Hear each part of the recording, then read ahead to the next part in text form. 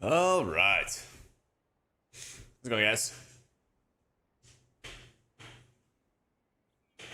Doom and Gloom Squad checking in. Let's go. Fairly new to WoW, messed around during Dragonflight, never got into it. Came back during S2 of War Within. All been clicking, figured it all out, but now I'm seeing all over TikTok. They're dumbing down the game. Is that true? Have you played in the alpha? So this is the alpha right now. What they're doing with healers is they're like streamlining a lot of things. You know, like Holy Priest, for example, used to have the heal spell, used to have like the renew spell, things like that. But there were like really weird conditionals, like you had to take certain talents or you had to have certain buffs up before you could use those spells. And so they like got rid of those things. I don't think it really dumbs down the game too much in this case. Mash, thank you for the 8 months.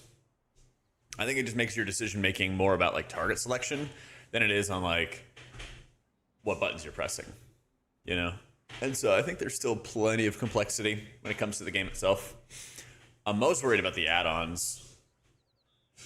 That's the stuff I'm very, very concerned about. That's the stuff I'm really, really concerned about. How you doing, Natty?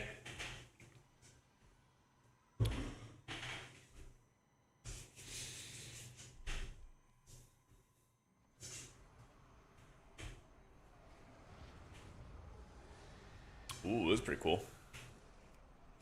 I know, Kafka. So in order to do dungeons, we have to be a little higher level. Just a little bit.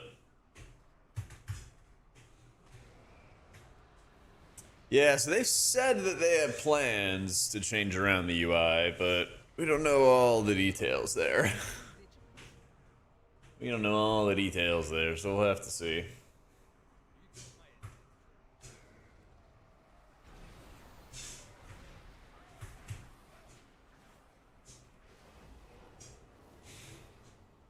Midnight Dungeon Pool? I think it's pretty good. I'm not like that intimidated by Seed of the Triumvirate returning. I think Skyreach will be kind of interesting. Algathar is always a good one. Pit of Sauron, I mean, it could be 50-50. Some of the revamped dungeons are really good. Some of them are really bad, you know? So that's kind of like a wait and see. You ever time to seat back in Legion? Yeah, it was insane for its time. I think it was a similar difficulty to what a lot of like current dungeons are, though. So I don't think it's going to be the end of the world.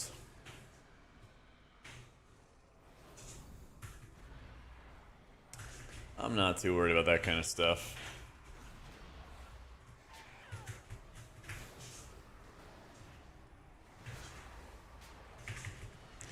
Not too worried about that stuff. I think healing dungeons or raid, if you like more healing in BFA, hopefully. Hopefully, yeah.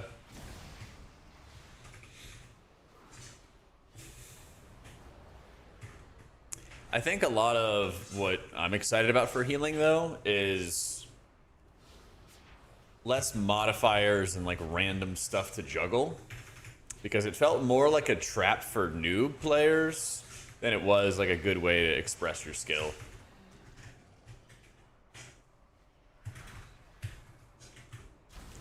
Like people kind of have like the wrong idea of what makes like good players.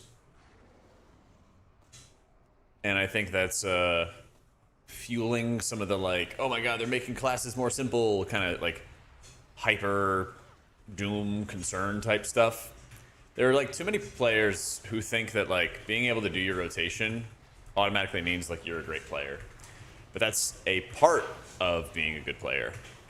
It's not the whole story, you know?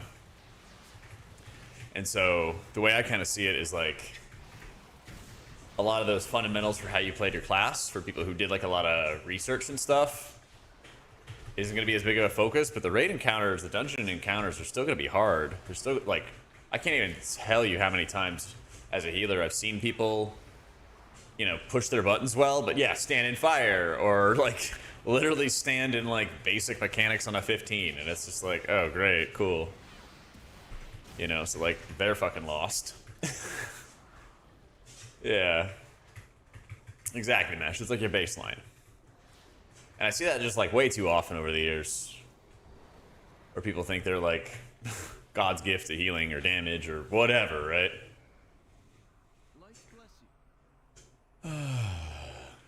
Must rally the Vanguard. 100% true, and the skill sets are a little different between Raid and M+. Yeah, you gotta be able to adapt. You gotta be able to adapt depending on what's going on. Always super important.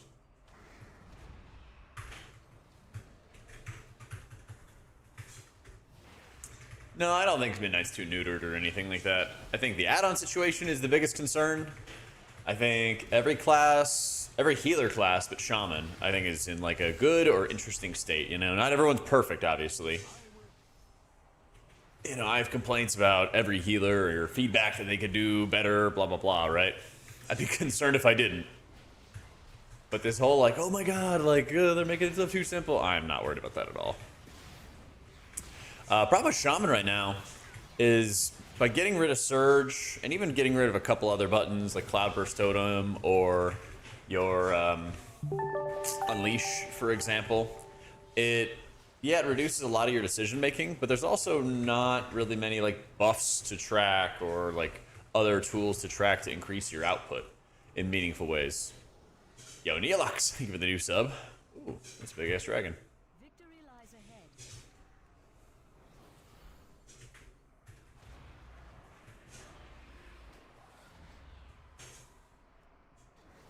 Your nameplates have an option to put the small green HP bar over your own head. You could do that with the resource manager if you wanted to. Yeah, if you wanted to, you could just track your HP like right here if you wanted to move things around. Yeah, I feel that, Spanky. I'm like more interested in playing Alpha than Remix. I'll still play Remix, of course, but I'm just like, what am I gonna spend the most time on, you know?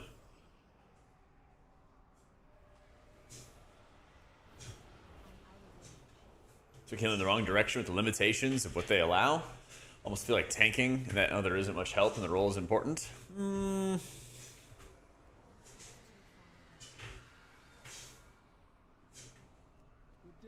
I think we still have a lot of tools, or most of the specs still have a lot of tools.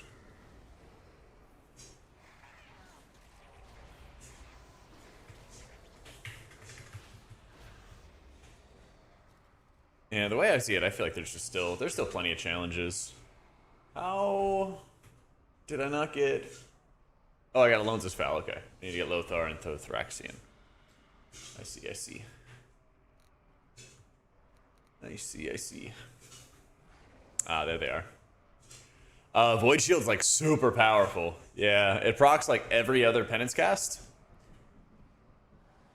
It procs like every other penance cast, and it shields 3 players, and it will reflect some of its damage into Atonement Healing. So, yeah, it's insane, dude. It's super, super fun to play with. Yeah, and they made Healing Rain a lot better. It lasts longer, has a little longer of a cooldown, but you also cast it a lot faster, and that goes really, really hard.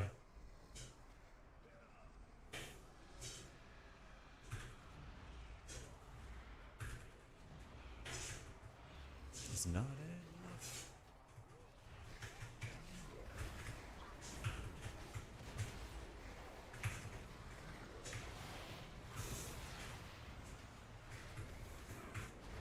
It seems like stuff like Click will be allowed, or at least they believe it will be, but a lot of limitations to the raid frames. Yeah. Yeah, so today's video, basically, they are bricking things like Cell, Plater. Apparently they're supposed to make their own version of Omni CD, but, you know, we'll see how good that goes. You know, could be good, could be kind of shitty.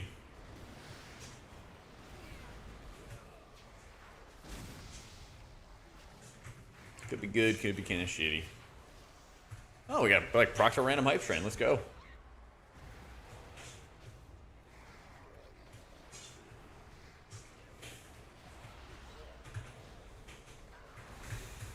Yeah, you bet rack. I think they're gonna allow blacklisting. I don't know what they're gonna allow, but you know, you miss every shot you don't take, right? That was my whole point for the video. Is just like, let me let me see what is possible, right?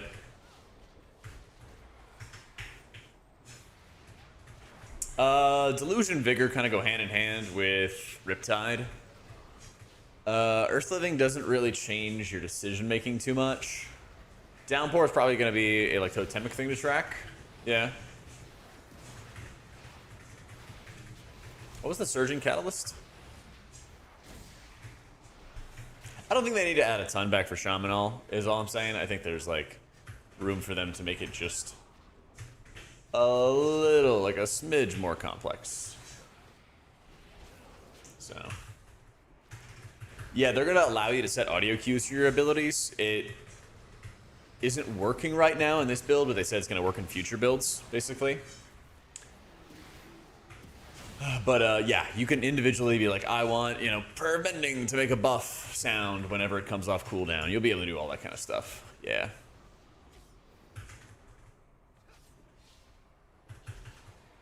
Insurgent Totem. Oh, yeah, the tier set bonus. Right.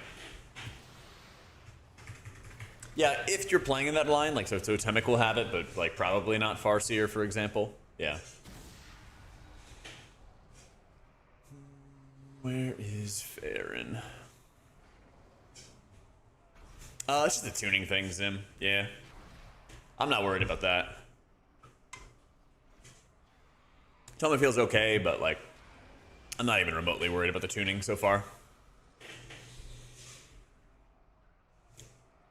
Those numbers, they're like maybe this would work, but like before any raid testing happens, they're gonna actually do like a real deep dive. Get the numbers okay, then we do raid testing, and then they, you know, keep on tuning week by week. I would not be shocked if by December we have beta. Yeah. Maybe like a late November angle. I would say it's possible, but yeah. Any word on raid frame functionalities? A video I put up this morning goes over where we stand on the current raid frames. Is my bot not working? Where's the bot? John's on a business trip. My bot's not in chat. What the heck?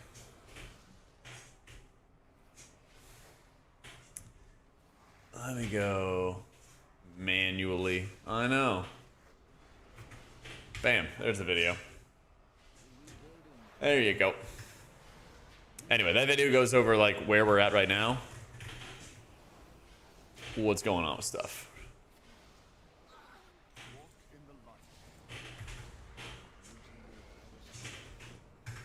Ooh, cutscene. Ooh. Oh, I love the drop pods, man. Oh, I love the drop pods. It's one of my favorite things of the bad guys, have like these cool drop pods. Oh, yeah. Jackpot must be in another stream.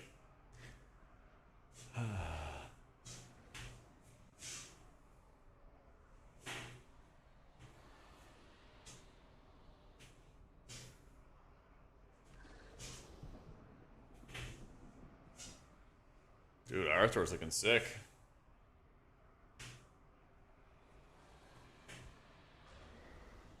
Yeah, it's like a weird thing as well, Zim. Like, you can have multiple action bars. So why can't... Yeah, you can have, like, multiple action bars. So, like, just why can't you have multiple cooldown bars, you know? They could all literally just be in the exact same menu, too. Yeah, a little strange.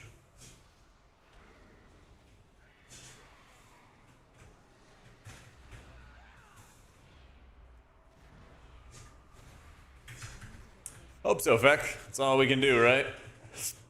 Less buttons is disc? Not really. What do we do? We lost a lot of like extra cooldown modifiers. Some abilities became like an option, like it's not a guarantee that we're gonna run like Shadow Fiend and Mindbender. So like our core has remained the same. I guess you could say some abilities became options, but I don't really think disc lost much in the pruning. Yeah, I'll definitely do some Legion Remix. I'll definitely be doing Legion Remix. Just not sure how much of it I'm gonna play, you know? We'll see.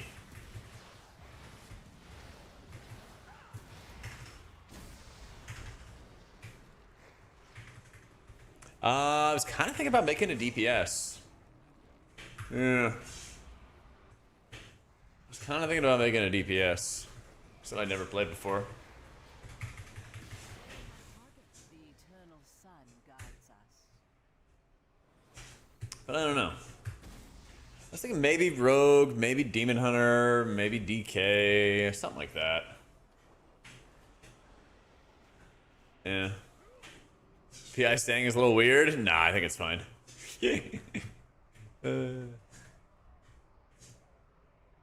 No, it's okay. I said it was okay.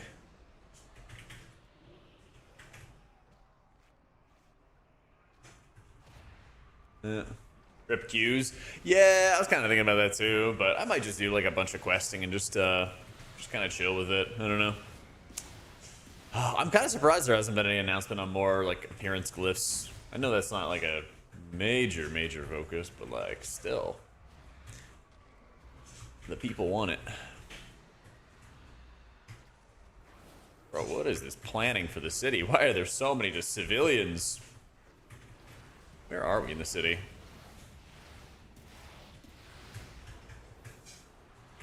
Yo, what up, milady?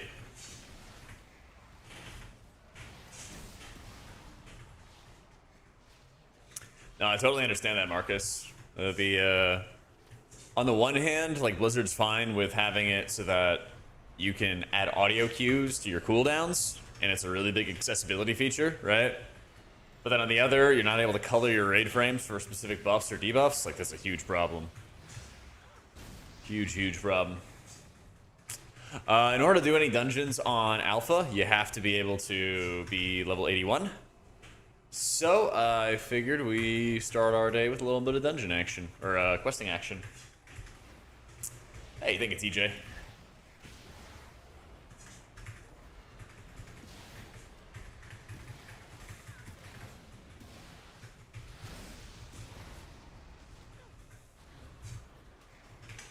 Yeah, once we hit level 81, then we can actually do the 2 dungeons. Hate questing? Ah, I'm sure you'll survive. I'm sure you'll survive.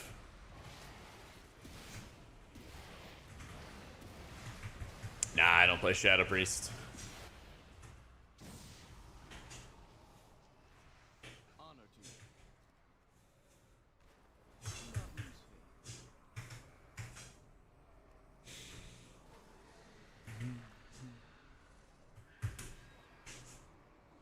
Where's the other civilians? Our enemies will fall. We're going to the boats.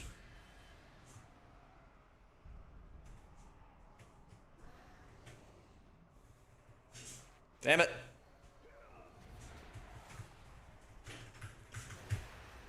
That's right. I cannot be in DPS prison. Hey, thank you, Bungle. I say I think click will still work, so click casting might be okay. Maybe. I heard that it might be as well, but we shall see.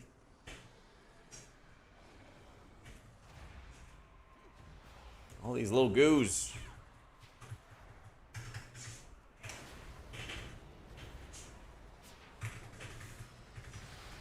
Click healing frames. Can you imagine if you have to target cast? Well, Blizzard has default click casting. So if you check out the video I made today, I go over like how the click casting works on default frames right now, and it works, but there's a lot of like limitations to it, basically.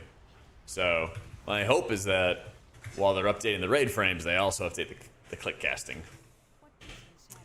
Dude, I know so much is going on, man. Fellowship is right around the corner.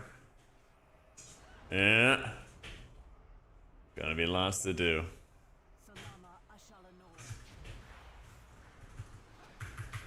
Lots and lots to do.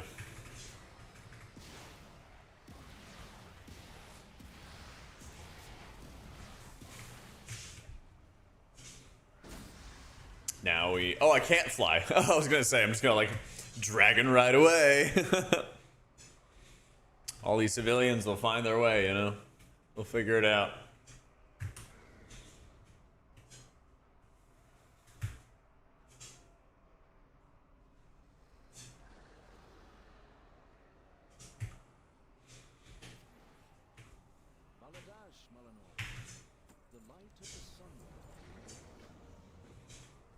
I'm streaming right now, Swink, but I can check it later.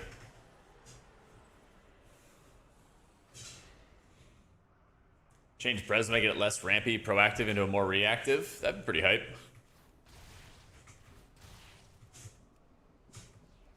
Wait, do I rescue it?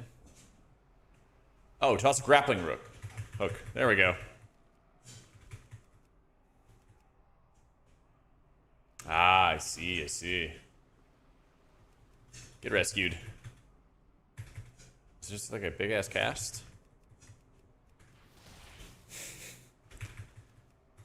We have to be like above them. Oh, I have to be like above them, yeah. That's pretty hype. I love these little missions. We'll avoid jellyfish. I'll avoid jellyfish.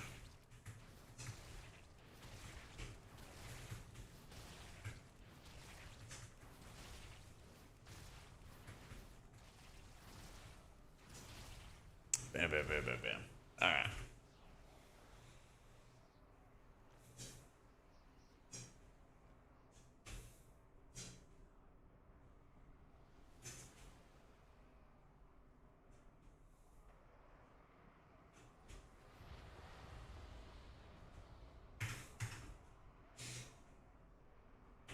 Real-time cutscene! The boats escape! Onlookers cheer as the player and narrator make a daring rescue. Civilians plucked from the water hang on as the two heroes fly past on the backs of light dragonhawks. The ships begin to safely sail away from the island. Narrator, the player, return to the docks and rejoin the battle. Watching a cutscene, Art. Watching a cutscene, man. I think the click functionality is going to stay around, but like the customizing raid frame stuff is not going to be around. Yeah. 40-hour Dream Breath is going to help a lot. Yeah, I think when it comes to how like Prez is looking, it's like a full like revamp in terms of how it's playing. It seems like its steady healing is going to be like way better than it was before. Because you're going to have so much of your healing tied into like Dream Breath and some of like the surrounding effects. So, Spez, thank you for the full year. So I think that stuff's gonna be really hyped for it. There's actually gonna be like good uses for blossoms and everything like that as well. Click said it was gonna work. All right, that's good. So Spirit Bloom gets rolled into your aversion with your hero talent or your Apex talent. They basically like made Spirit Bloom into your Apex talent, more or less. So, I feel you there, Kaliak. I feel you there. Yeah, apparently I ruined healing.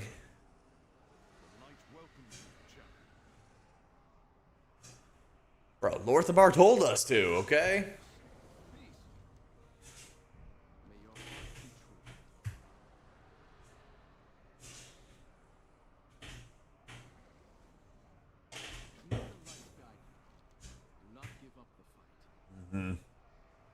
Blossoms in a plus, yeah.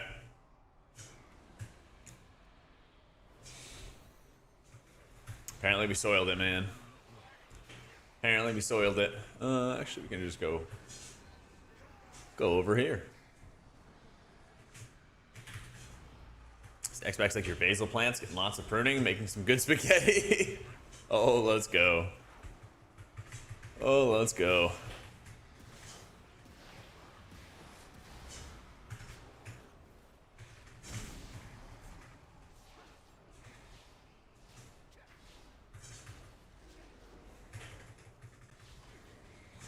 Jack single-handedly made Blizzard change their entire healing philosophy, and people are mad. Apparently. Apparently.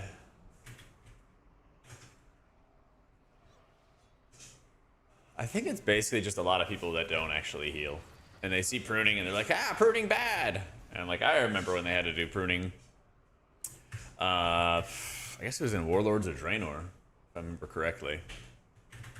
And then a lot of people like freaked the fuck out back then too. So basically if you're using Cell or Grid right now in alpha, they have worse functionality than defaults.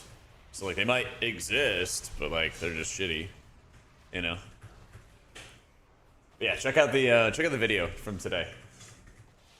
I just got into the midnight questing. This is like the very, very beginning, yeah. I'm maybe like 10 minutes in, 15 minutes in. Max reaction to the healer changes was funny. Is this good? Do we like this? I don't know what this means. Yeah, I was trying to make it as quick as I possibly could when I got to yap with him yesterday. Yeah. You're kind of guy who downloaded Cell and a profile, changed your healing for the better. How boned am I with a new UI? You're boned at the moment, but Blizzard said they were going to change around their default frames. Now, I don't know if that means that they're going to do a huge overhaul, and they've been working on it for months, and it's going to be amazing. I don't know if it's going to be like a slight update, and it's going to suck. No idea. Nobody knows. We don't have anything to play with right now. They said they're working on it. Today's video, I did a big laundry list of what they should be doing, and we take it from there. I don't play Shadow Priest Slider. Yeah, Void Shield's insane, dude. Looks cool, too. It's like every other penance cast, you get a Void Shield.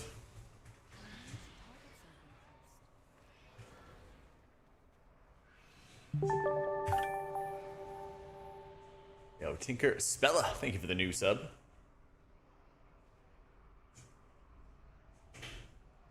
At level 80, I've got 56k HP.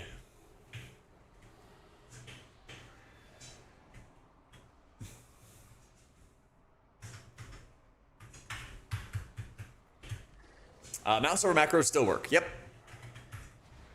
Yeah, the mouse over macros and everything, all that stuff like still works, still functions, you know. The non-add-on tools. New bottom talent, if you watch right here, it's a void shield. It's a void powered shield. And it will reflect some of its shield value into damage and convert into atonement healing. It's quite strong.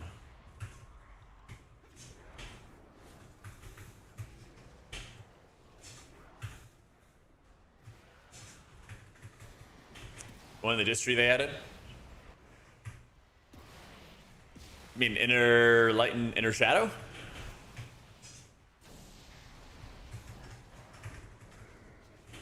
Yo, how you doing, double? That is like stance dancing, basically. It's on the GCD, which is really bad. But when you're in the inner light stance, your mana costs are 10% less. When you're in the shadow stance, your damage abilities are, what is it? Spell damage and atonement is increased by 10%.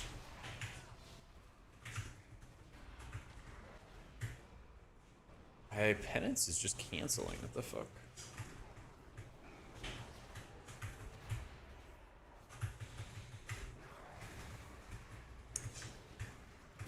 The changes make you want to try to get at midnight? It looks really good, yeah. It looks really, really good. It's day here? Yeah, I live in Texas. Oh yeah, they're really strong. I don't even know if that's intended, Saito, or not, but it could be like 40% of your HP, I think, together, something like that. Yeah, at the moment, the inner light, inner shadow stuff is exactly the same as the PvP talent, which is not good. Which is not good.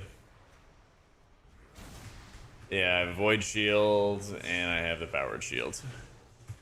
Yeah, lots of good stuff for Priest so far. There's definitely some changes they have to make for, like, Disc, for example. I think Holy's in a really good spot. I like a lot of the changes they made for Holy. A little worried that, like, Cosmic Ripple is going to be too much of your healing. Yeah, Blizzard said there's going to be damage meters, but they're not yet implemented.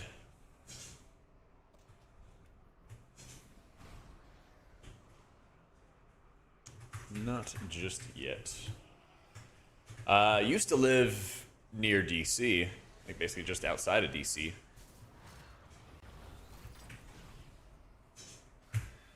I've lived in Texas for 7, almost 8 years. Yeah. Something like that. I think Pally is really not too heavily changed. It's kind of funny because the pruning that Paladin received, I think was all like really needed. They made certain extra buttons, like your Hammer of Wrath, only activate when Wings is up. And instead of it being an extra button, it's just your judgment button. Which I think is a really, really good change.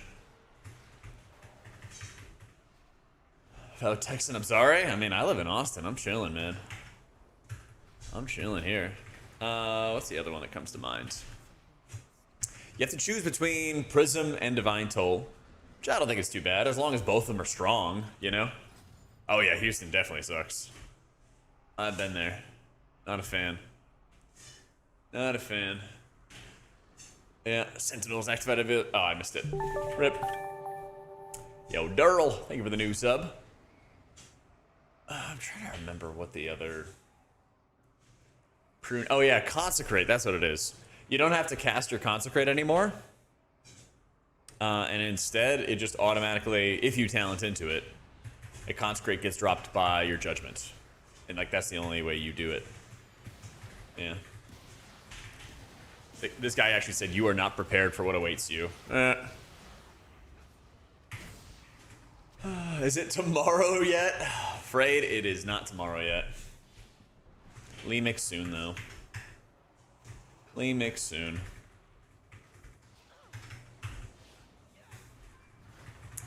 So, I only checked on Holy Pally generic. I only checked on them.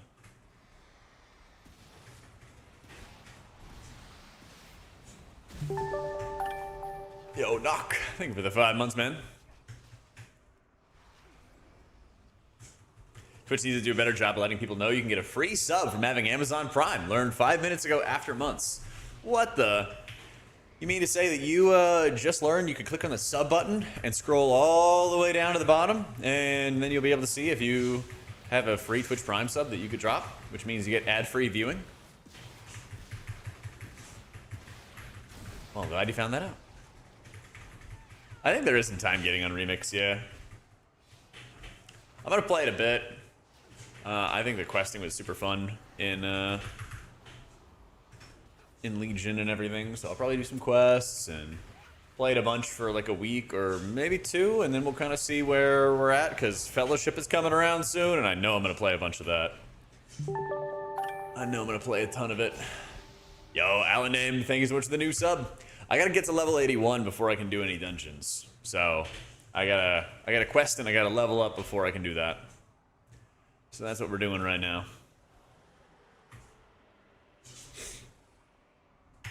Yes, lots of healing add-ons are getting canned, at least at the moment, Kev. So my latest video, hot off the presses today, goes over all that.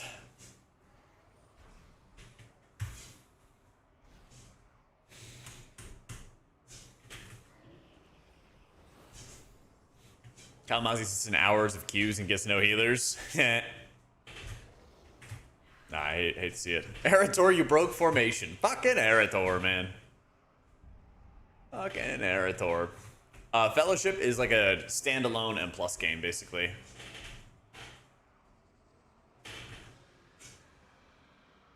Here, let me pin this real fast. Blizzard is nuking healing add-ons. Bam. So, yeah, I've messed around with all the healers. I've talked to experts for pretty much all the healers right now. Yeah, Mr. Gibbs, thank you for the 14 months. Fellowship still has Cell, true. I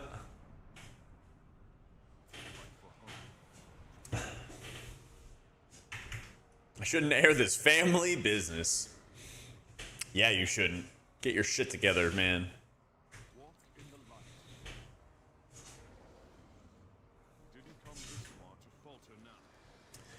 Collect 7 legendary weapons. Ooh.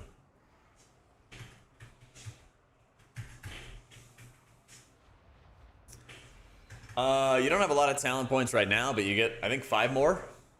So the thing is, you could potentially, like, spec out of some of these Apex talents if you wanted to. Yeah. But, like, I want to take Harsh Discipline, but I don't really want Shadow Mend. It's, like, okay, but not insane. I'm just questing, so I don't really need Evangelism, but whenever they make Evangelism good, you would probably want it. So, I mean, like, your talent options are just going to change an insane amount. I'm not going to lie. There's so much time.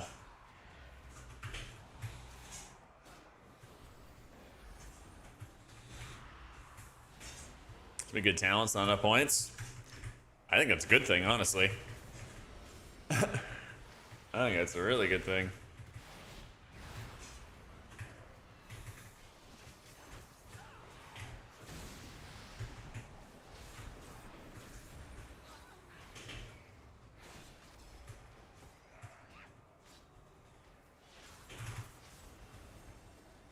Oh, these guys fuck.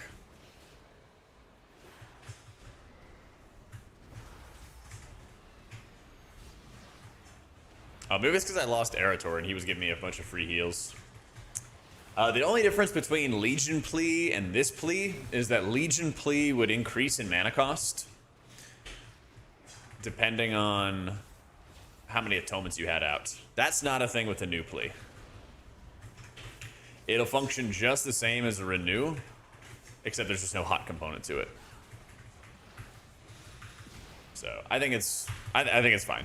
It's not really any like breaking news or crazy shit going on. Yeah. Bro, the fucking hits in the back, man.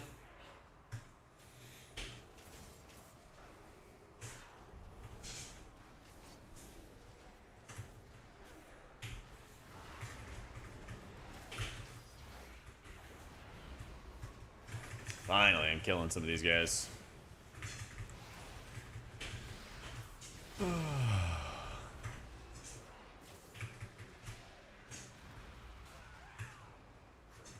Yeah, plea applies atonement. Yep.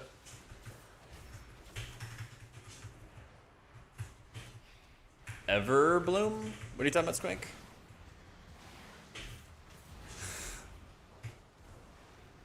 Magic the Gathering is going through similar changes to WoW to try to get new players. Can I get your take on whether or not Blizzard is selling pig slop? I would say when it comes to healers right now, almost all of them have like good changes that streamline the specs and makes sense with a lot of the changes. Like they're not getting rid of, you know, abilities in most cases that you're going to be like incredibly crazy dependent upon.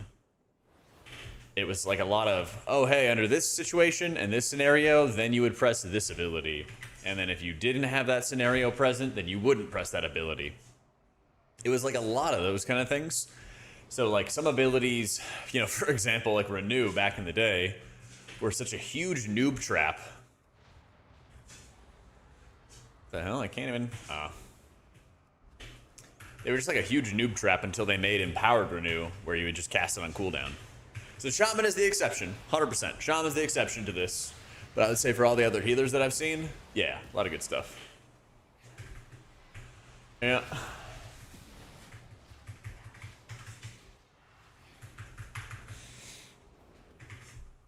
And then also making specs a lot less dependent on their major cooldowns is a huge dub. Yeah, things are definitely going to change slowly. I mean, I can tell you, like, Disc Evangelism is not a good ability right now, but I see what their intention is for the ability, and it'll probably end up being good. As long as they do what they say they're going to do, you know?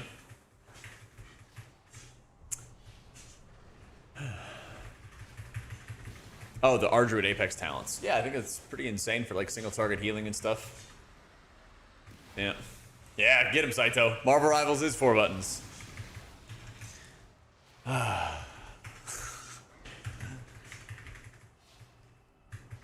Yeah, it works with the normal atonement, Uzipon. Yeah. Shadow damage and atonement healing. So it'll be a little bit more valuable for your shadow damage, of course. But it also increases all atonement healing. How you doing, Kia?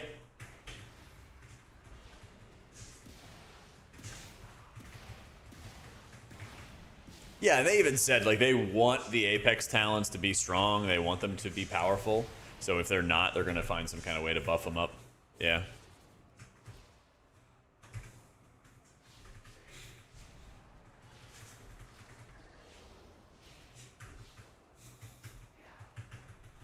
Yeah, I think if they made, like, more of your Radiances instant cast with Evangelism, that would help a lot. That would go really, really hard. But I would say the main issue, the main thing I'm like worried about next expansion is nuking the raid frames. Yeah. That's the stuff I have big concerns about.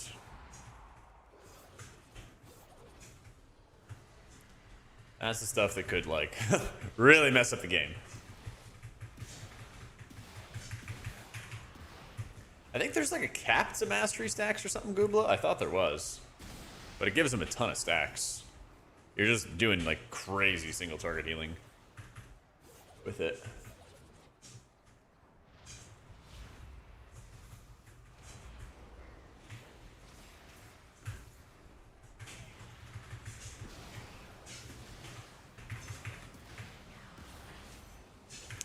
Curious how damage will go out.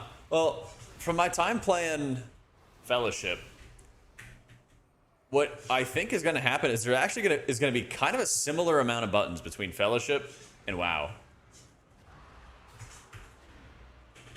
And Fellowship is very much able to find a way to make damage go quickly as you get into like higher levels and all that other fun stuff. IUI isn't half bad? Yeah, it's not. Right now, a huge issue with the game is that Blizzard has gone further than where they said they were going to go. They kind of stated their intentions of like, we want to make the base UI better, and then like add-ons and stuff should be able to manipulate the things that we show you. And then that'll be like where our limits lie. And you can then use the add-ons if you want to, or you can use our stuff. They've kind of gone further than that. And that's why in the video I posted today, it's pinned up at the top of chat. I had the DBM guy's video, and he even was like, yeah, like your add-ons will be functionally worse unless they go back to what their goals are, you know? Yeah. If you say the changes they're making to healing and classes in general are good, I believe you. Well, thanks. Now, if they just get the UI together, then we'll be cooking. Because I don't expect the player base to stay around if they're stuck with debuff or default frames the way they are right now.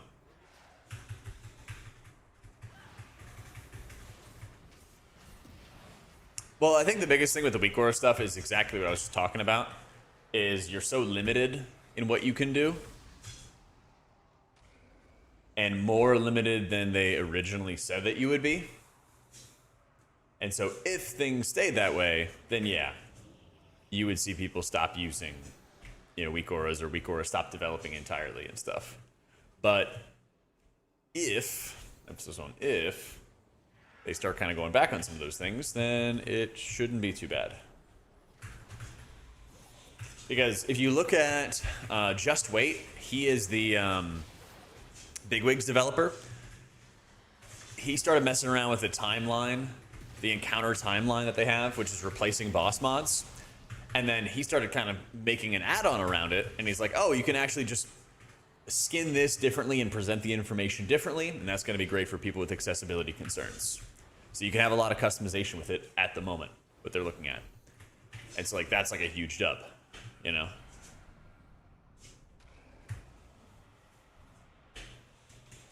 Now, if they start adding, more of those kind of things into the baseline game, we'll be in good shape. Yeah. Yeah, so like if hey, I have a resource bar, I have a personal resource display, why can't I add some more customization to that? Like, that's going to help as well. 100%. 100%.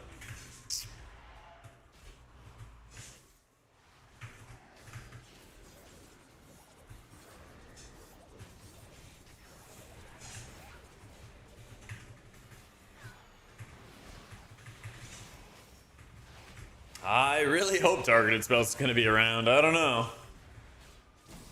I feel like it would make sense that you could do it because they have the nameplates doing it. Right? Jane, thank you for the 31 months. I think I've heard him before, Durrell. Yeah, I usually just run off my daily mixes. So sometimes I listen to artists and I just have no idea who they are.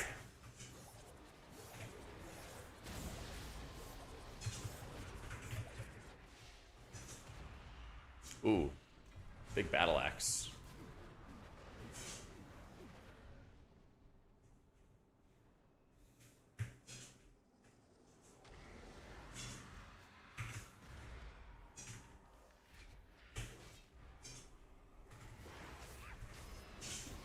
Targeted spells with Weak Aura. Or you can do it with Cell. There's a couple different ways to do it. But like, my argument for why you should be able to do it, Liam, is look at this bad guy I'm fighting right now. The nameplates in the default UI will show Phantom Strikes, Jack be casting, right? They will show who's being targeted. So I would think, logically, if it should appear on the nameplates, why couldn't it appear on the raid frames? Now, I don't know if they're going to do that, but that's... I feel like, oh, the UI shows it? Well, what if we can show it in a better way? Because as healers, you know, we're going to be looking at the raid frames much more than we look at the nameplates. Yeah. So that's, you know, that's my hope. We'll see, you know, what goes down. We'll see what goes down. Howdy, Jug. Yeah, I've spent time on all the healers, guys, so if you have a question about them, feel free.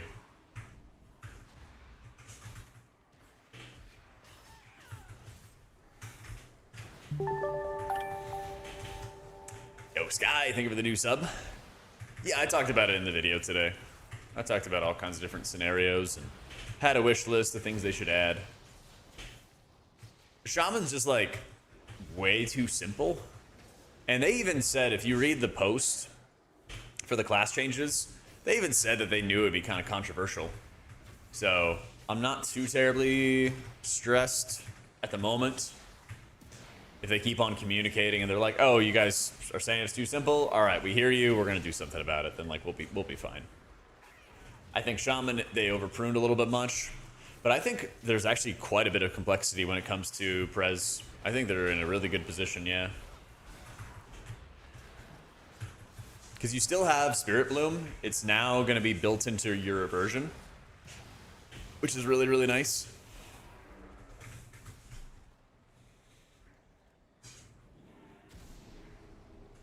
Oh, where are we going?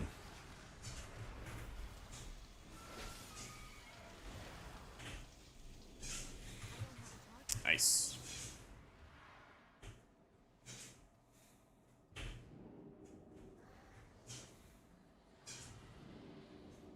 Isn't there another weapon here? Oh, it's down there.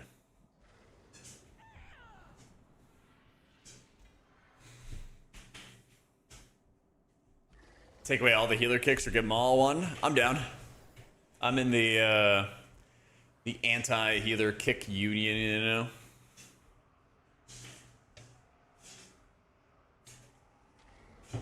I'm in the anti-healer union.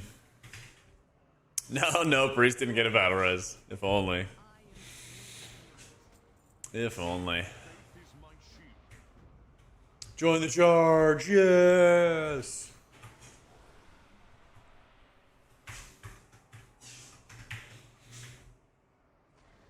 I like Priest a lot so far.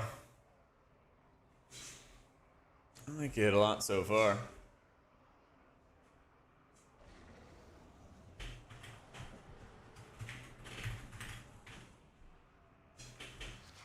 They add anything? They changed around a lot of talents. They changed around a lot of talents. Don't wanna wait, not anymore. Oh, I can't even heal that guy.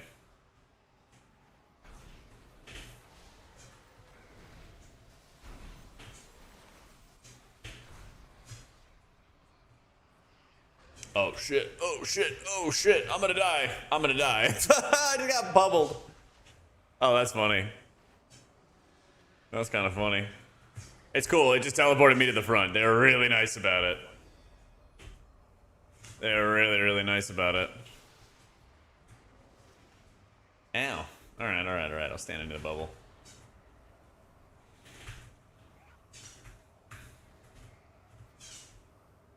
Channel light. Why no channel light? Because I'm in combat? Trying to. Channel light. There we go. Bam!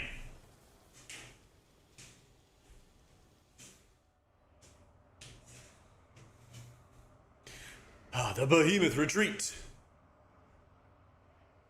The vanguard of the light and the champion have beaten back a behemoth. As it retreats, a cheer erupts amongst the paladins and priests of the light.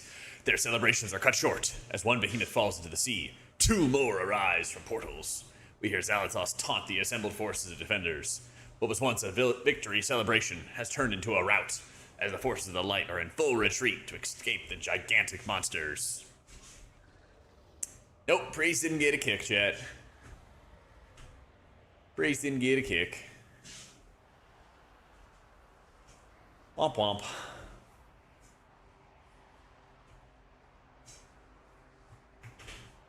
What, in the placeholder? Was first time watching Alpha? Yeah, they hide some stuff. They hide a bit of stuff.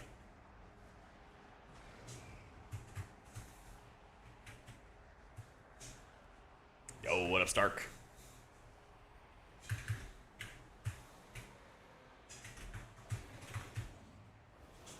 Oh shit. Are you gonna slow me? I like this. This is actually kind of sick. You can just like run for your life in the woods. Kind of vibe.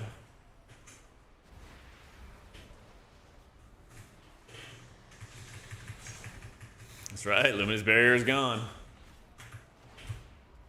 I'm trying.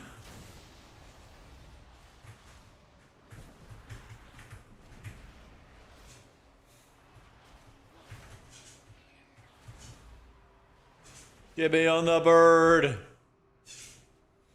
Go, go, go, go, go. Oh my god, look at this.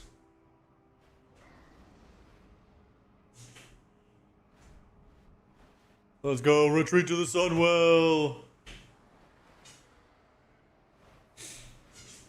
What am I gonna miss? Probably like Symbol of Hope for Holy Priest. Probably be big on my list.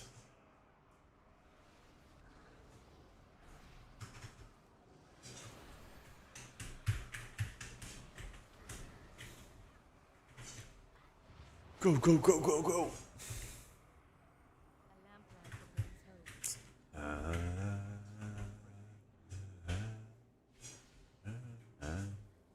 Take that.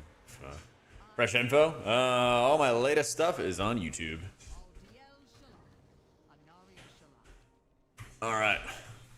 We hold the line.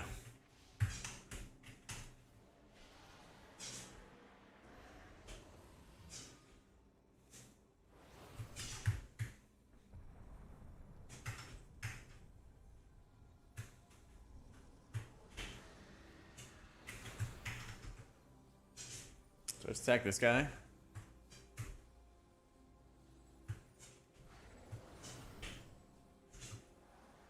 This is gonna burn me, isn't it?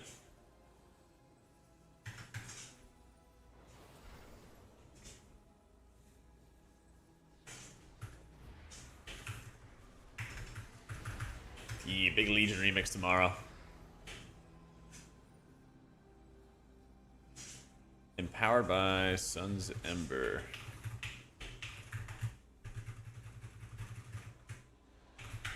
Protect the light.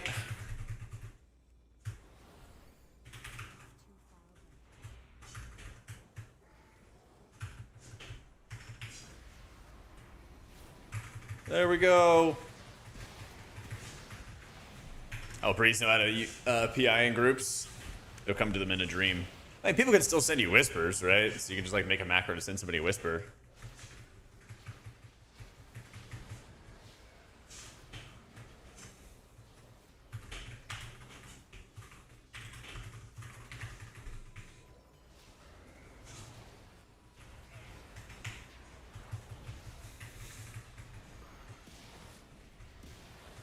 Let's have a Legion remix and mop.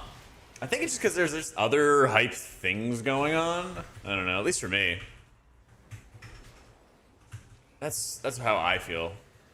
I'm just like, well, it's not too long until, you know, we get midnight beta testing. There's still some cool stuff on alpha. We got fellowship coming around. Thanks for crushing your hope on Cell being at midnight. I'll cry and get over it now. I mean, or we grab the pitchforks, man. Or we go grab those pitchforks. They said they would have some kind of built-in Omni CD Amoris, but like didn't really give us a bunch of details. It was just kind of like a we'll see, you know. Could be hype, could be, you know, totally whatever. Yeah. Ah, you're right, Mike. Might be. Time to shut down the class discords. Fuck it. I think Midnight will be a lot more new healer friendly, but if they don't do good changes to the UI, it may just all be for naught. Yeah.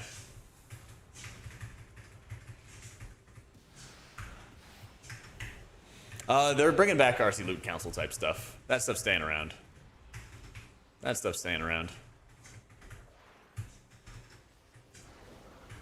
Yeah.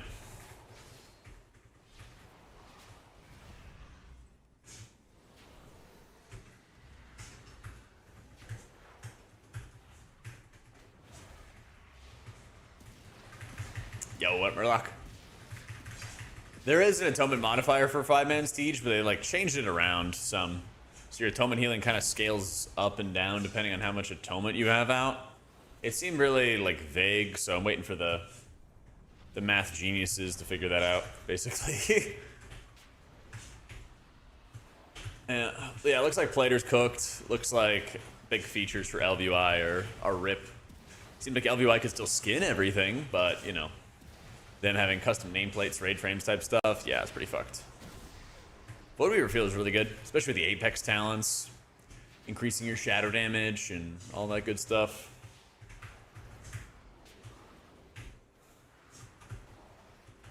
Ah, paint up's right here, bottom left, or bottom right. Puts on sale, true.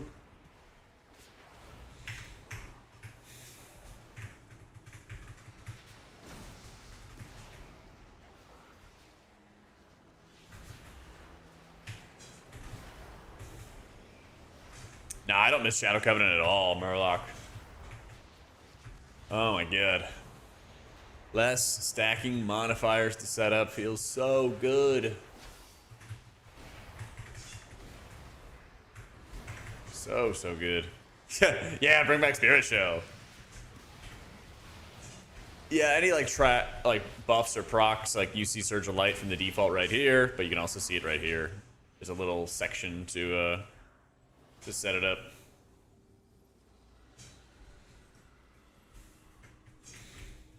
The like core of Void Weaver being like you Mind Blast, deploy a Rift, and then do Dam is all the same. Yeah. It's all the same.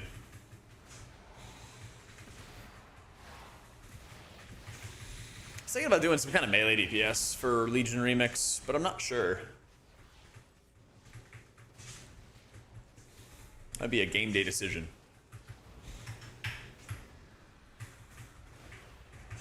Cause I did a priest last time in MoP.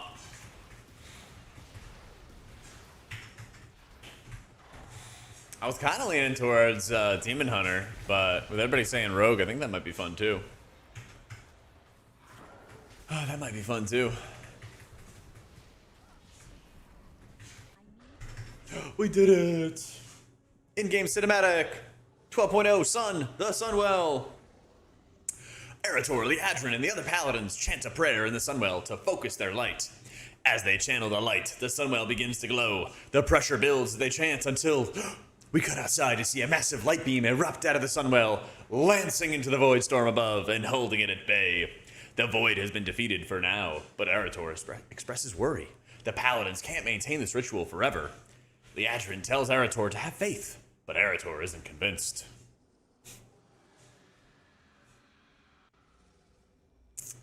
Reroll my rogue to a Tauren. Ooh, I mean, it would be a fresh one. Max posted a video on class change vibes. Ooh, you should watch that, especially the healer ones. I bet there's lots of good info and lots of good guests.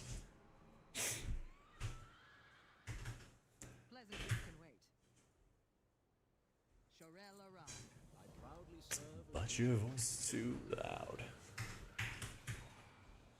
Does it show you the beam? Oh, it does. Let's fucking go. Bazamp.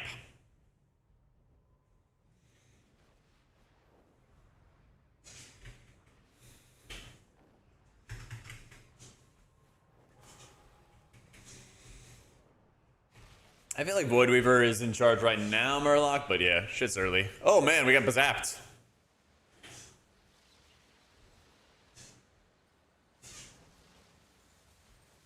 Yeah, beam's kind of loud. Kinda. Yeah, it is like the Fifth Element. Good movie. Good movie. But it's so beautiful. Zap. It's my HP. It's like 50, 60K, something like that. Big squish. Big squish. The skywriting feels the same. They just kind of changed how the cooldowns work. So instead of having vigor, you have, what is it? Your surge forward and your skyward ascent have shared charges, and your whirling surge does not cost charges. Yeah.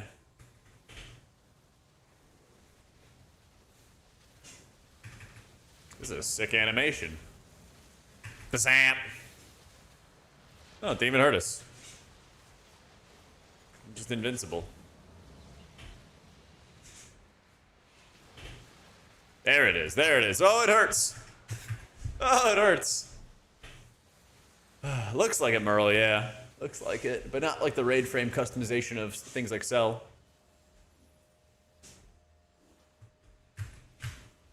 Yeah, I thought the Sunwell itself burnt you, so we just had to figure it out for science, you know. We had to figure it out for science. Listen, chat, I know people wanted me to do it. I know they wanted me to do it. Apparently they're making their own version of OmniCD, but like, OmniCD as we know it will not exist next expansion. At least at the moment. They already went back on things like RC Loot Council not working. They've already gone back on like those little things. It looks like, you know, Bigwig's Deadly Boss mods could still exist. Things like that, so at least in a reduced form. So there's a few different things that are like up in the air, I would say.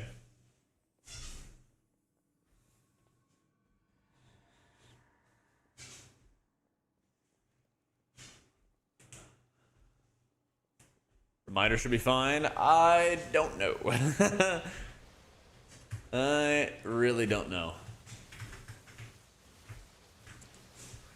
I don't know if they're going to allow you to set reminders for fights and everything like that.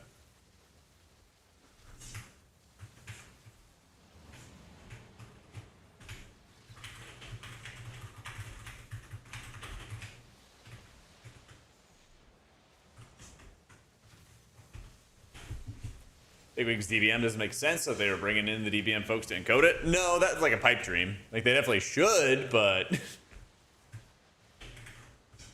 they never said that they were definitely doing that. Yeah. Here, I'll go to the bathroom real fast. 1 sec. Be right back.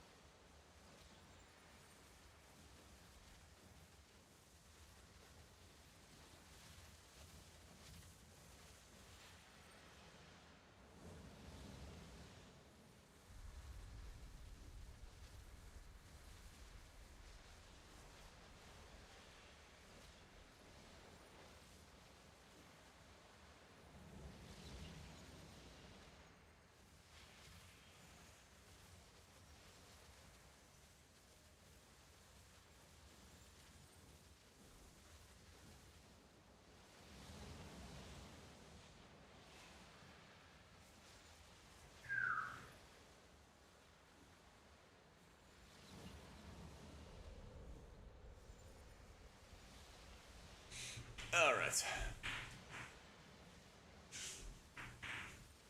Better for new players who don't have add-ons. Yeah, but what they really need to be able to do is like make sure. You guys remember in You guys remember the Endgame, like the Avengers Endgame, where Thanos is like, if people know what they've lost, they're never going to stop missing it, kind of thing. That's kind of how it goes. If you make everything like miles worse, then everyone's just going to think about how good it used to be when you could see all this information and interpret it and everything. But if you make it like mostly pretty good, then and you kind of say, hey, we got to do this, then some of the elite players might bitch, but then some of the, the more casual or even casual competitive players will be like, oh, I didn't even know that was a thing. That's okay. Unfortunate, whatever. It is what it is. You know?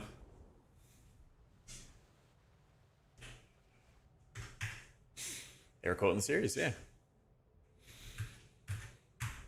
As long as there are those that remember what was, there will always be those that are unable to accept what can be. They will resist. Yeah, see? All players that want to play the game will adapt. Sure, like sweaty players will adapt, The players in like Liquid, for example, they'll adapt. I'm not even worried about I'm not even remotely worried about them, But there's a good pool of players that I would call like casual competitive, where they look up guides, they look up dungeons, they want to play better, all that fun stuff. But they may not, play nearly as much as I do or other people do, right? Yo, it's Chaos. Thank you for the 14 months. Thank you, Navia. Let's see. Oh, I can't even see like item levels in my bags. Come on. Well, I guess bag add-ons are gonna be safe though, at least. Yeah, but I'm a nerd. I know.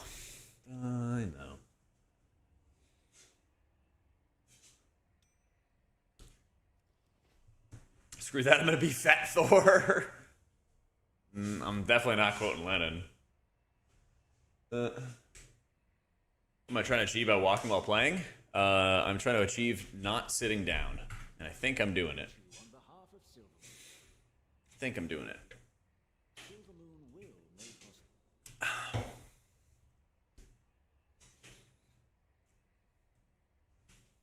How you doing, Biggs?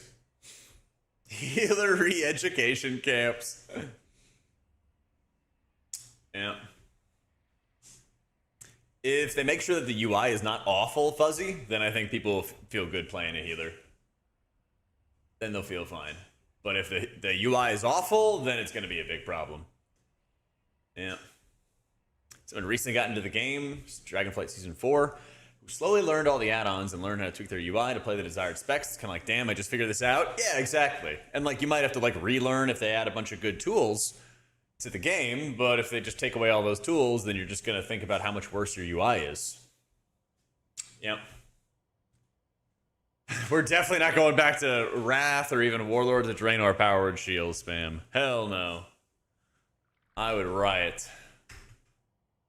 I would riot. The beauty of Eversong endures. We are a nation on the rise. Wait, what happened? Oh yeah, Tyrellian and the Alliance want to like stay and defend the city. Yeah. That makes sense.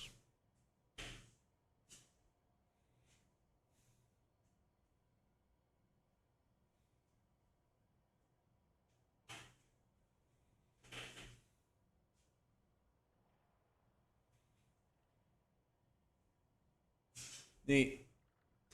So it looks like DBM and Bigwigs are basically just going to work to like skin the Blizzard default timers in a different way. So they'll exist basically, but they'll basically just do exactly what the default does, slightly different. Yeah. Thank you, Liam.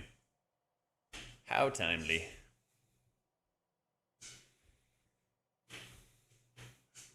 See, like they'll make their own. So on the left is the Blizzard default, and on the right they just skin the bars, which is nice because I like having the bars personally.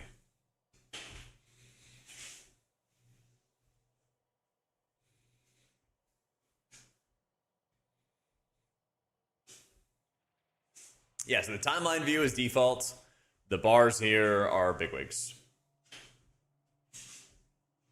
You need add-ons for Apex so I can write when they take them away? True.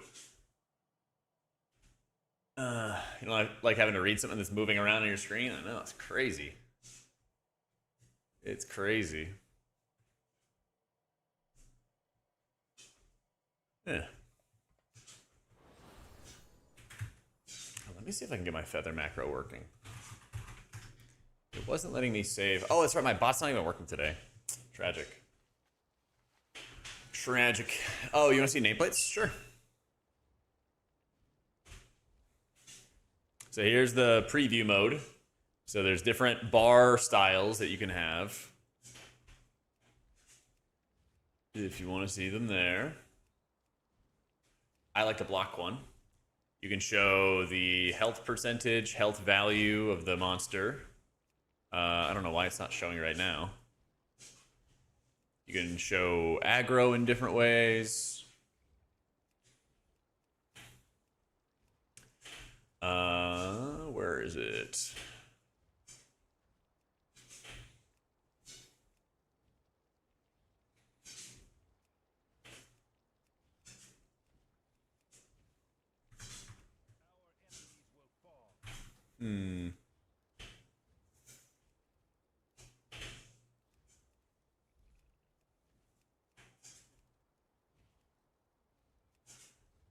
Oh, here it is. Cast bar information. You can see the spell name, the spell icon, the spell target, so who is being targeted, and highlighting important casts, highlighting when you're being targeted, stuff like that. All kinds of stuff like that. I guess Blizzard broke my bot, yeah. They said death to clankers.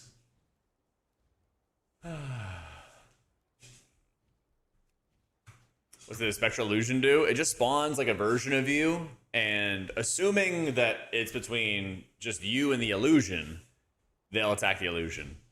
But like, if your tank has aggro on stuff, it just spawns an illusion. It just stands there. It doesn't like taunt for you or anything. It'll just attack the illusion instead of you if it's just you two.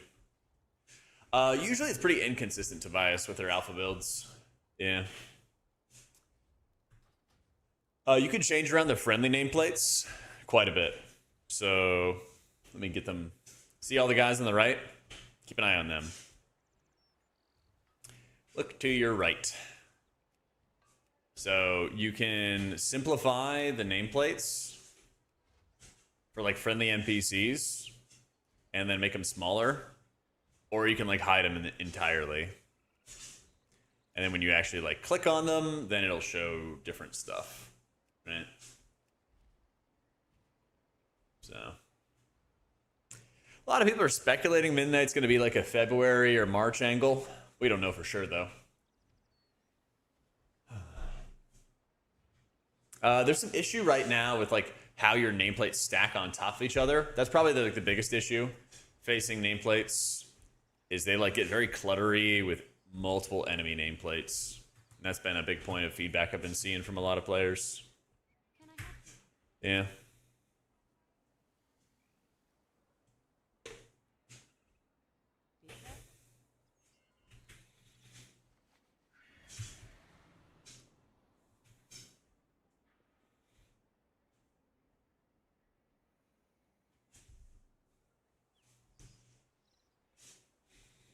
I don't think it's going to taunt a cast. I can try it when we do dungeons later today. But I don't think it will. That would be pretty insane, though. I would love that. As somebody who doesn't have a kick, I would love that. Yeah. I'm like mostly excited for Remix. I think I'm more excited for like alpha updates, and in 2 weeks, or I guess a week and a half, there's going to be an update to, well, Fellowship is going to be released, which is like an M+ game. I'm really, really excited for that.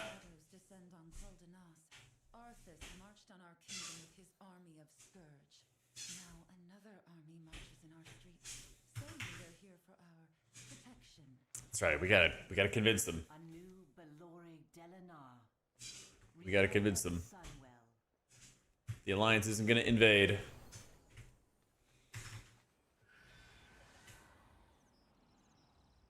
There are CVARs that allow you to edit it. Oh, perfect. So there might be like a reduced version of Plater where you can have some customization still. Yeah. That burst of energy from the sun, well, it was Yeah. more powerful than any magic I've ever encountered. And I am well practiced. They say that army protects us, but I feel you there, Toke. That was a big part of my video. It was getting gradient frames so you can actually like reduce or like change the colors based on HP. Such a basic thing, you know? Such an important thing. The eternal sun guides. Yeah. The reckoning is at hand. We will have justice.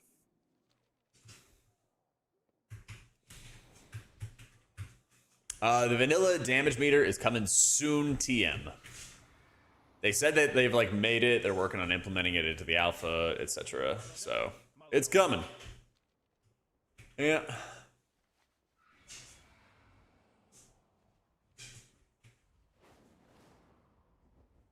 I think this doesn't feel empty at all. Not having to worry about like Shadow Fiend and Shadow Covenant at the same time, I think feels great. Evangelism doesn't quite work the way it needs to work long term, but I think they know that. Yeah. I have a bunch of buttons bound into my frames, or my my healing frames.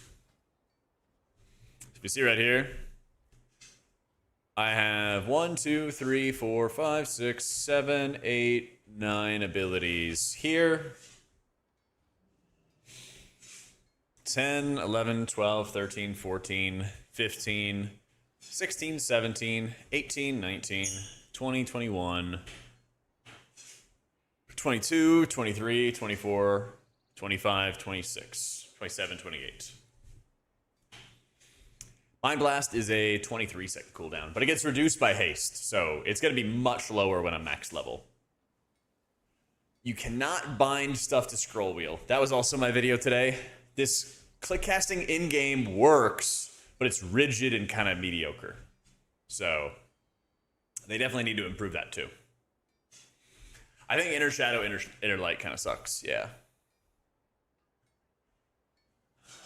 Yeah. I don't know if Oracle's specifically getting a rework, but it doesn't have the rest of its talents filled out yet. So it's kind of an issue right now.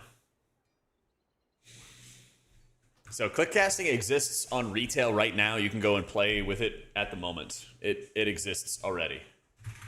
Just search cast, click on click casting, and it'll be right there. You can add spellbook abilities or you can add macros. Yeah. This mouse over cast stuff will allow you to use mouse over interrupts, or you could make mouse over macros. Up to you. It looks like click will still work, so that would probably be the alternative. Yeah. But if Blizzard's updated the base UI for the raid frames, they should also just update this too. So if you wanted to use keyboard binds with this, you would click on this mouse over cast thing right here. And then that's how you work around it. Yeah. I'm not going to go too much into this because today's video goes really in depth on all of that stuff. So if you want to see more about it, check out the video today. Lots and lots and lots about it. I wouldn't cross me if I were you. Yeah.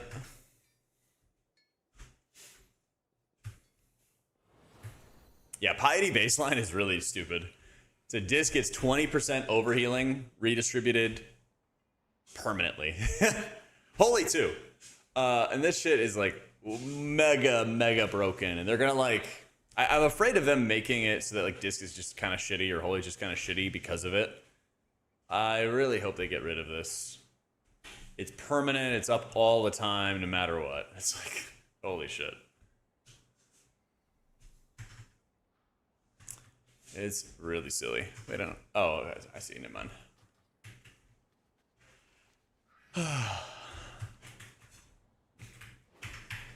I mean, it already is a reduced percentage. It's like 98% or something on live right now, but it's for a small period of time. I don't want any overheal redirect type stuff. It's way too OP. It's way too difficult to balance. Yeah.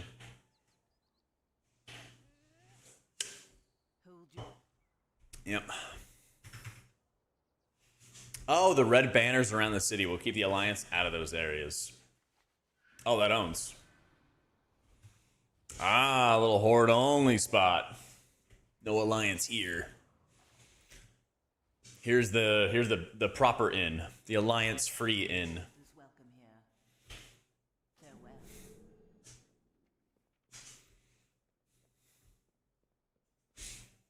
Like the video you made about what needs to be added from the healer perspective. More healer mains talk about what needs to be there, the better. Yeah, you're just hoping, man.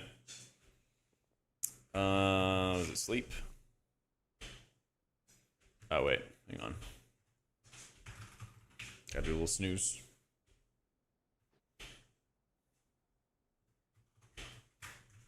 Do it right. There we go. Yeah. I don't need the pillow. Actually, would it even work with a pillow?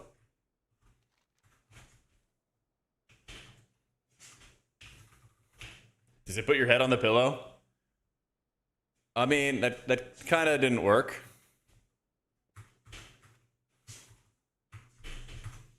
Hold up. Gotta line it up properly, you know?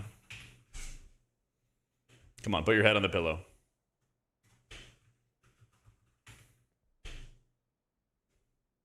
Oh, my face in the pillow. Come on, man. Fucking clipping. Yeah, you gotta level to 81 before you can do dungeons, so I've just been kind of yapping and doing the quests and stuff. That way I can do the dungeons. This is how my room looks, chat.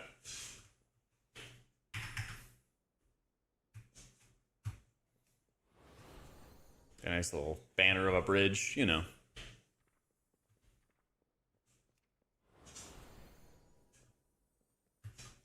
Tiny bed you don't fit in? True.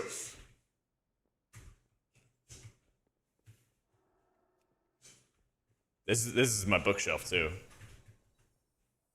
This is my bookshelf. I was thinking about getting a bookshelf for behind me in stream. Yeah.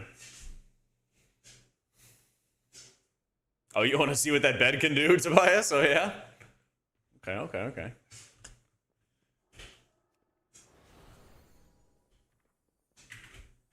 Alright, that's the Horde-only hotel.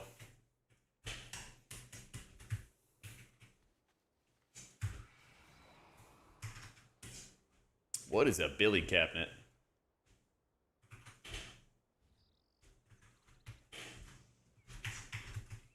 I don't want the, like, drawers at the bottom, I don't think. Yeah.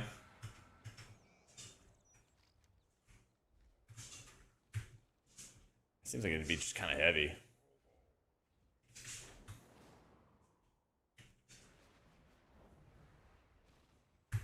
So, yeah, I definitely need something in the back. Nobody even noticed the lights. Nobody said anything about the lights yet. I think I'm supposed to still be running scenes. I think. There were some with cabinets and some without. Shiitake, yeah.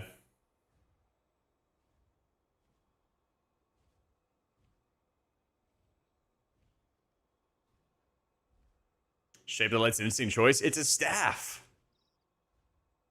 It's just a staff.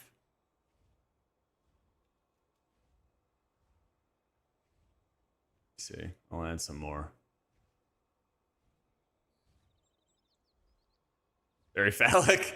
I could have made it into a worse penis, okay? I could have made it into a crazier penis if I wanted to. There was an option for it. Uh-huh. There absolutely was an option for it.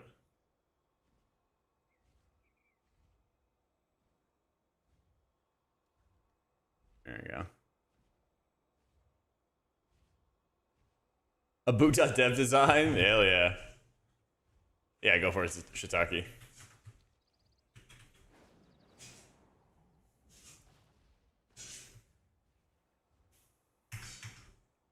Oh, that's huge. Holy shit. That's insane. I don't know if I got enough swag for that. Yeah. Those look good, though. They kind of change atonement so that it works a little bit differently. So that it like kind of scales up its healing with there's like a lower atonement count. Yo, Sean, thank you for the raid, my dude. Welcome in, gamers. We have made many sacrifices. Me too, Balor. Sorry, I'm not 81 yet. I've been taking my time. Been taking my time and yapping. Yo, what up, coffee? No, this always happens in early alpha. The map just looks a little bit different, a little bit less complete. They make it look all pretty later. They make it look a little prettier later on. Yeah, it's super comfy cartridge. No, I don't think so. No time. What would you ask of me? I don't think so yet. The rebuilding Oh, continues. take the projector. Aldiel Shara. Go to the village. Tell Blizzard to give you alpha access? Alright, I'll get right on it. I'll get right on it.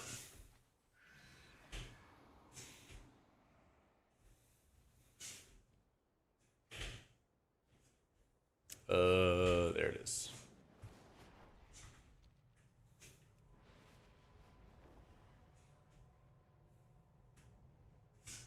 I believe so, make my day, yeah.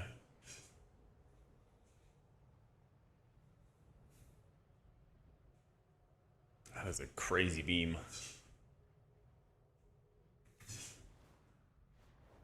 Glory to the Sindorai. Hail from above. Stay the course. Oh, this is where we eat the Heronir? Hold your head high. Stay the course. Speak to me. May you lend. They're working on making a talent that's supposed to make like disc-raid healing a little bit more accessible. Vortex? It's not all the way there yet, though. Sorry. I'm a bit overwhelmed. It's getting there, though.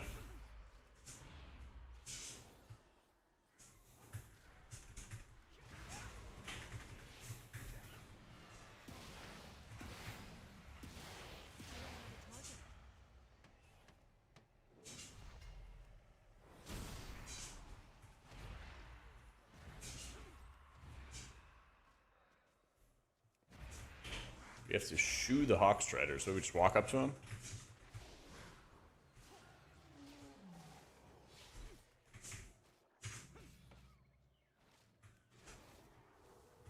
Sorry, bot's down today. John's on a business trip.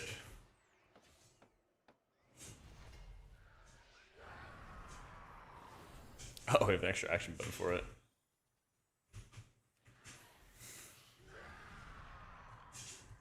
Perma-tree farm would be kind of cool.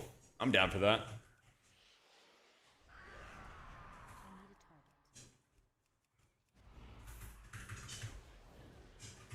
I wouldn't be surprised if they update the loading screen or something like that. I need to target something first. I wouldn't be surprised. It's too far. Oh yeah, this looks like miles better than Dornegal. Oh yeah. It's a quantum leap in the environment, you know? What am I doing?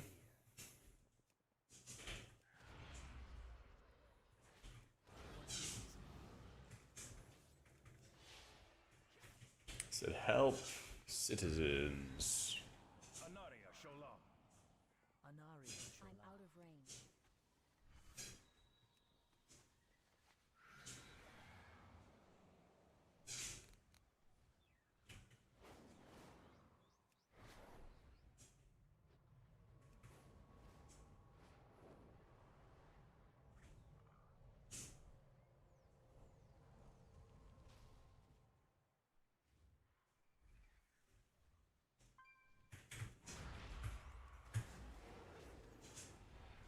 Honor to you.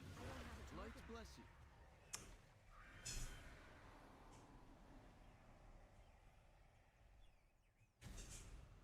What am I looking for? Oh. Strange plants examined.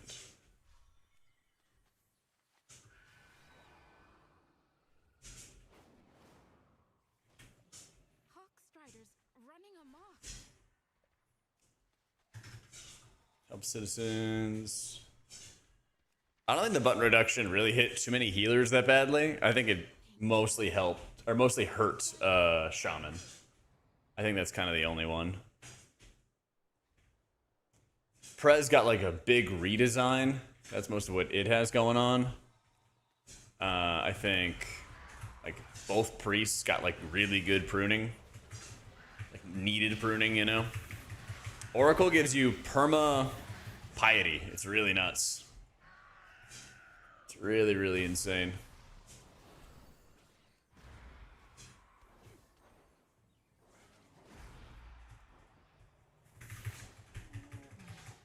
I hope it doesn't make it to live because it's going to be a pain in the ass to tune around. I hope not. Oh, pipe down about the Warlock defensives. I don't want to hear it. Known gaslighter. Known gaslighter.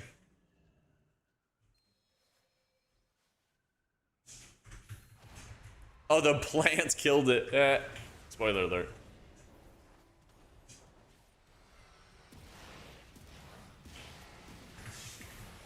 One point in Soul Leech, completely remove D's nuts. Oh, wow. Crazy. Sad for you. Really big tear jerker. Poor Warlocks. Want somebody to think about their defensives.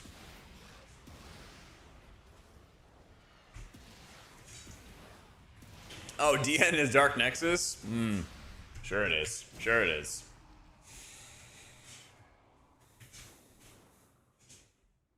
I wouldn't put it past you to make up names of Warlock abilities just to set up a D's nuts joke. Yeah, I totally know what Dark Nexus is.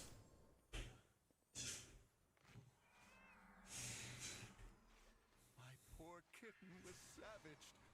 Thank you. This isn't much of a DPS spec. I bet I do more damage than you. Barog, thank you for the new sub, man.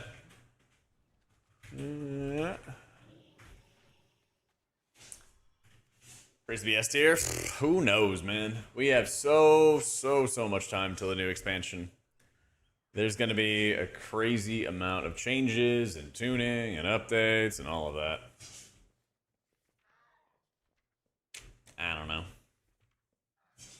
Week 1 alpha. Week 1 alpha and no tier list. Yet.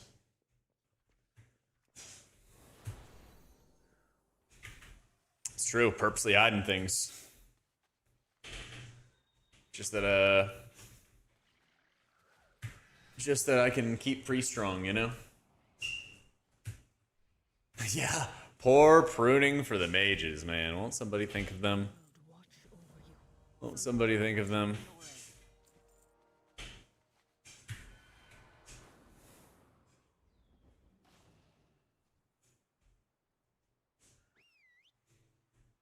Yo, what a pound sign.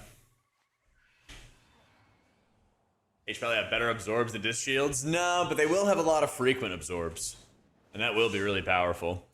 The Apex talent was only like 10% of your HP. So it should break pretty quick. But there's always going to be some kind of timing and tuning that can be really nuts. Yeah. Not right now, Ellie. Ooh, I can queue up for Murder Row.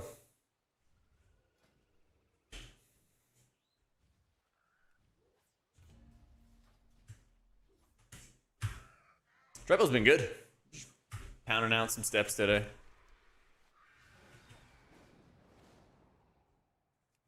No, I think the Harroneer looks bad. I'll be honest. I don't think the Harroneer looks good at all.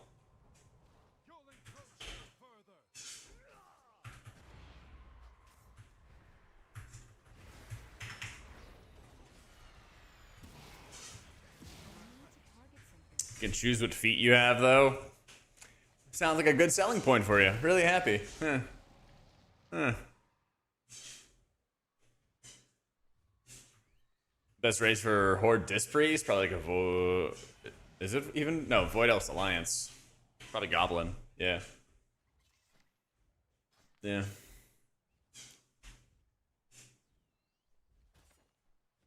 Yeah, we should probably do that.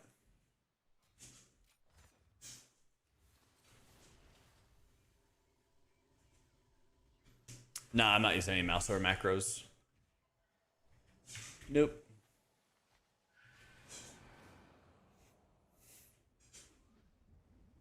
No, you needed to be level 81 before you could queue for dungeons. So I got to level 81 just now, and now I'm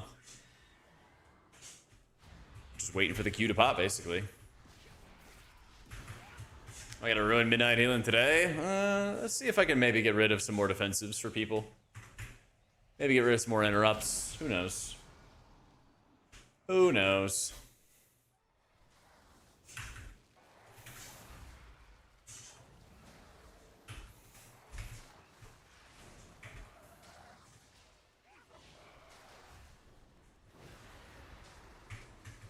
Move another point from Soul Leech. Yeah, perfect.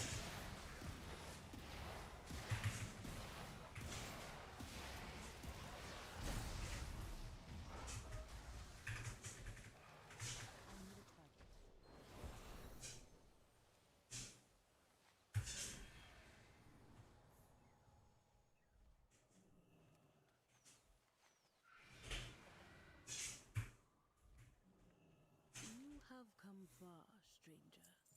Let nature take its course. Kill light bloom creatures.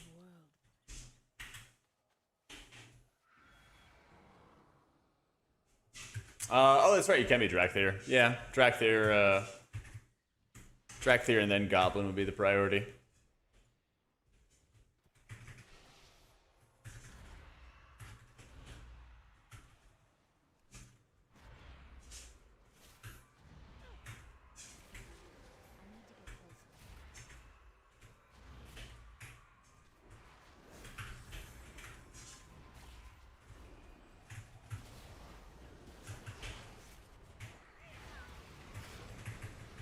This viewer yesterday gets back at talent to cast Soothe the Mist on the move. Yeah, you can either, it's kind of cool because you can either play like a hardcore fist waving style, or you can cast like Soothing Mist on the move.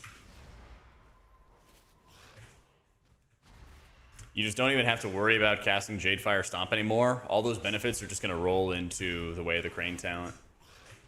So, yep, healing add-ons like Cell are going to be destroyed unless Blizzard does something different. So, new video pinned up at the top of chat. It goes over all the changes.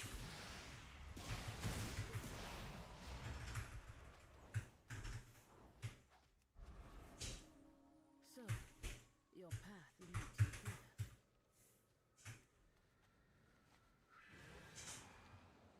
It's too far away. Hopefully this not come as a shock to you, but Midnight will be a Holy Pally meta. Judgment has been cast. Our wings up, Fattori?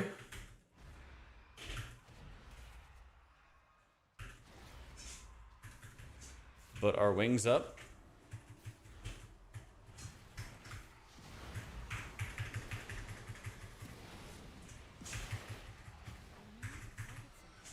Yo, what up, Danny?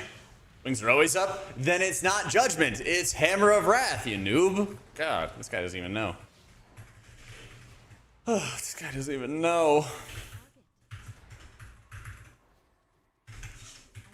Need a hot take on where we are thus far? I like what Blizzard wrote in their post about what they wanted to do with Disc, and then they just haven't quite done that yet. So when they do what they say they're gonna do, we'll be cooking. But they, the current evangelism kind of sucks. Yeah.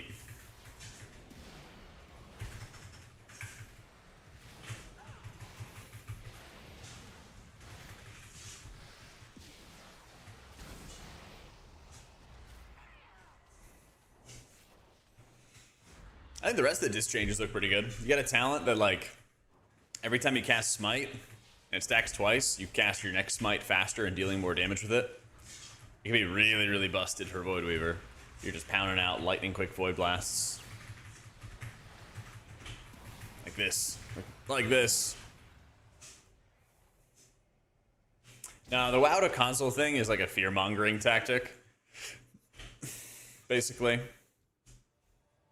And it's like a super uneducated take as well. Because the fear is like, oh my god, these people on console are going to play the game and they're going to be bad at the game. But it already exists right now that you could play WoW with a controller. And many people have been playing WoW on a controller for kind of a while now. It's called console port, and it's been around for multiple years now. So you might have already been playing with people on controllers already. It's just this, like, I don't know, casual talking point, I guess. It's weird. I don't need a controller to be bad at the game. Facts. Like, I made a video playing AUG on controller like 2 years ago. And I made a video playing Preservation on controller 2 years ago. You know?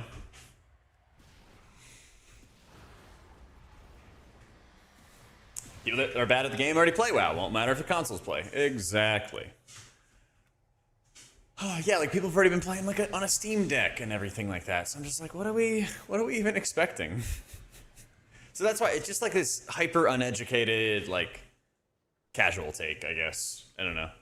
So it's one of those like forum post talking points, you know? So, the cooldowns below the cast bar are the cooldown manager, Alchaos, yeah. Yeah.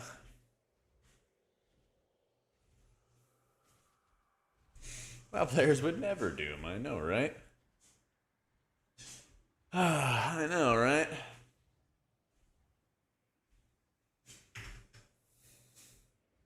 How would trade chat ever work on console?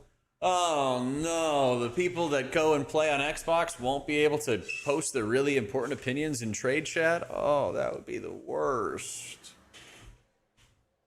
Fuck.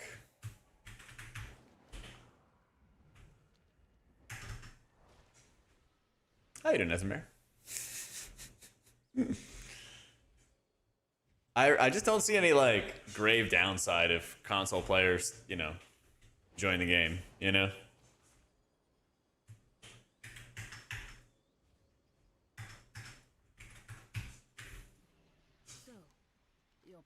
I think I think they've done worse things in the past that have messed with player experiences. So I don't think it would be a big deal. Yeah. Downside would be people expecting to join in-game voice chat. I don't know. In-game voice chat's never been bad ever since they added it in BFA, I think. But also I know people just like don't want to do it either way. So I mean, it would be hype as fuck to have Race to World First on console, man. I think that'd be hilarious. It would be good content. Yeah. Shut down the Pally server again? True! I'm down. Yeah.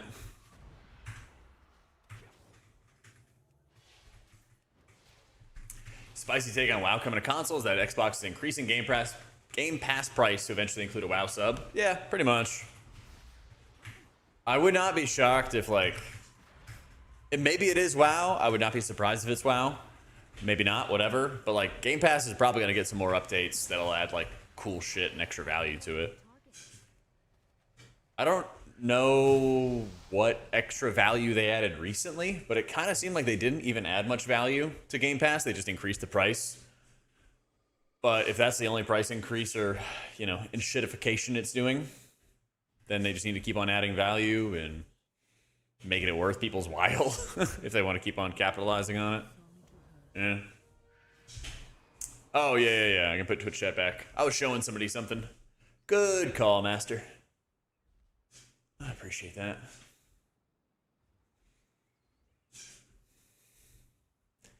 New Game Pass will come with our prune spells. There we go. I got a brand new video talking about the healer add-on purge.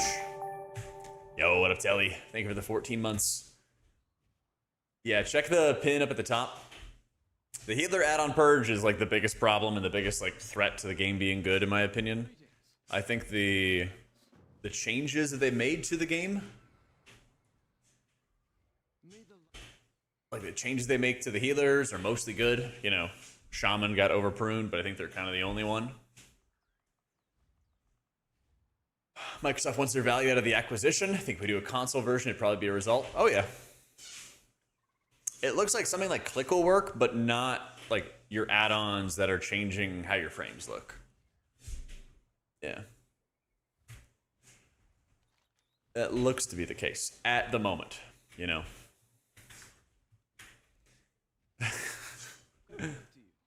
But like I said, things are going to change. I would not be shocked if like this week or next week Blizzard has like another post talking about add-ons, and like this is going to be an ongoing thing basically. This is like their opening argument, you know. They like move fast and break things, and then they're kind of like, you know, bringing themselves a little bit further back from their initial arguments as they get more feedback, as they truly realize the consequences of their actions, you know. That is a good question. I don't know if you can change the unit frames. Would it be under interface? I would like that too. I don't know if I can even search unit frames. Replace player name frame. It just makes it a priest icon. It's kind of whatever.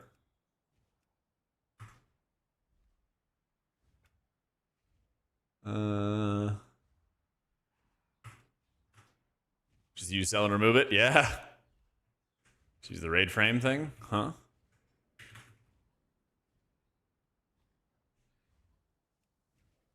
Not that.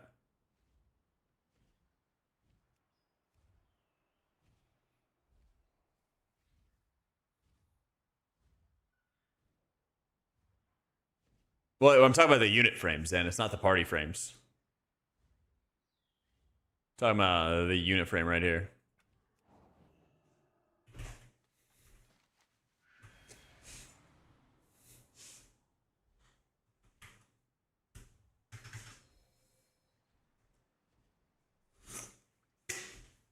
Ah, you're all good. You're all good.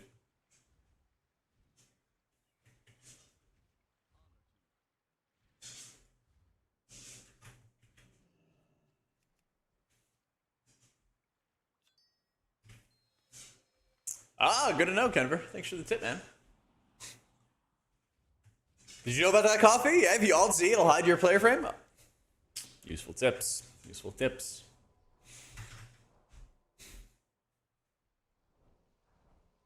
Healing's no longer fun. What would I do? Be a fellowship main. That's my safe haven. I have much to teach you.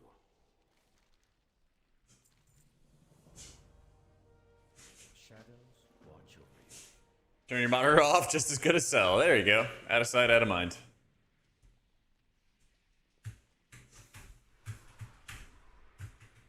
Gotta admit, it does look gorgeous. Could just stare at it for a while. Oh, and the game looks good too. Aww. Fellowship is on, it's on Steam. It's on Steam.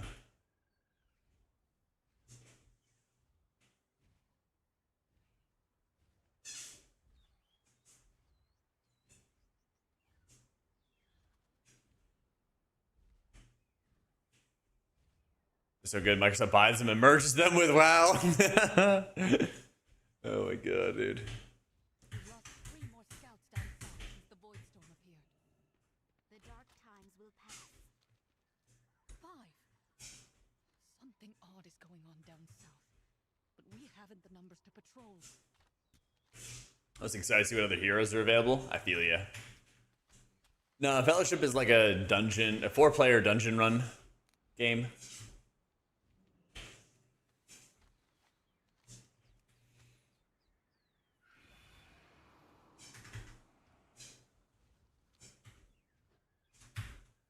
Me too, Squirtles. Me too, man.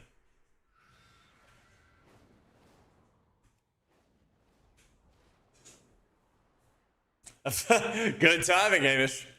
Good timing. How you doing, man? Only a couple days left. Preemptively trying to play without Plater and Cell. I hate it. Oh, I'm not doing that at all, man. I am ripping that Band-Aid off when the new expansion drops. We're just going from there. Dude, the Ghostlands looks insane. It looks so much better now. Splendid. I'm going down for the ship. Victory lies ahead. Suspicious. Such as a giant storm of void looming over us all, you mean? Yeah. They have.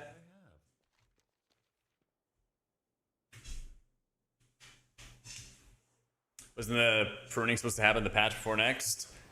They said that they wanted to get all their like UI stuff in order and then do the rug pull.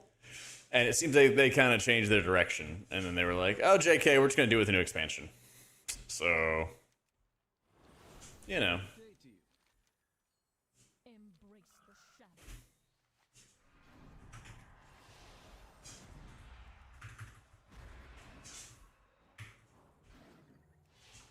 As far as right now goes, is parsing and combat log is going to be a thing? Yeah, it'll still be a thing. None of that gets affected. None of that gets affected.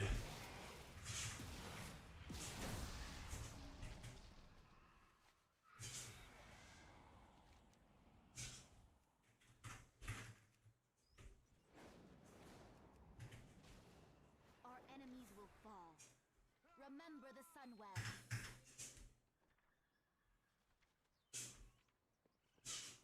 Light blessing.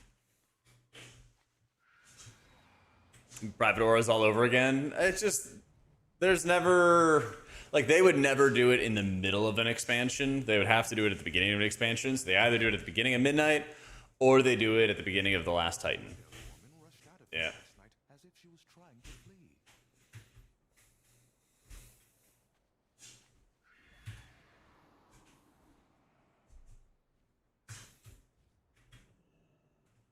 Yeah, if you're interested in like what they should add, what they could have added, all that kind of stuff, I have a video pinned up at the top of chat. I just posted it today.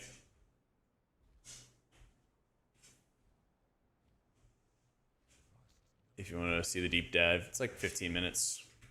What's the map look like? This is like a work in progress map. They always do this in alpha where it's like a not final version of the map, basically.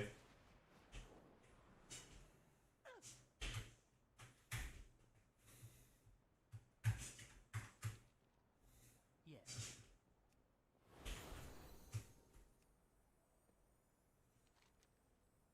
Oh wow, it'd be much better for new players in the expansion. Yeah, it's just like they gotta work to like retain new players, and I wouldn't be shocked if like their numbers for bringing new players in and keeping them was like really bad. I would not be shocked one bit. But I mean, who knows, right? World of Fellowship coming soon. It is. It's a week and a half away. Greetings I can't wait. for justice. First rep I was ever exalted with, your little Blood Elf Paladin with his blood-tempered Ransewer, ran around there for hours, never wanting to leave the zone. And I swapped to the correct faction. It was easier to go out and quest in zones that stayed cool. Dude, this is like the best zone ever right now. And it was before.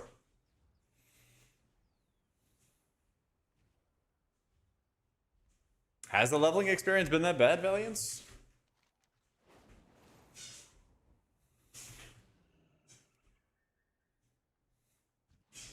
Ah, yep, summoning evil. You're not prepared? Need to delay Fellowship? You cannot be delaying Fellowship, man. I got gaming to do. I got gaming to do.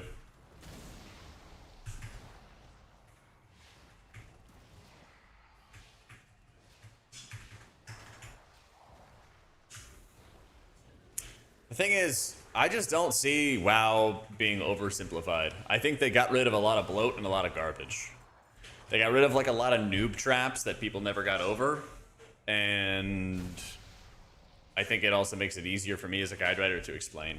I'm not worried about anybody like just, oh my god, they're gonna take my raid spot. Like casual Andy 99 is gonna just like suddenly be a Hall of Fame master. Like, WoW is massively complicated. It's like football where you're like, yeah, bro, just like catch the pass. And you're just like a casual fan, like watching onwards, and you don't see like the depth of like crazy shit that goes into, you know, why an offense or a defense is successful in a game. You know, there's just a lot there. You know.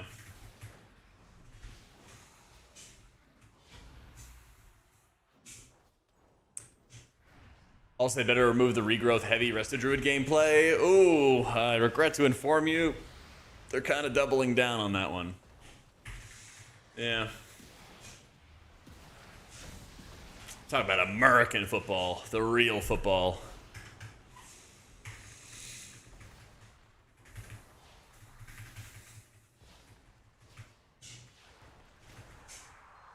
It's telling that almost everyone Max talked to about their class was at least neutral, if not somewhat positive. Yeah.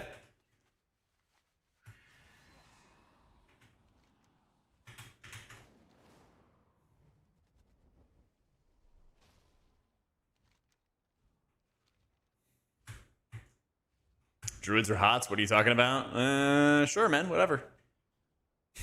Regrowth's a lot stronger than like Rejuve and Wild Growth next expansion. Yeah.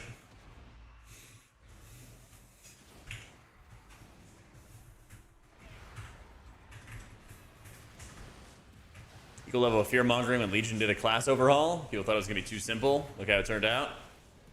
I think a lot of people were super hyped about Legion. I think Legion was probably like the most positive time that I can remember for like a new expansion coming around. Yeah.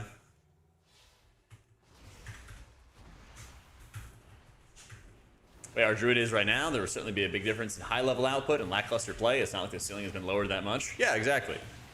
And the thing is, the hardest thing for healing has always been you need to do mechanics, you need to watch your feet, you need to do all this stuff while maintaining your high output, while maintaining, you know, your throughput. Other people can stop DPS, stop output, kite, whatever. Healers cannot do that. And there's always the hidden element of what your party member is going to do to you to make your life harder. So I've gotten every cutting edge for the past 10 years. I've gotten all the M+ titles. Like, game's still going to be hard. I'm still going to be employed as a guide writer. I'm not worried about that. I'm not worried about that. If we vivify someone without the 15 million modifiers, it does fuck all? Yeah, exactly, man. And they're getting rid of so many modifiers. That's the whole point of a lot of the pruning valiants. Yeah. Yeah, it's kind of weird. There's definitely exceptions, fucks, for like what they're doing. They should definitely like keep GTFO, for example, 100%. Like the add-on changes are the biggest concern, by far. By far. There's a lot of things that like should be added into the game, or you know, let the add-ons have that functionality, like all that stuff, right? 100%, huge concern. Number one concern. There's nothing wrong with using GTFO. If it helps you, you should use it. You know, if you think it's going to make your performance better, you should absolutely use those tools.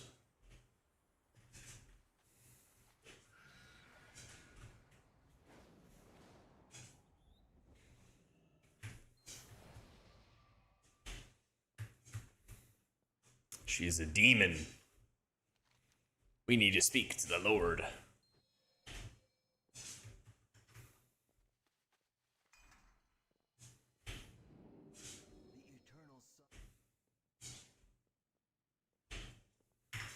This guy's a Void Lord. Where's your Dungeoneers at? I mean, I feel you, dude. I feel you. Lie to the Lord about how much you know. Okay. Farewell.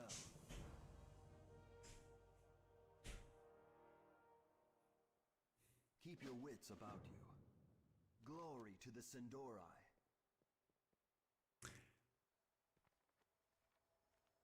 There's been getting rid of modifiers and removing Jadespire Stomp, and that's an interesting and subjective discussion whether or not Jadespire is good gameplay, but it's not an argument that its removal is removing quite a bit of moment-to-moment gameplay.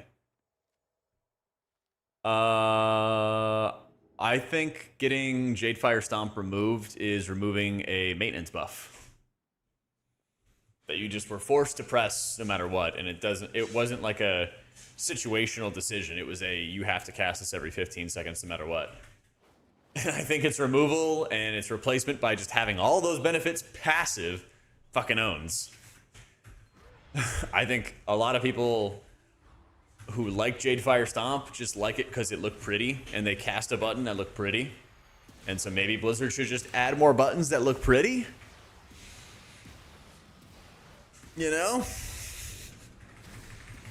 That's kind of where my theory is at.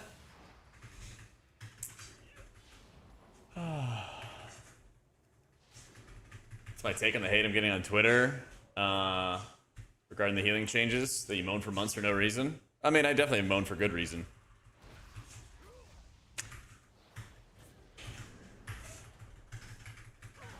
I mean, there's a reason that, like,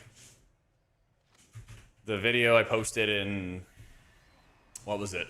Like August or early September was like, hey, holy shit, like we have a really big problem here and they should be working to fix it. And then they made changes like 80% in line with that video. And I'm not the only one saying these things.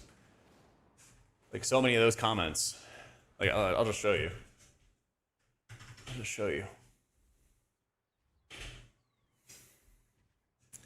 Like, I made a video, healing must change in midnight, a month ago, okay? And the chapters that I had was that there was bloat, that there were way too many raid cooldowns, that your single target healing felt shitty, and I listed a whole bunch of solutions. And then they followed, like, most of this, right? But it's not like I was the only person ever saying it. Extremely quickly, and hey, what's going on, guys? It's Jack. Now, I've made videos like this in the past, but I've been making these videos literally for years. Really want to drive it home as my Hail Mary for midnight.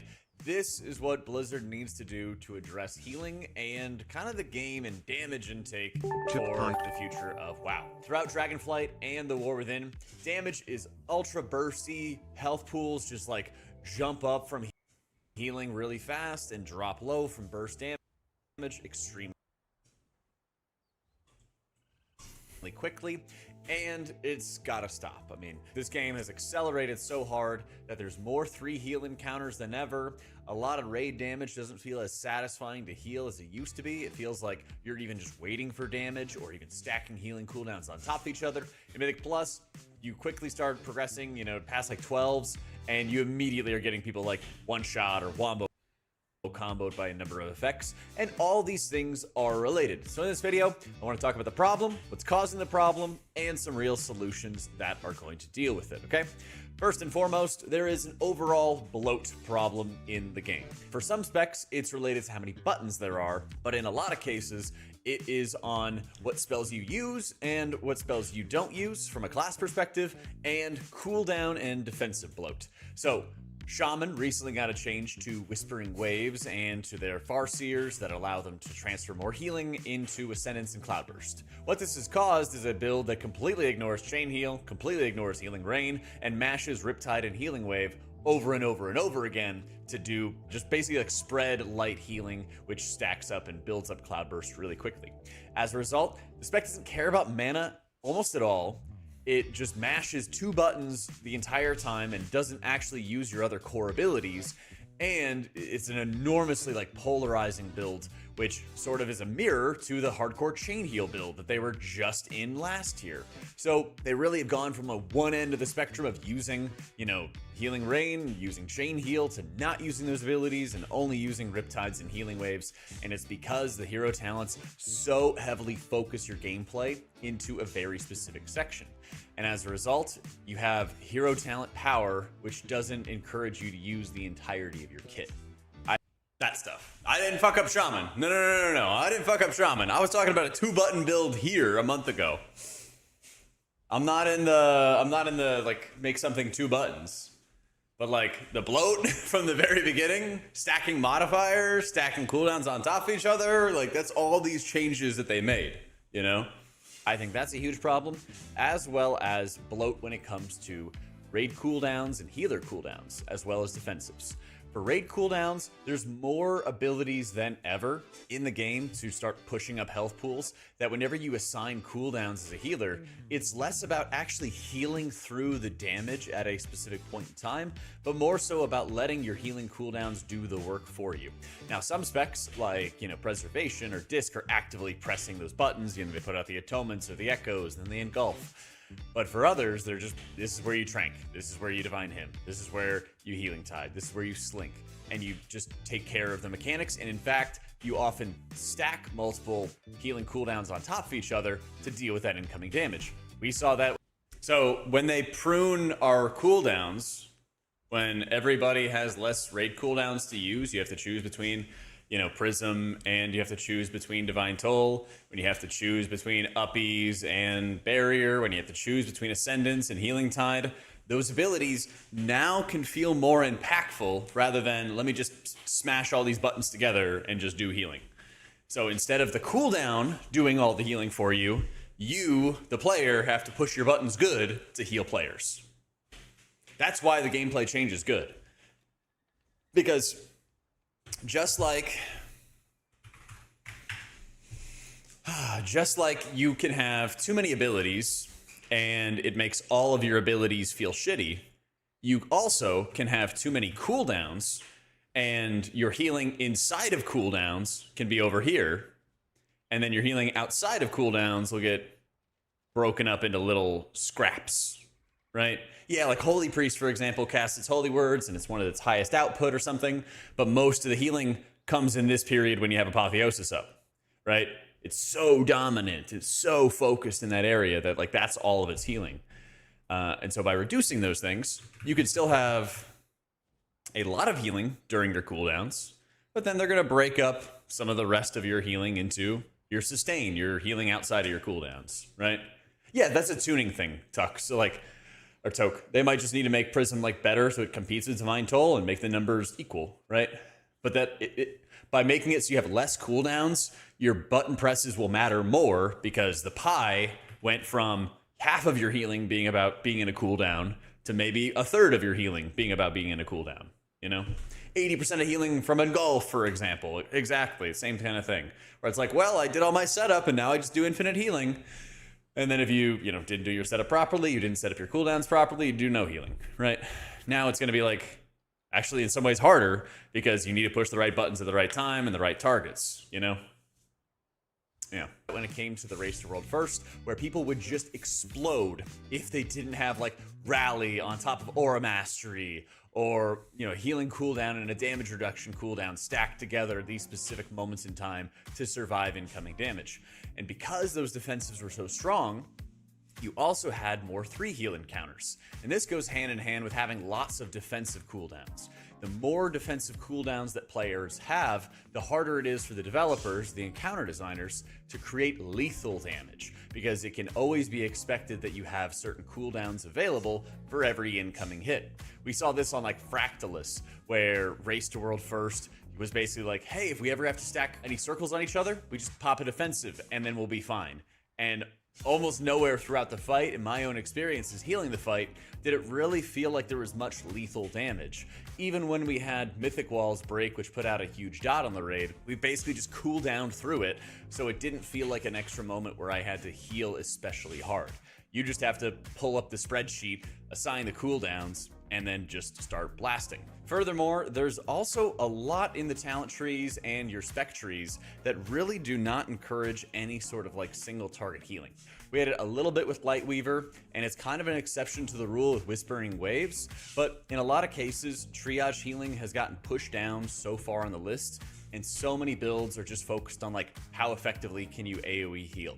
And a big part of that is because you really have a lot of specs that are just built to do this thing, and they just drive home, I will be the best stacked healer like a Flame Shaper Evoker. I'll be a very bursty healer like a Disc Priest. I will be only mashing single target spells and cleaving onto everybody else with Whispering Waves, and so on. A lot of specs are built just to AoE heal, and you really miss out on old school Holy Paladin, which was predominantly just single target healing throughout and just evening out health pools to allow.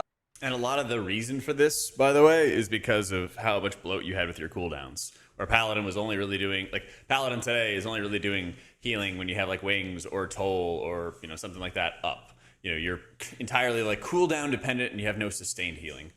Somebody was asking me about, like, the healer changes and stuff, William. So this is my video from a month ago talking about the changes and how it is kind of just going in line with what they were talking about with the game. Bring back the healer role. Support healer, HPS, combat healer, DPS to heal, triage. Yeah, like, oh, I see what you're saying, Nate. So what you're talking about is, like, the more that you're less dependent, like, when you're not dependent on your cooldowns, there's more opportunity for your niche to shine. So Paladin was a big triage healer, especially in, like, you know, BFA or in, like, Warlords of Draenor as well, because its sustained healing was really good. And yeah, you did great healing during your wings, but you were not dependent upon your wings to do good healing. And you could still do strong sustained healing outside of your wings. Yeah. And yeah, I agree. Like, when you have less healer cooldowns in the game, then your niches can shine better. Yeah, because, like, there still will be ramp healers, you know, in Disc and a little bit in Prez. We're still kind of seeing how it's going to end up going. But you're going to have, like, healers like Holy Priest be back to more, like, flat healing profiles where they're providing steadier healing all the time. Yeah. Yeah, I mean, Paladin used to be the tank healer, and they would bring, like, double Holy Pally in tiers, like in Warlords, where tanks were getting railed. Like, I remember in late High Mall, and then definitely in Blackrock Foundry, tanks got brutalized so hard that you were just bringing 2 Holy Pallies so you could have the beacons for both tanks and just keep them alive, because they would just get annihilated. Lesser extent, you know, flash concentration wasn't that recent, but since Dragonflight, there's been very limited windows where Lightweaver was good in raids, and then it got pushed to the side in favor of other AoE healing setups. You see it a little bit with Holy Priest right now with their Prayer of Mending focused tier set bonus, that you can still do some spot healing, but it's in, like, waves instead of making it a primary emphasis. And so, like, Holy Priest spot healing right now, today on live, is entirely cooldown dependent on having Serenities or having Prayer of Mendings.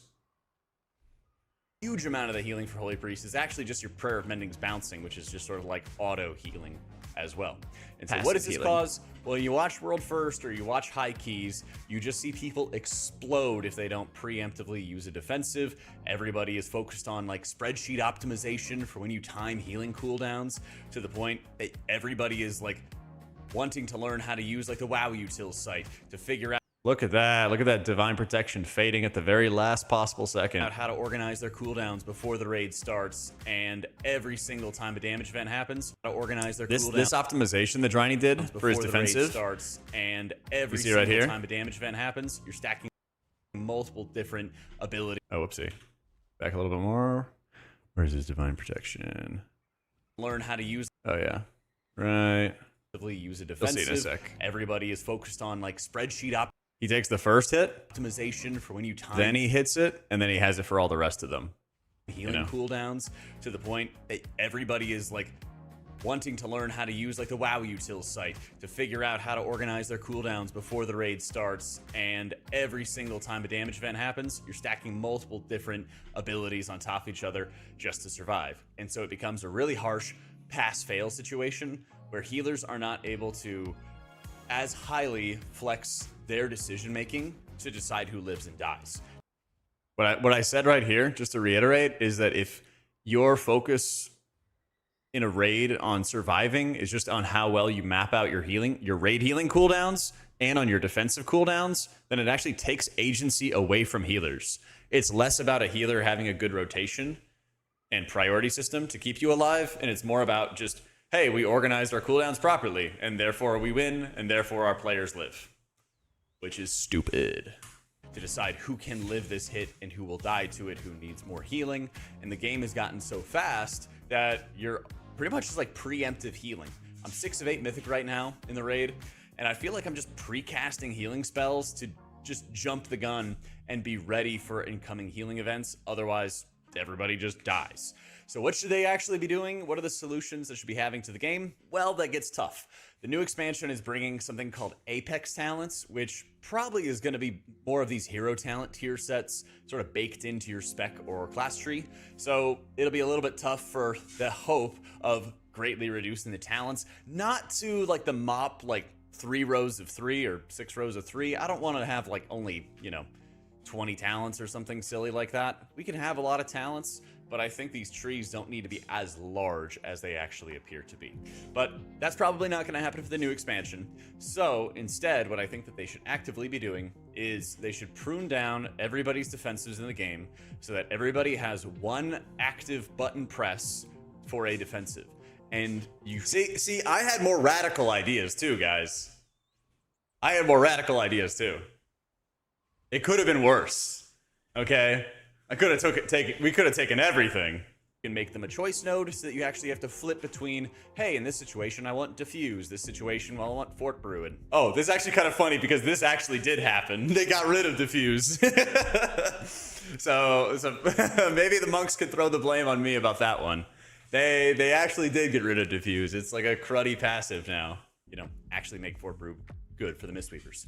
Same thing goes for a lot of specs like Astral Shift being much better than Stone Bulwark Totem. Oh no! Right? Oh no! They did remove Stone Bulwark Totem. Oh no! Having to find a way to make Stone Bulwark. If it was gonna be a choice with Astral Shift, what are the strengths in this situation? What are the weaknesses in this situation?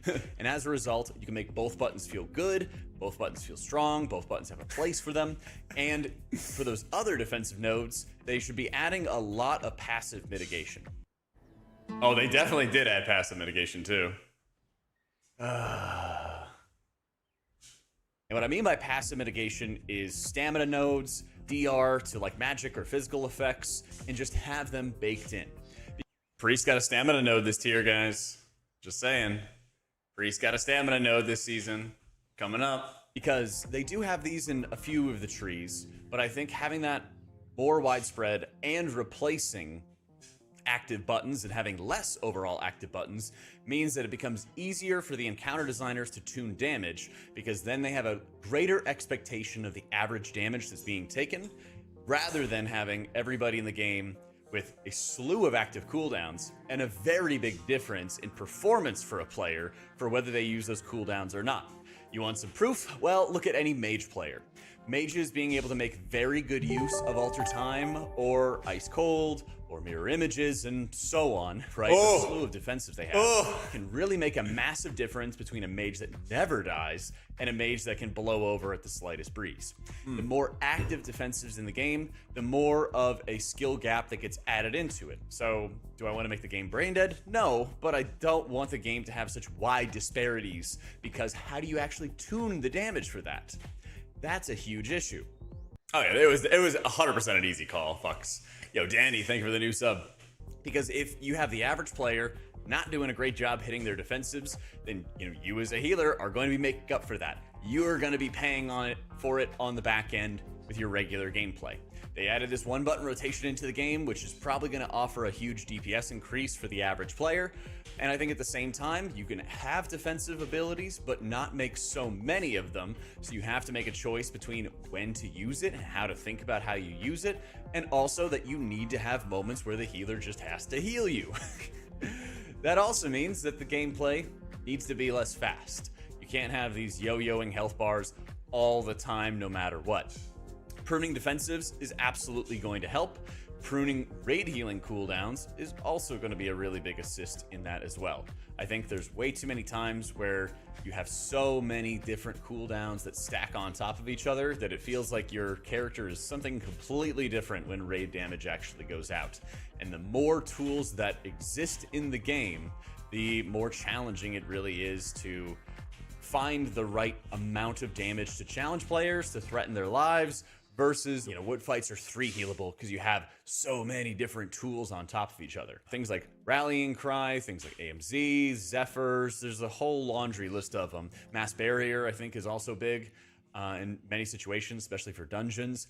All these things have so much mitigation strength that you also start noticing, whether it's in 5-mans or in raids, the haves and the have-nots for which specs actually bring additional defensive utility to your Thanks, team Juju. becomes insanely important, especially at the end of expansions where the damage is like super sky high. So if they were actually going to be pruning down on those things or just making them choice nodes with passive competition, I think that that would do a lot to slow down the game. But more than anything else, a root issue that exists is your healing power, and that is how quickly you top off a health pool. Now they're doing a stat squish in Midnight, which is going to bring down, I think, a lot of power, and it kind of is the new reset of every expansion where you heal a little bit slower. But as we've seen, those things can get out of hand so insanely quickly. And to make sure that they actually have like a long-term benefit, they really need to add better healing modifiers just for 5-mans. Because when you're the only healer, you need to be able to push up health bars quickly. And if you ever watch like old BFA footage, Oh, you'll man. see like how slow it was to top players off in raids and in M+. That like M+ felt pretty rough unless you were a meta spec in BFA until the end of the expansion when you got all your corruption and all your essence, which made you feel really good.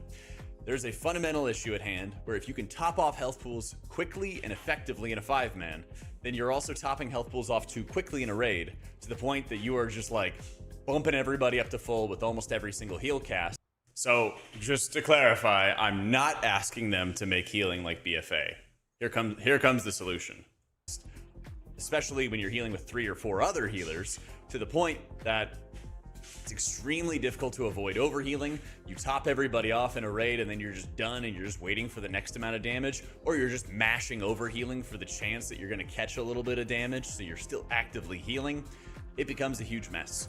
Blizzard has slowly been walking towards adding modifiers for every healer for 5-mans, with the latest in 11.2 adding raid cooldown modifiers, so that in a 5-man, Luminous Barrier, or Healing Tide, or Trank, or Divine Hymn, and so on, are all stronger. Not yet, Rest in Slim. peace, Holy Pallies. They need to go further with this and focus more on what they did with Disc Atonement, where Atonement for Disc Priest just does more in 5-mans no matter what. It's a great change, it's a great tuning knob, so that you can buff or nerf a spec in 5-mans and not have it affect raids, or, you know, vice versa.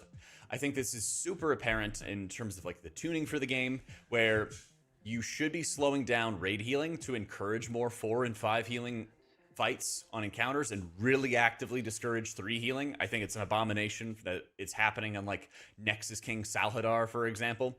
But Blizzard's not able to add enough rot damage, enough ticking damage to really make things deadly for those healers. And there's so many cooldowns, so they get away with it, right? Can't stand it. I feel like it's awful for the game. With the help of zero accounting Oh my god, stop. Yeah. Are you looking at a 5-loss streak on my Rivals account? Bro, look at the stats in those games, man. There was nothing I could do. There was nothing I could do. I was lost. Yeah. Well, I think it's fun when you can heal slower in a raid, but it's not fun when you're super slow at a key, you know? That's why there has to be a difference. I know, Fear. They fucking farm ads on me. In order to make sure that that doesn't happen, you have to slow down healing in raids so that you are actively spending time topping players off before the next damage hit, and you don't just lay on hands them instantly and just sit around, you know, rubbing your hands together or watching my YouTube videos and liking and subscribing. Instead, you should be actively healing. But you can't slow it down so much in 5-mans that you're just taking forever to top people off and you need them to eat food in between pulls. That would be an awful situation. So the middle ground is having a modifier, and it could be different for every healer, that is increasing their healing in a 5-man in different ways. Disc has it through Atonement. I think that's a really good way to do it. They might need a special aura modifier for something like Paladin. And yes, it's going to have some kind of variance in terms of how, you know, your Holy Shock hits really hard in a 5-man, but not as hard in raids. Honestly, if it's good for the gameplay for each of those phases, I think it's worthwhile. I know Blizzard absolutely hates having high variance between their spells in one content form or another, but they had to do it for PvP, and I think that they really have to do it for a Mythic Plus environment as well, because the alternative is what we've seen. It's, if you are pushing up health bars so fast, raid damage is like these pass-fail where you defensive or die, or get somebody else's defensive or die. You're constantly just blasting overhealing on the chance that somebody's gonna take a hit. You have these moments in World I First haven't race been where on Twitch people for a long randomly time, lol. Yo, welcome back to Linko. Thank you for the 16 months, dude. Double ticked by a mechanic and they instantly perish. And so much of that is because how fast the game actually ends up going. So much of it is because of the Dragonflight talent trees and how vast they are and how much power gets put into a lot of your abilities at the expense of some others. And I think a lot of it is due to just the bloat, where you might have a lot of really powerful abilities. They suck the air out of the rest of your talent tree, and now Farseer's not casting Healing Rain. Farseer's not casting Shane Heal in raids. 5 minutes, of course, we know. All those things kind of come together when it comes to how your talent trees work, and it's like a this or that situation, and you're so heavily focused into your niche that you also can't use the entirety of your tree in the process. I mean, Holy Priest had that with Prayer of Healing for a while, until they got like 3 or 4 different rounds of buffs to finally make it worth using. It happens time and time again. I think that they're not going to be budging on adding more talents, which I think can be a mistake, but there's also opportunities for them to reshape those talents and make more passive increases, less active defensives, less active healer cooldowns that all can kind of get stacked up on top of each other to deal with burst damage. And I think it would put together a nice healing environment where you actually are spending more time healing in a raid. You need more healers in a raid. You're less likely to just randomly explode to damage out of nowhere from 80% HP.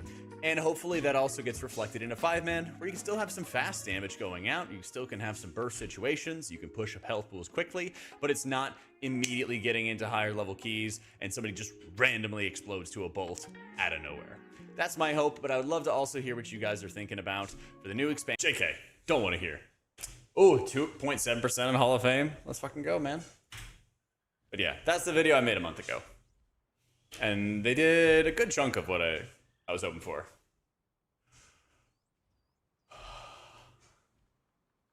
Hey Lily, so for the longest time I was confused when you talk about the supplements you take, and you mentioned taking zinc, saying if you know you know, but I just found out what it does. Crazy. Oh yeah, good call.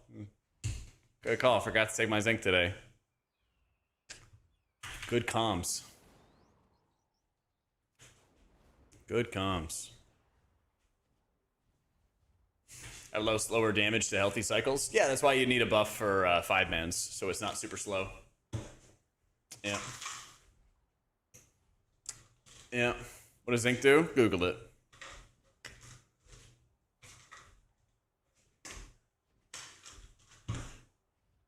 Surely nothing bad will happen.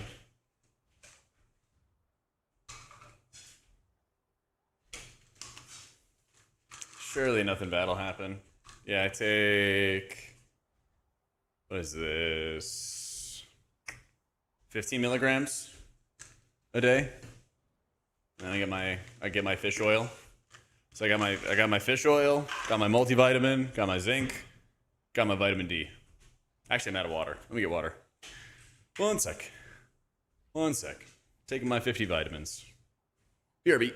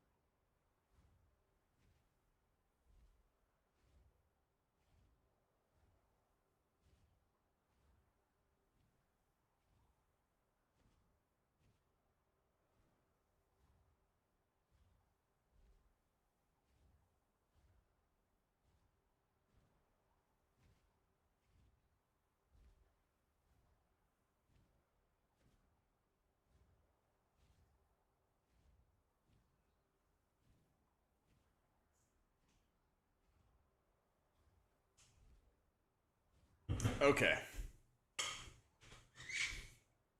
Did we Google? Stop Googling things people tell me about on the internet. You can't unsee those. Yeah, that's what it is. Zinc helps you when you're already sick. There you go. Yeah, there you go.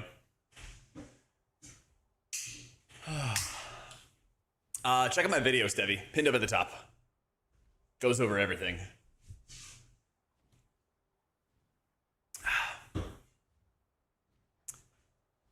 Has an N plus gameplay changed the game to AoE abilities for any role are necessary? Oh, yeah. So what I meant in that video, generic, was that, like, Pally could only do good single, or could only, like, AoE heal, and, like, their single target healing was really bad unless they had a lot of cooldowns up. That's more so what I meant, is, like, if you have cooldowns up, you're also just spam healing everybody. You're doing tons and tons of output. So it kind of erodes your niche. Right? But when you have less cooldowns, then you can still have room for your niche, and you can have room for your cooldowns being strong. Yeah. Will zinc make your beard extra fluffy? I mean, maybe.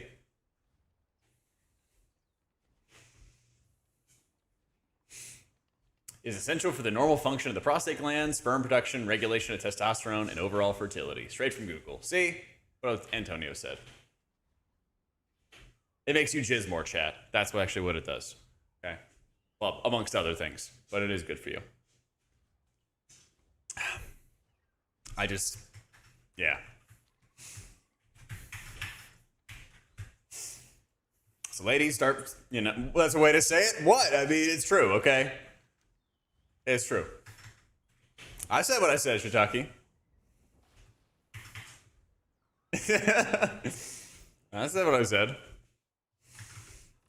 Hey, Jack, how's this looking alpha-wise? It's looking good, man. At the moment, evangelism's kind of a shitty button, but I think they're going to make it a good button.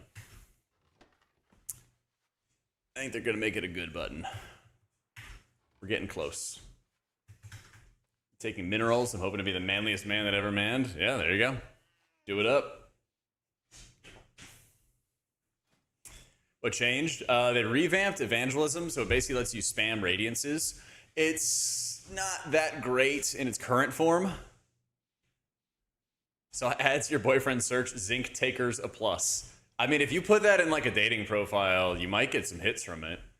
At the very least, if they get it, then they might be as overly online as you are, which should always be a plus, you know? I'm just saying, you never know what's going to happen. Yeah, you never know what's going to happen. What's the treadmill? Let me get the link. Our bot's broken today. Dying to figure out what she's hiding. She's playing it cool, but she's lying. First dates. I don't know if I would recommend that as a first date. But hey, you do you, you know? You do you. That might be some kind of riz.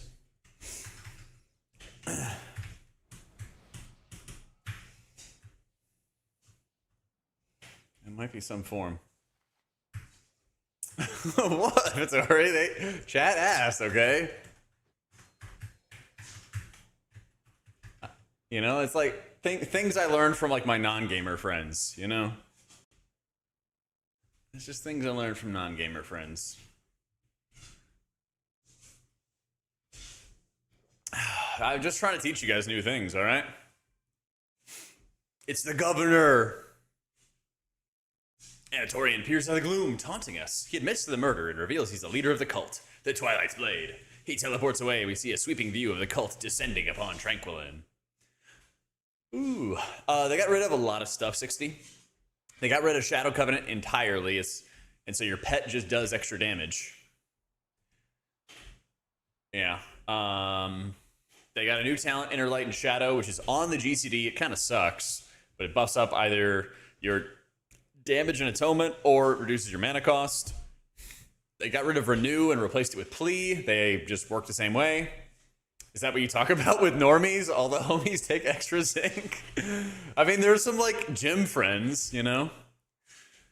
I think the amount of zinc I have here is like 15 milligrams. I think you're good until like 40 or 50. I think if you take like 50 milligrams a day or something like that, you could get some bad shit. They just don't want the healing over time effect out of Renew, Penguin.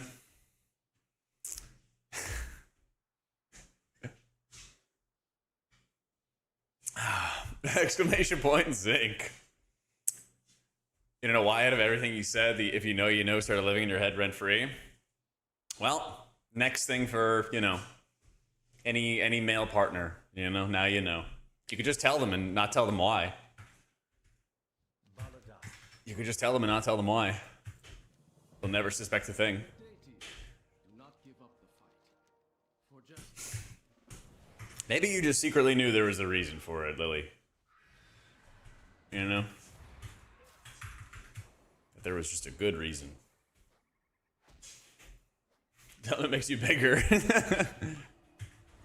There you go. I mean, men just love quests in general, right? Like, hey, can you take care of this thing for me? Ah, absolutely. Taking zinc and pineapples. Oh my god. I mean, There's all kinds of data out there about that too. You do you. Ah, you do you. How you doing, dude, Rave? We're just having a normal one in chat today. Yeah, just research. I strive to maintain an educational channel as much as I can. Agnesia, thank you so much for the new sub.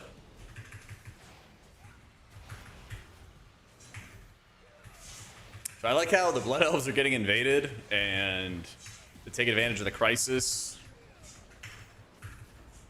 this guy makes a cult. Seems good. Seems good. I don't know if this is going to feel massively easier in dungeons, but I hope that they eventually make it, easier for raiding. That's the big one for me.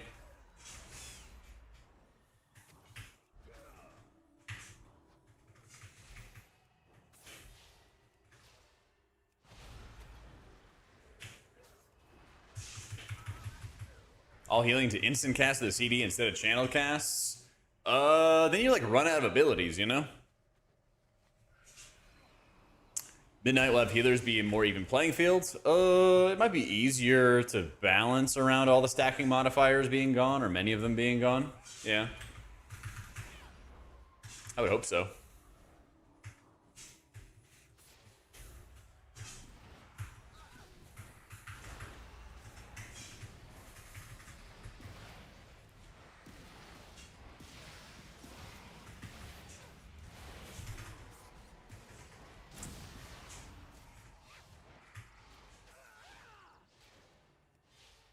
I think one of the big things is like the average healer should probably have a lot better of a time playing the game when there's not 50 million different abilities and things that they have to juggle. I think that's always such a huge problem in like War Within and even Dragonflight was when you had certain abilities that did no healing sometimes and certain abilities that do a ton of healing if you fulfilled all the different requirements.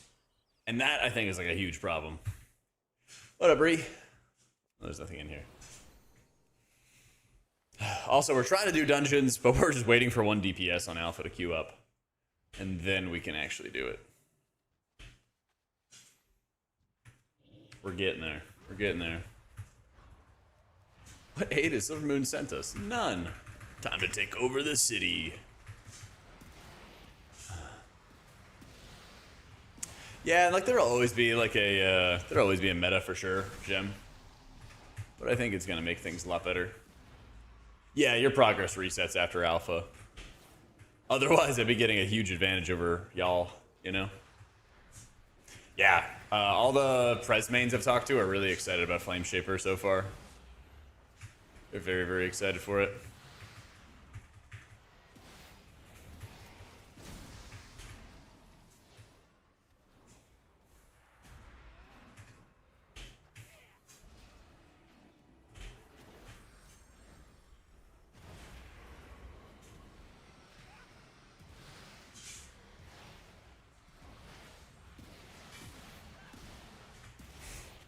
I don't play Shadow Rob.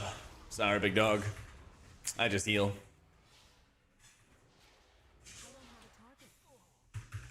Oh my god, this guy's still alive. There we go.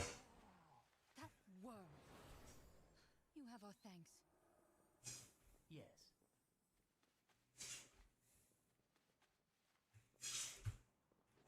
Heals the spell will be the same. Channel cast, 3-second turnaround, instant cast with a CD, same time action window. Oh no, I'm playing Void Weaver disc for questing. Yeah. Oh my god.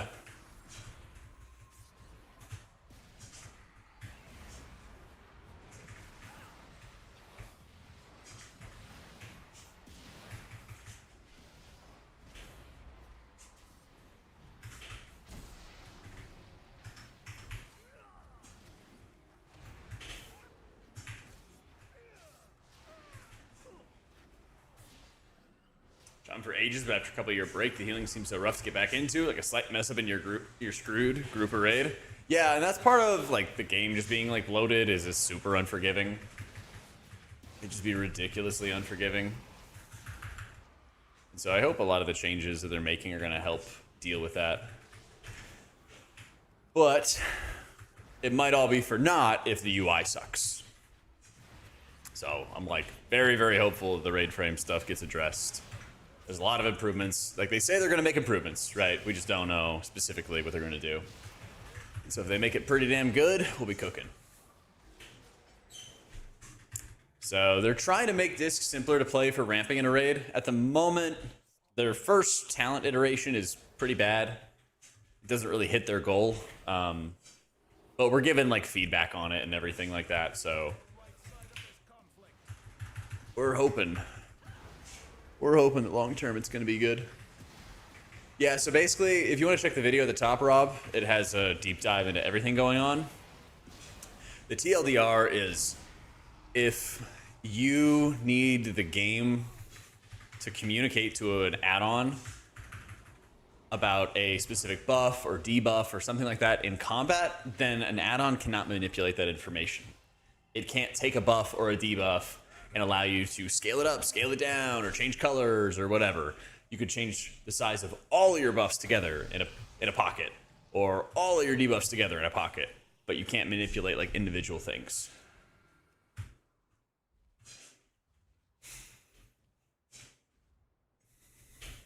Honor to you. Yeah, I think that they are. Guide you. Do not give up the fight. I think they're talking to add-on devs. I'm not sure how deeply. I still think it's best for the game to have a purge. I think everything has been good except for the add-on stuff. And if they can actually make the add-on stuff good, then we're cooking. If they don't make the add-on stuff good, we got a huge problem. Yeah, so it would include LVY, Rob. Yep.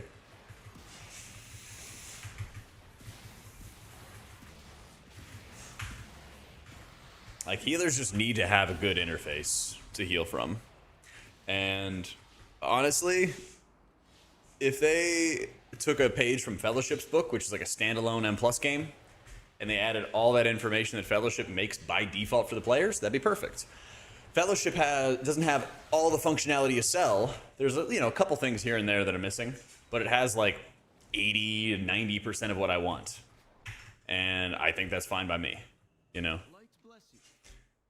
I mean, I'm a sweaty hardcore player, so like, if I could have everything, I would want to have everything, right? Yeah. So yeah, again, they said that they have changes in the works, but we don't know all the specifics. Yeah. Exactly, Gemini. Exactly.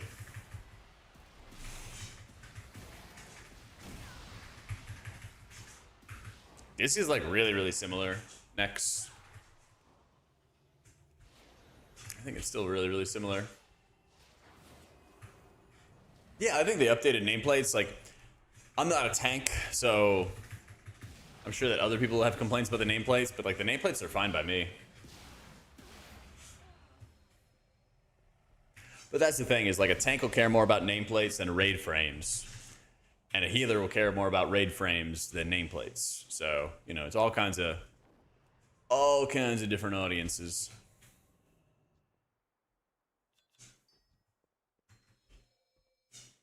Plans of infiltration.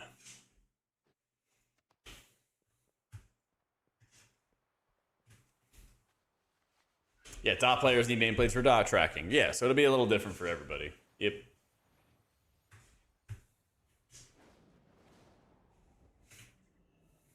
To see my damage meter? True. Maintain focus and control. We serve the Alliance. Is there mobility? Yeah, we're not getting that. We're not getting that. I think you know. Yep. Exactly, Cammy. It feels bad to lose functionality. And I don't mind losing some functionality if we have the majority of it, or we keep the majority of it. I don't expect to keep everything from Cell, you know? Confident about the improvements Blizzard make for healers. I'm confident about the class changes.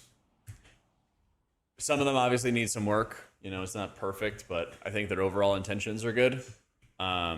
Just not confident about the UI stuff. I'm hopeful, but I'm not confident.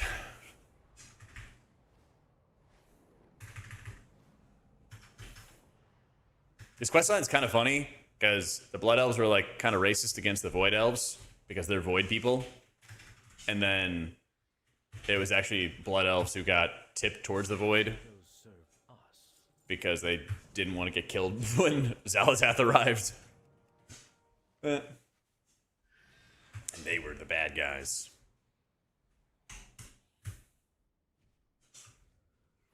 They were the bad guys the whole time.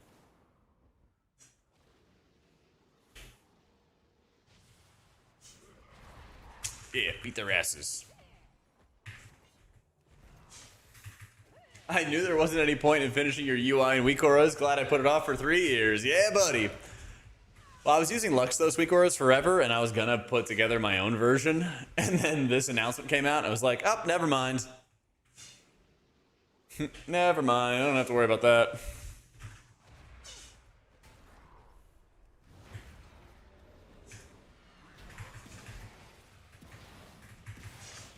Nah, I always level his disc.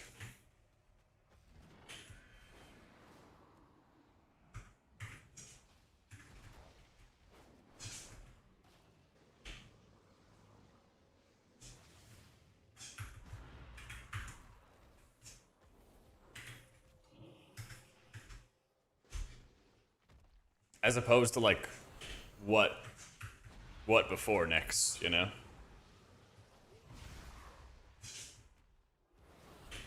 Like, what do you think that we lost that is like a big deal to you?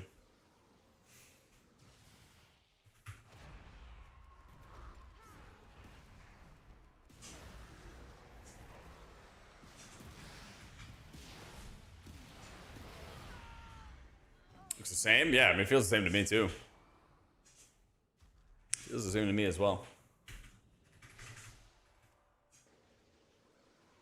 Hi, Dungrok. Doing some leveling on Alpha so we can do dungeons.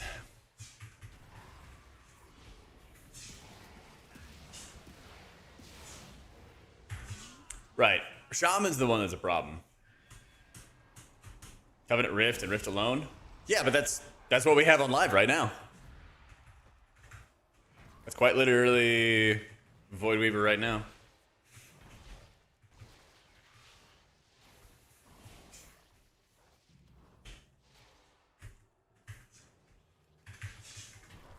I think you could have notes, but you can't have like a conditional Adriel. I don't know if that'll follow like the timeline type stuff where you could like keep the MRT reminders or Kaze reminders. I actually don't know about that specific. Kind of feels empty outside of Rift, but the thing, like, I'm just curious, what is missing from retail right now?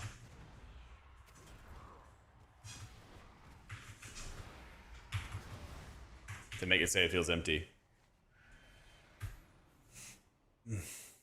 I didn't see Blizzard say anything about losing Skull Bash. They're just like, lol, it's gone. And that was it. Greetings Yeah. for justice. Greetings, traveler. Steady travels.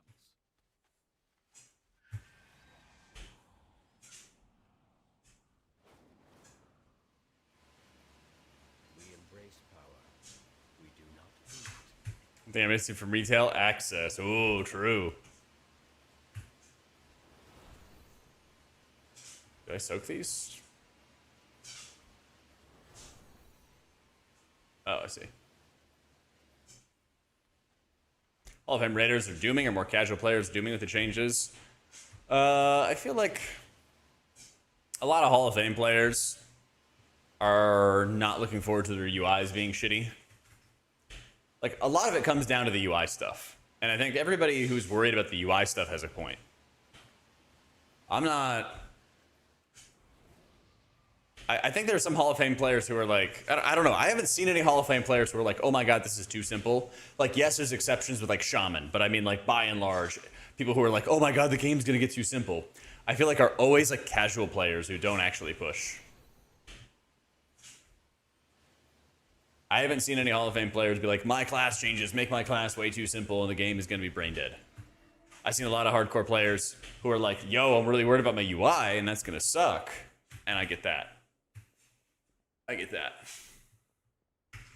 Baladash Malanore.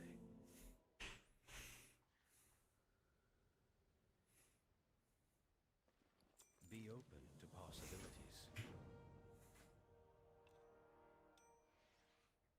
Rational hate of how the base UI looks to have it so clean with LVI. Yeah, like I don't blame you, you know? Yeah, and it was kind of funny with the Prez Discord, Adriel, because once I talked to UT and Volk, they were like, well, it's weird losing the ability, but also the hero talent, the Apex talent, is supposed to be really good. So...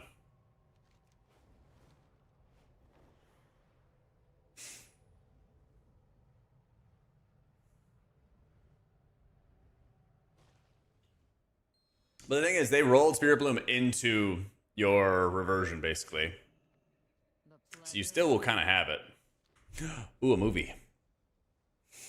Ooh, a movie.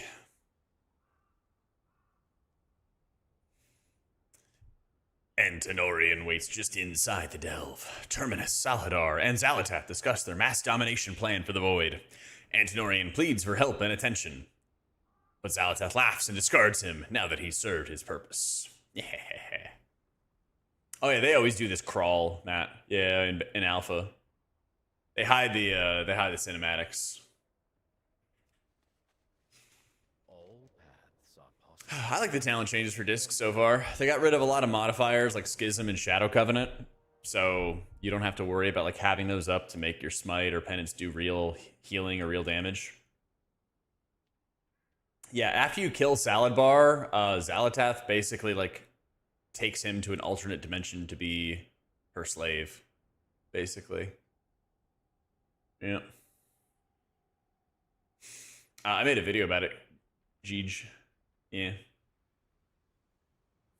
Give me your clean UI. I feel you, man. I feel you.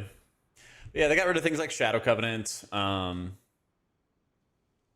They gave you some passives that either increase your holy damage or increase your shadow damage, so you kind of have some talents for Oracle or for Void Weaver.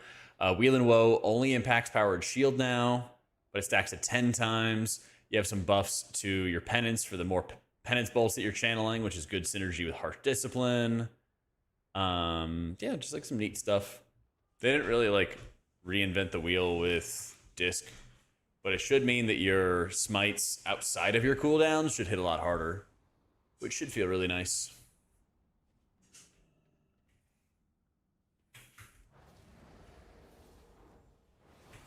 So, I'm excited about where Disc and Holy are at. I mean, Prez got like really heavily revamped. Like really, really heavily revamped. So we'll have to kind of see how that plays. Yeah.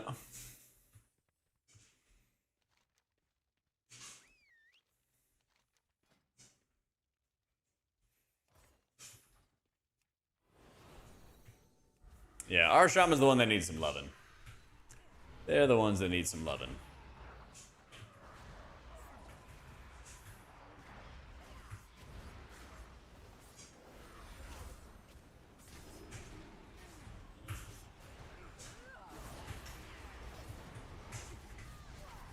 Well, I got feared. I got feared again.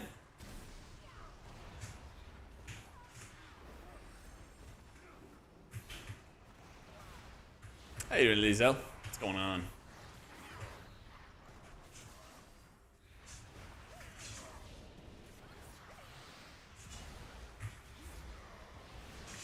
So right now, like, the nameplate stacking is really fucky. I've seen a bunch of people report that on beta right now, or alpha.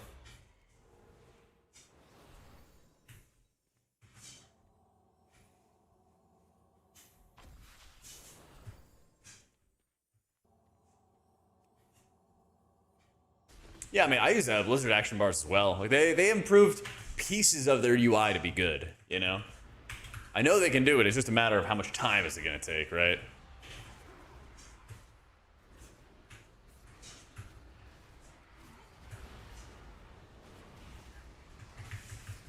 Excited about the healer changes? Yeah, by and large, I'm pretty excited about them.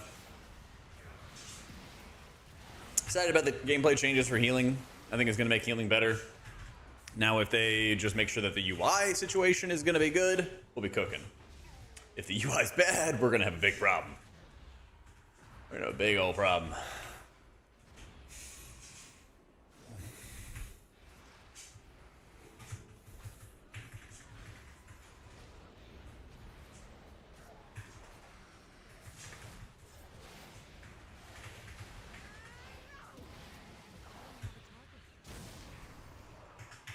The lights behind me? There are like some Govee lights.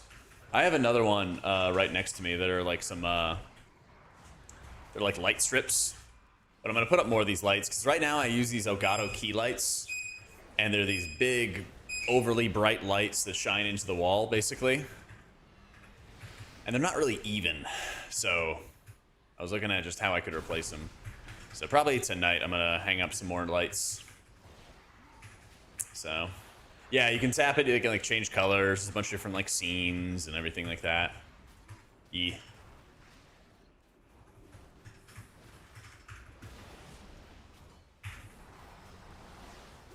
Yeah, I'm gonna play some Legion Remix, but I'm probably gonna prio Fellowship when it comes out.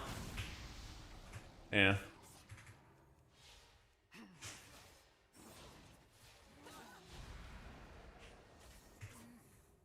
But yeah, the brand for these is Govee, Govee. Yeah, Fellowship is like 16th, 17th, something like that. Very, very hyped for it.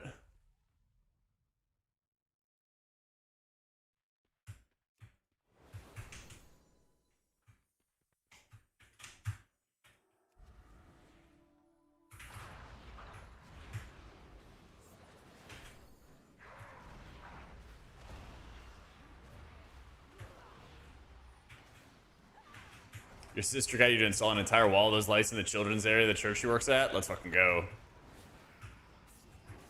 Get those strobe lights for the kids.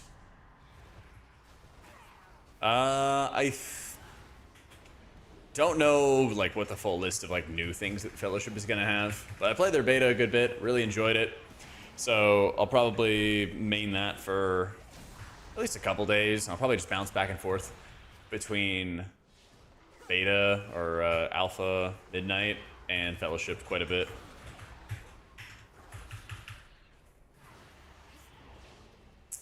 Yeah, maybe I am, Braddock. Maybe I am.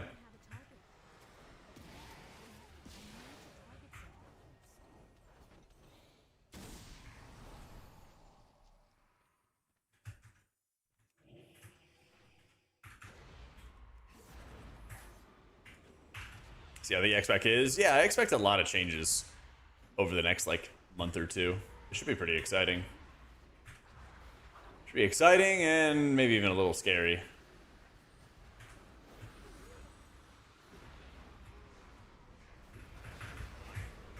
I am the church, yeah.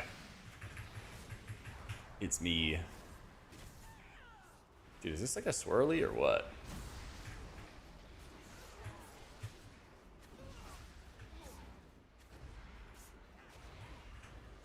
Big macro strings, hover friendly, hover enemy. I'm sure that some people will run with those, yeah. Like those should be possible for those who want to have like help harm macros and stuff, yeah.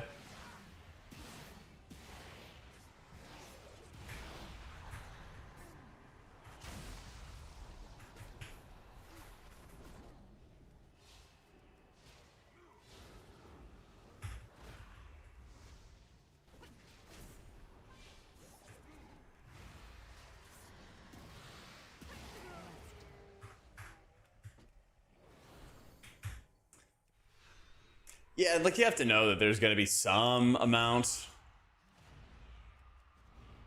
There's going to be some amount of like pruning for the UI. You know, I'm not surprised by any of that kind of stuff. Just as long as they don't make it too bad.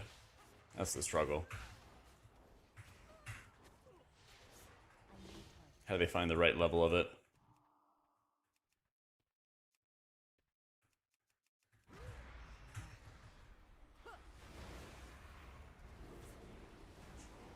Powered shield is right there. It becomes a void shield with your apex talent. And it's a powered shield that hits 3 targets, basically.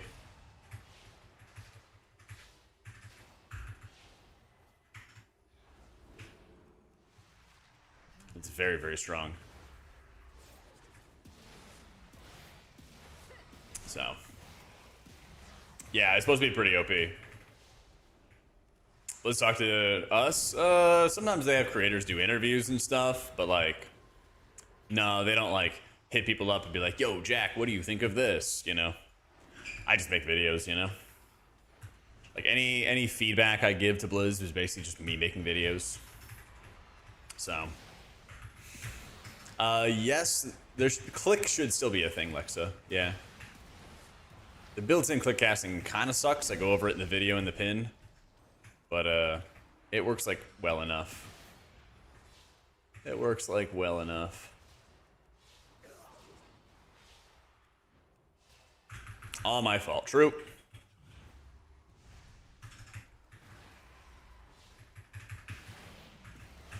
I think Valera has some kind of, like, self-heal going on. But she's also literally just AFK. This fucker.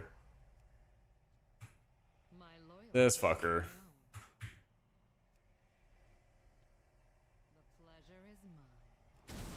There it is. Oh, we leveled up. Stolen knowledge. Yeah, you know, game lagged a little bit. Game lag just a little bit.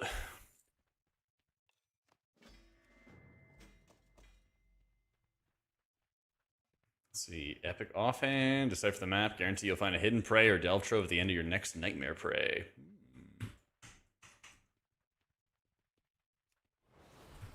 Yeah, there's still the 3 rolls. Click will still be a thing. Click will still be a thing.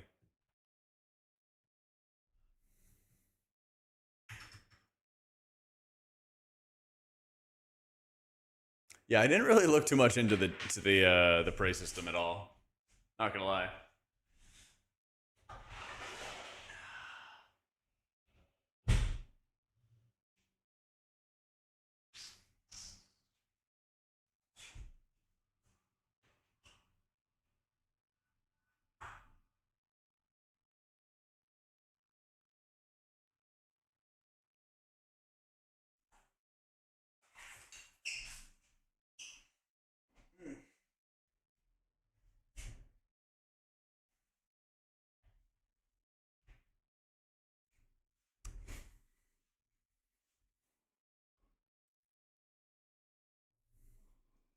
6 minute stamina shown on default frames, at least until you get into combat.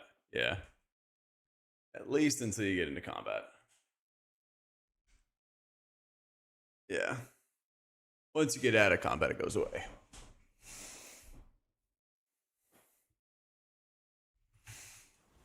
Alright, new talent.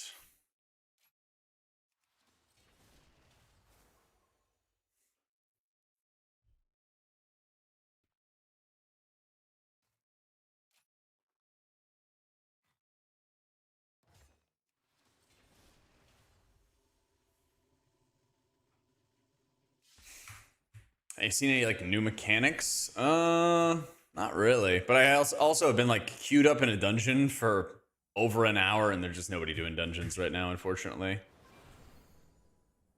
Unfortunately. You can still talent into 45-yard range. It still exists. Just don't really need it for questing. Served us.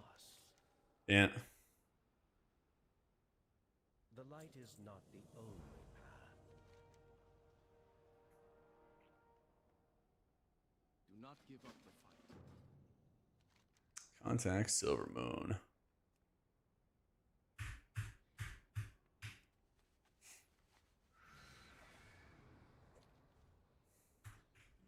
Peace, friend. May the light guide you. Let's see. Let's contact Silver Moon.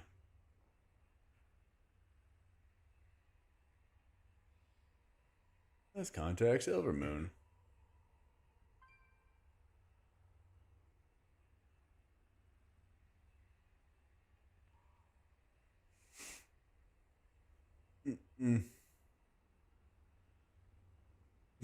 How you doing, balls? What's up, man?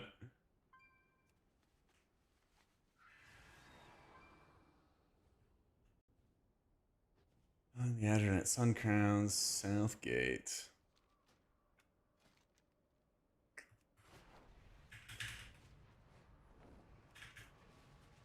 Dude, look at how good this looks. Look at how good that looks.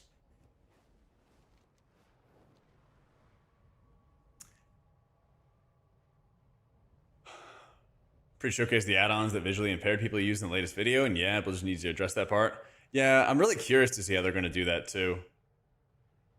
I kind of have a feeling they're not going to do nothing. But it's also like it's going to be so hard to like make people happy about it. That's going to be like the struggle, is like trying to please people but also like hit their goals, you know? Because no matter what, people are going to be pissed off with the UI getting shrunk. Watch my latest video and it shed a tear. Aw. Sorry to make you cry, boo.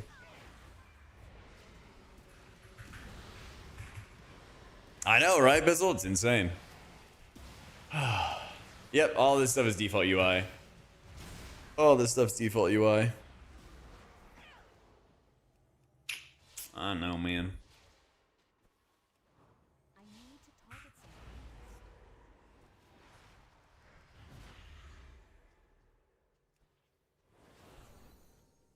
The place has been good. Got some more lights and stuff like that to put up.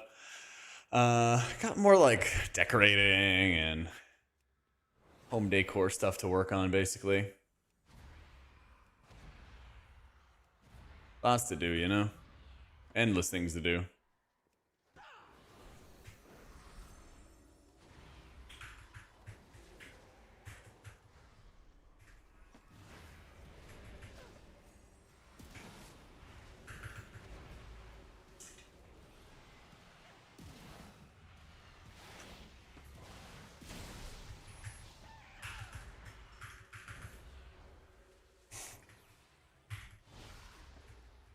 There's not really a lot of customization for the Blizzard boss mod, but Bigwigs is making some where you can basically just make it into like bars the way Bigwigs exists right now.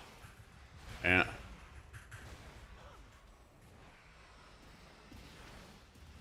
So at the moment, the timeline looks like this. And then they're going to be, there being Bigwigs and DBM, they're going to make it so it can be like horizontal or vertical bars.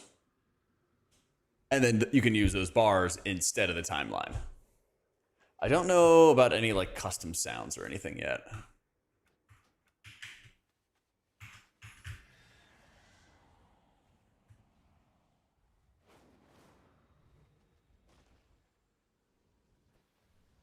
This is like crazy Everbloom vibes.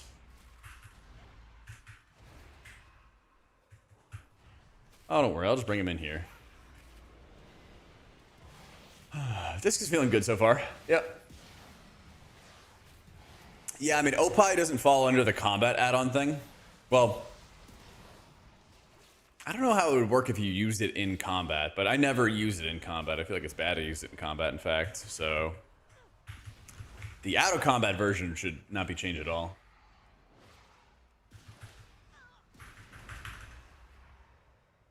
I've been playing Priest today.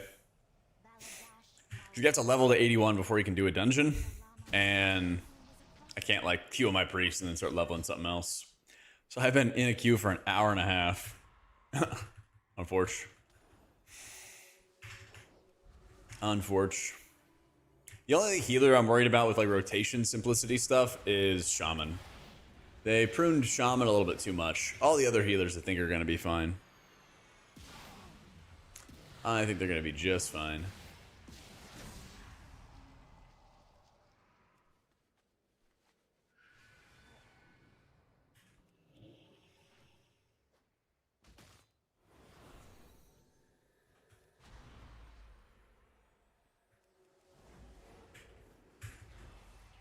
This is my buff. Yes. Well, actually, it has to stack 2 seconds, doesn't it? I guess with my haste it does, but I also am leveling. I think in higher content, you could get away with 1 global cast, but that's a big part of our feedback, right?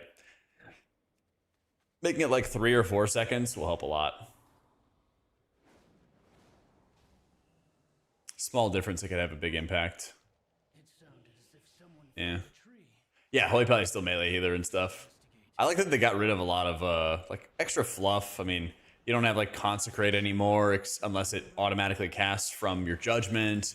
You know, your Hammer of Wrath will also cast from your Judgment during your wings. Like things like that.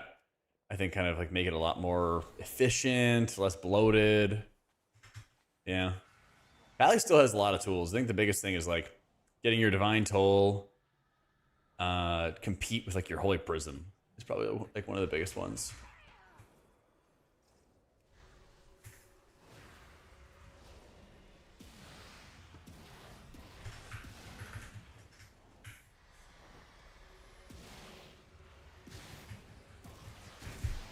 Yeah, Mistweaver has a way of the X. So you have a way of the Crane, which offers you all the benefits of Jadefire Stomp, basically. Or you can talent into it's like Way of the Crane for damage, Way of the Serpent for healing. Well, for the cast weaving stuff. So Way of the Serpent will let you cast Soothing Mist on the move.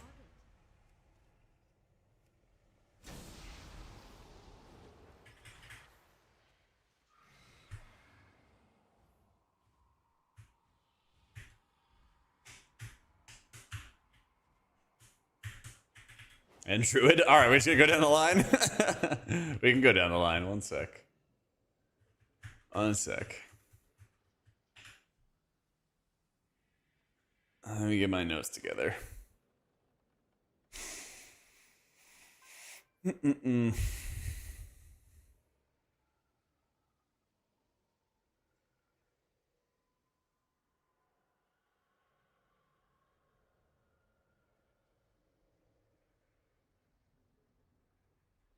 Give me that.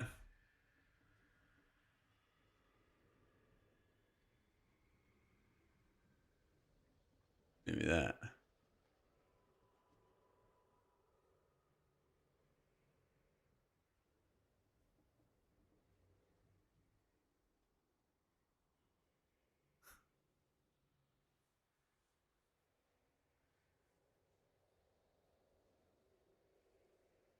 Yeah, so Way of the Serpent will give you casting on the move with Soothing Mist or Crackling Mist, but your movement speed is reduced by 40%. Also increases your Shade Wounds or Vivify healing by 15% and Renewing Mist healing by 30%. So that's like the big talent that you're going to take if you're doing any caster weaving type stuff, maybe like a raid style. Way of the Crane, your Tiger Palm strike twice, Blackout strikes hit an additional 2 targets, Spinning Crane Kick heals allies for the damage done. So it's all the stuff out of Jadefire Stomp just put into 2 different talents. And that allows you to just kind of like jump between caster or fist weaving. And then your Jadefire teachings doesn't need Jadefire Stomp to activate. It's just passive at that point. So any type of like Mistweaver or fist weaving type stuff is just like 100% passive. Yeah. When it comes to Druid, They changed around kind of like a whole bunch of like the hots. You don't have access to like Spring Blossom anymore, but you have this auto Efflow that goes out. So it increases Efflow's healing and it grows beneath the Life Bloom target's feet and it follows them around. So that way you just put a Life Bloom on a target. They constantly have efflorescence under them. If they run away from it, the next tick of Life Bloom will just follow them and place a new one down there. You also don't have to cast your Grove Guardians. So just casting Swiftmend or Wild Growth summons Grove Guardians for you, which can be really nuts because there's a Keeper of the Grove talent, which increases your healing the more Grove Guardians you have out. And it's called Harmony of the Grove. And so each Grove Guardian you have increases your healing by 5%. And so what you can do is you can actually rip a Convoke and you can start spewing out a ton of Swiftmends and Wild Growths. And those are going to summon a whole bunch of Treants. And they're going to do their own healing. And they're also going to increase all your overall healing. So it could be like really, really strong. Like Druid has not that much power tied into its Wild Growth or into its Rejuve. It's still really regrowth heavy, regrowth dominant. You still have some talents. Oh, where is it?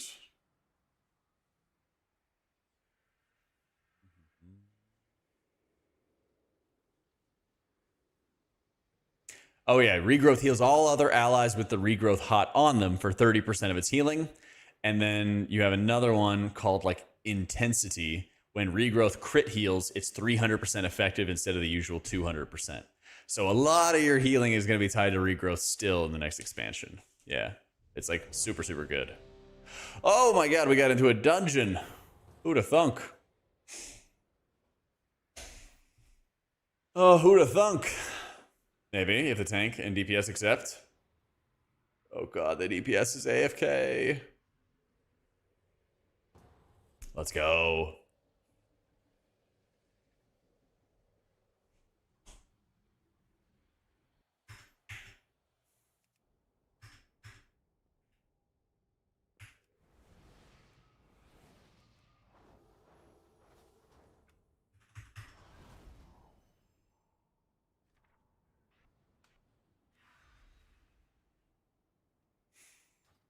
All right, baby's first time dungeon healing. Let's go.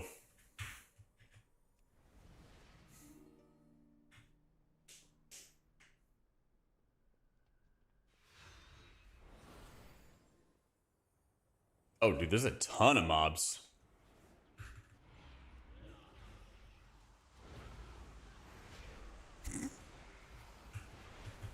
Yeah, there's no way this goes wrong.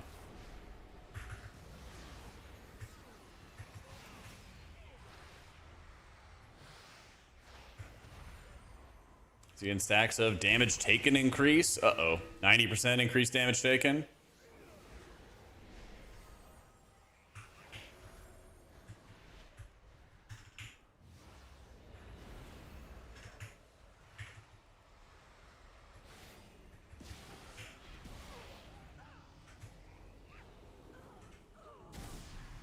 Oh, he leveled up.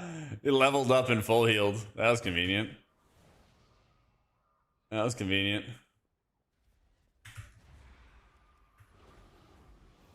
Good old leveling dungeons. Knew I could count on them. That's right, Simi, it's me. Can't even mount up out here?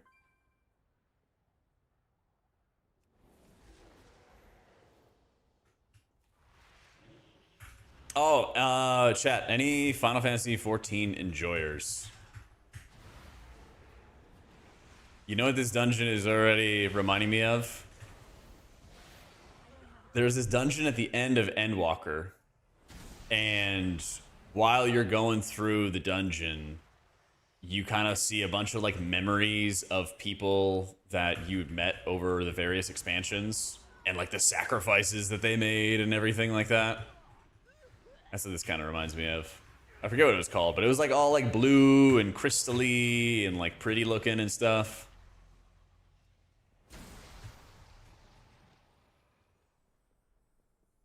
Yeah, you know what I'm talking about, Duelist? Yeah, that's what it kind of seems like so far. They're given like Sylvanas lore. Never got the minion from it. Oh, neither did I. Neither did I. Yeah, it was like the finale dungeon. It was like before you went to the place and did the thing. That's actually a bunch of spoilers. The Aisha scope? Maybe that's what it was. I felt like you went into some kind of like machine or something like that. Yeah, but it was like a bright, pretty one. Oh, I have no idea. Between Voidweaver and Oracle, it's gonna be better. We're like 4 months out from expansion. Who knows? I just thought a build sounded really neat and high damage with a lot of Voidweaver stuff, so I grabbed it. Simple as that. The Aisha scope. Yeah, going down to meet that one thing. Yep. Yeah, if I remember correctly, it was ultra spoiler heavy, so. Yeah. But it was a little like memory lane dungeon. Yeah, can I change the nameplates so they don't overlap in such a shitty way? Maybe that'll work. Yeah. Ooh, first boss. The Derelict Duo. Ooh, big alert. You guys were worried about sounds. Of course it makes puddles. Next ability, Tank Buster.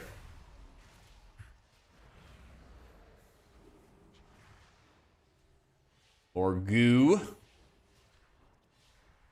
You might just kill the boss before her mechanic comes out. Yeah. We didn't get to see her next mechanic. Well, we don't really have like healing testing going on, Kashma. Not yet, at least. I think it's gonna be for the best, though. I think it's gonna be for the best. Ooh, ghost ship.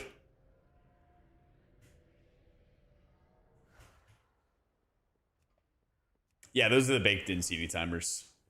And Bigwig's already confirmed that you can make them into bars if you want to. You can like use an add-on and like just change it to look like a bar.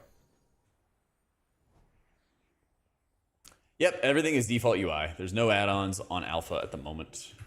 At least none that I'm using.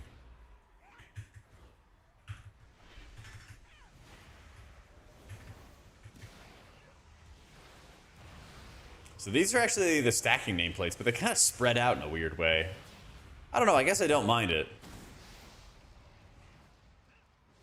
Yeah. Like on my raid frames and stuff, Holy C. No, it's kind of like an all or nothing thing right now. Not any like customization.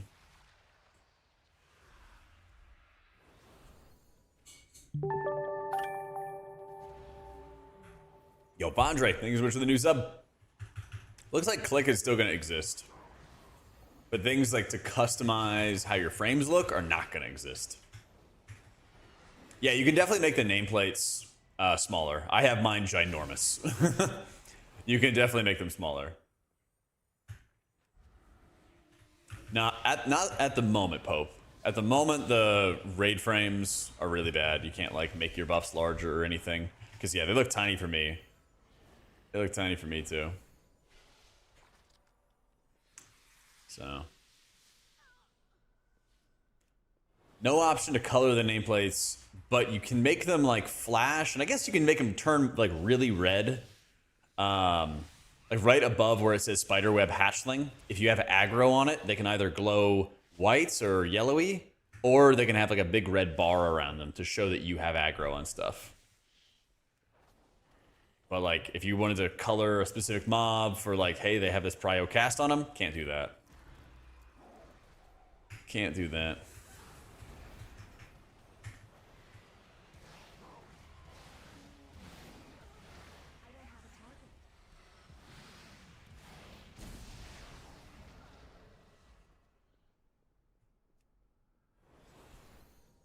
Change the cursor color.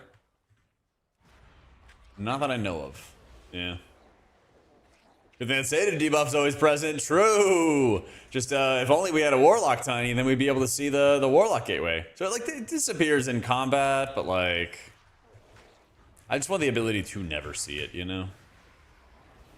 I just want the ability to never see it. I don't need to see that. But the thing is, Blizzard has already said they're going to change the default frames. It's on their list of stuff to change. But we don't know how much customization we're going to get. So, you know, a little bit of a we'll see. A little bit of a we'll see. Ooh, big bird.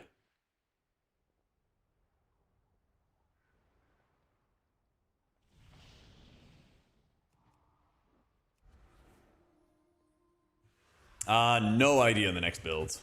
Alpha is usually pretty inconsistent.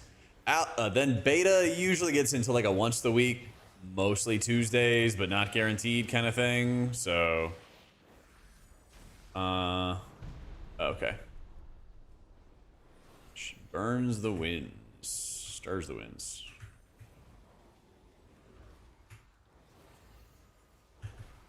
I'll probably play a good bit of Legion Remix, I guess this week, and a little next week, and then we'll kind of see after that, depending on how fun it is, depending on, you know, what's going on.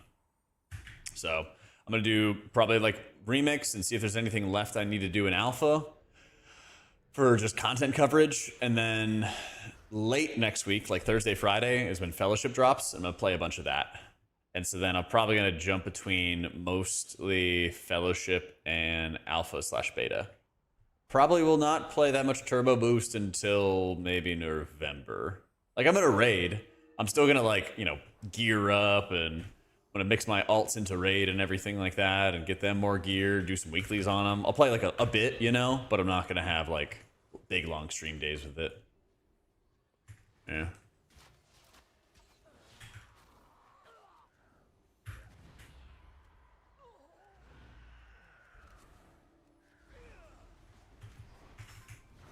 Yeah, that still exists, Dark. That's part of the Oracle tree. Eat.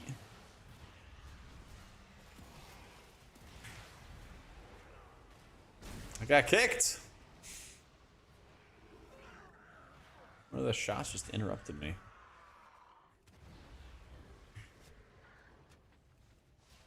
I want to see if it's just the shot itself or arrow volleys.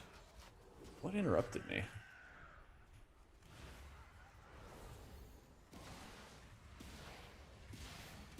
It's not just the regular shoot. I don't know. Oh, whoopsie.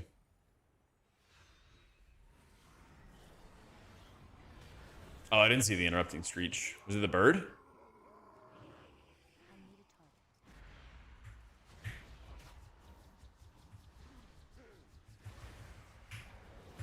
Pre-patch in December? Maybe. Actually, no, I don't think so. I think it's going to be like January. Because usually pre-patch is like the 1 month warning kind of thing. Or very close to it. And so I don't think we're getting a 1 month warning until mid to late January at the earliest, the absolute earliest. So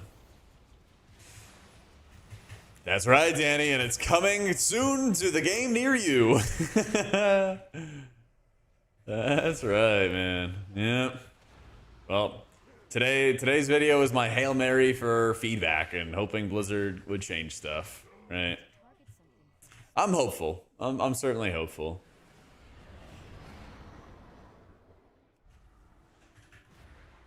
Yeah. Oh, 100%, yeah. Like, once we know, Dargo, like, what we can do with the UI and the final form of it, I'll make a UI video. Yeah. Yeah, I'll go over, like, the default options, the common questions of how do I do this, how do I do that, you know.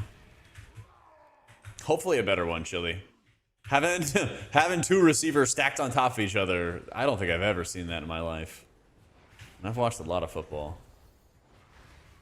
I've never seen that. So. Default UI, there's some parts that are good. I like the nameplates. I know it might be insufficient for like tanks or something, but like they're fine for me as a healer. Action bars are good. I think the cooldown manager is like mostly good. Kind of has everything I need. Wish there was a little bit more customization for it, but it doesn't need a whole bunch. Well, I made the nameplates massive. That's on me. That's on me. You could make them smaller. Yeah. You can make them smaller. See, I'm at a 3. You can make them. This is the smallest you can make them. Oh, I feel like a ghost. I hope that they change that kind of stuff. They should, you know. See, that's the smallest that you can make them. See that?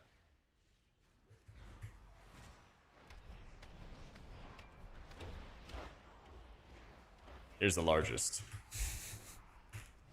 All right. Oh, the Twitter threads tagging devs for wishlist things. Yeah, you know, might as well, right? This is 100% of the shots you don't take. Yeah, I'm pretty sure I also have the thickest raid frame selected too. So I have like the thick one selected, and I made it as large as possible. You know, so just keep that in mind. So like I made them large on purpose. I'll set them to a 2.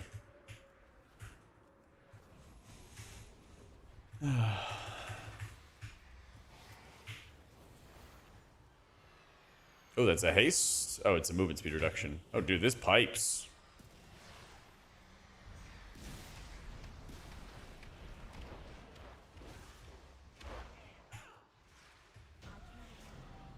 Nice.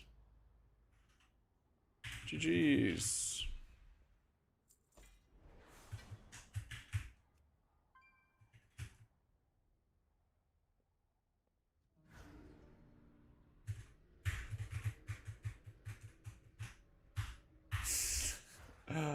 My keybinds are gone. A lot of it is bound in my frames. A lot of it's bound in my raid frames or my click casting. And I don't have like potions or Hearthstone or any of that other kind of stuff. Yeah. If you download DBM next expansion, then you can make them bars. See, that's one of the good things from add-ons next expansion is you can do that. Yeah.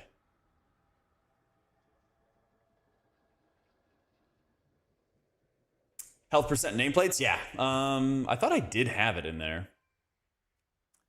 Oh, I guess I turned it off. Yeah, I want the health percentage. Yep. Thank you, liability. Oh, I got disconnected. It got me.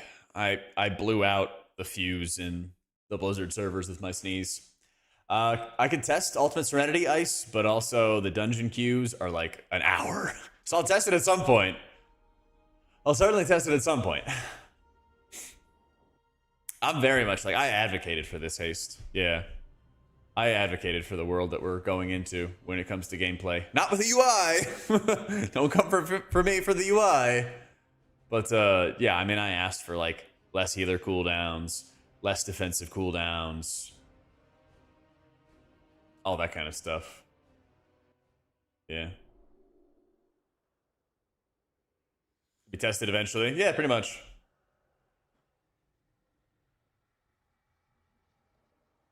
Crazy this is sort of getting to where the new M+ game is at the start. I know, right, Cash? Isn't that crazy?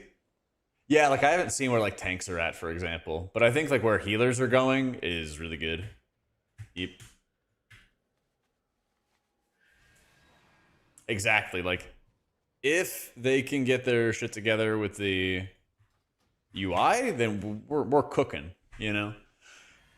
And they need to like lock Jimmy, the UI dev, in his office and just feed him gruel until he cooks, you know? Has to happen. Has to happen.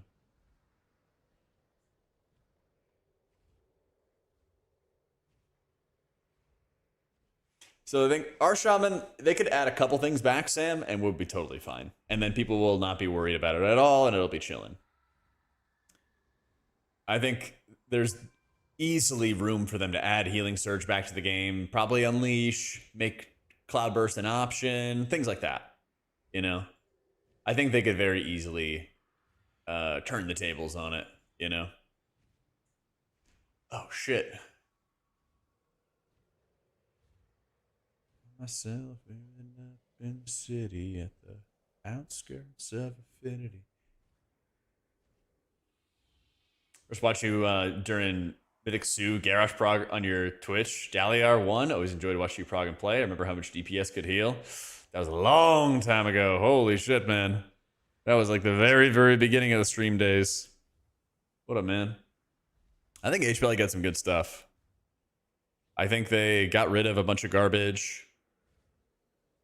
Kimani Vidal. Sorry, I gotta look at. I'm down bad for running backs in my fantasy league, and I just got an update that the Chargers running back is injured. Yeah, because Najee Harris is out. Let me see. Charge will be down to Hassan Haskins and practice squad Kimani Vidal and Amar Johnson.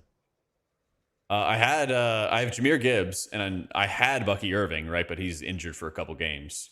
So this past week, I had to start Amari fucking Desperado or whatever it is, the guy who fucking fumbled through the end zone. So it's not good. Looks like everybody's talking about picking up Haskins, right? But I lost my waiver bids. I lost my waiver bids on Rashad White, and I lost it on Rico Dowdle. So,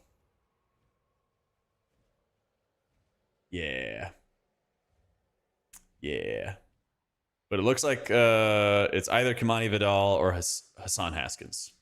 So, yeah. Same cycle where we prune defensive healing CDs. You slowly get them back? Probably. Yeah, probably.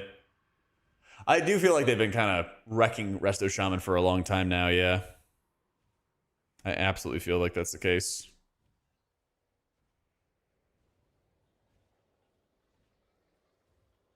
Absolutely. All right, let me run to the bathroom real quick. Checking my waiver wires. I'll be right back.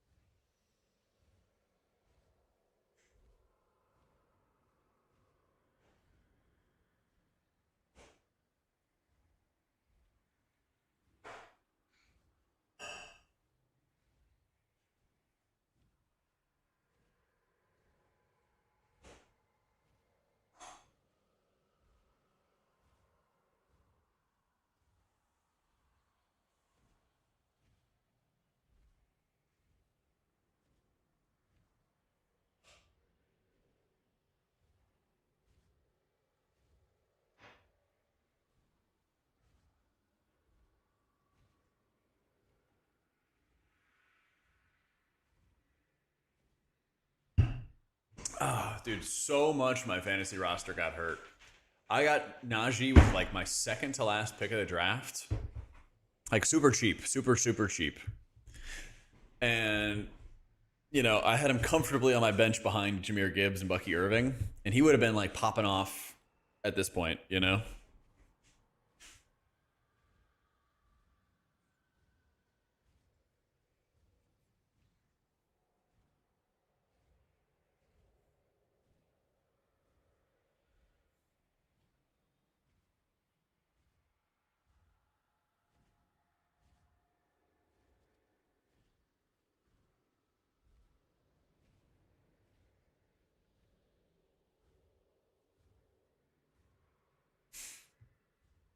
Set staff or dagger? It's better to have the dagger and then craft it offhand. Yep.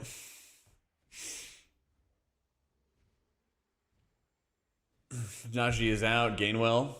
I think Gainwell was on the Steelers. I thought.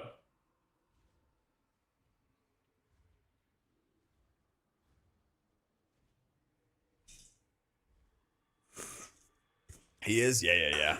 So it's like Haskins, or isn't Kiamani? I thought Kiamani Vidal was like good. Is he old or something like that? Is he like old and washed?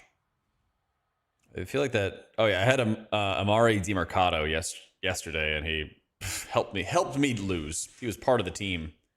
No, Kiamani Vidal is a second-year guy. The heck?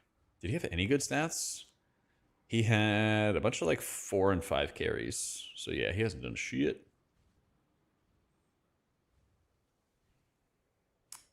Oh, Saquon's not practicing? But they have... Who do they have behind Saquon? Let me see. Hassan Haskins. He's been 3 years. Oh, he was with Houston. That's right.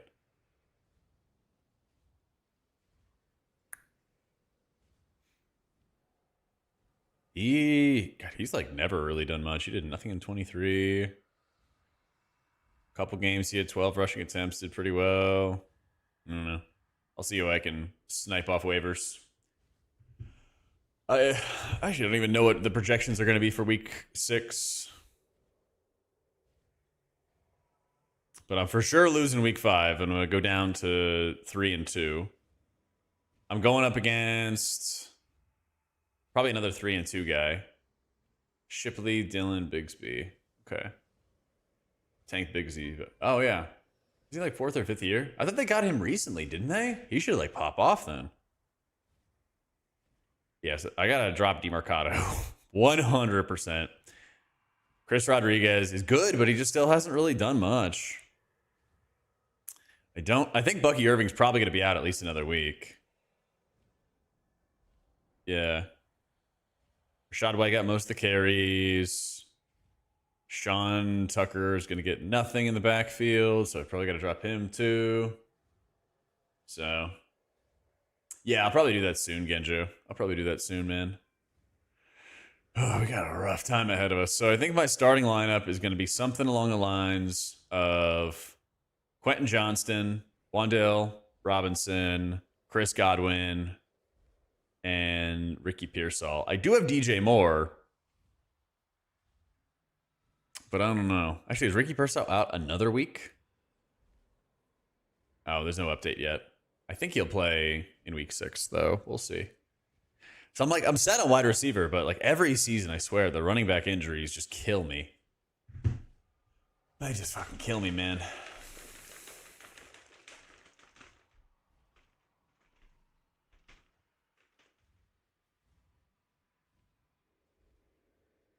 Yeah.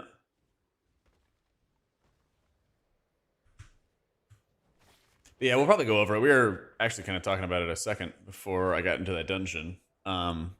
A lot of the healers got like more streamlining than anything else, and that was like super helpful. Get away from me. Get away from me. There we go. A lot of them got like more streamlining more than anything else, I feel. I think I'm going to be around like 3rd or something in my league. I went on a 3-win streak, and now I've dropped 2. One of them, my opponent just had an insane game, And now this one, I had 4 starters benched.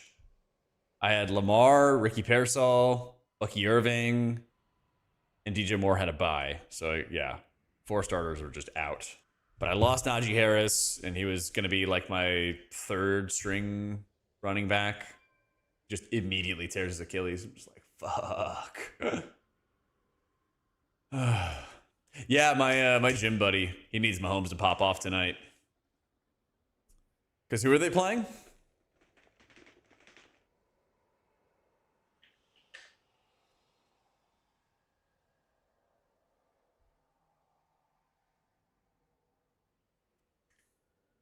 It's not a divisional game. Let's see, Monday Night Football. Oh, they're playing the Jaguars. Ugh.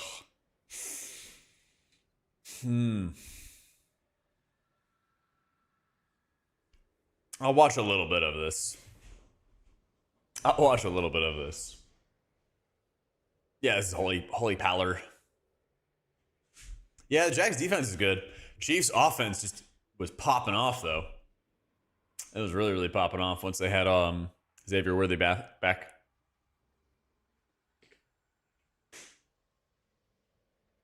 Yeah, Chief offense suddenly came alive.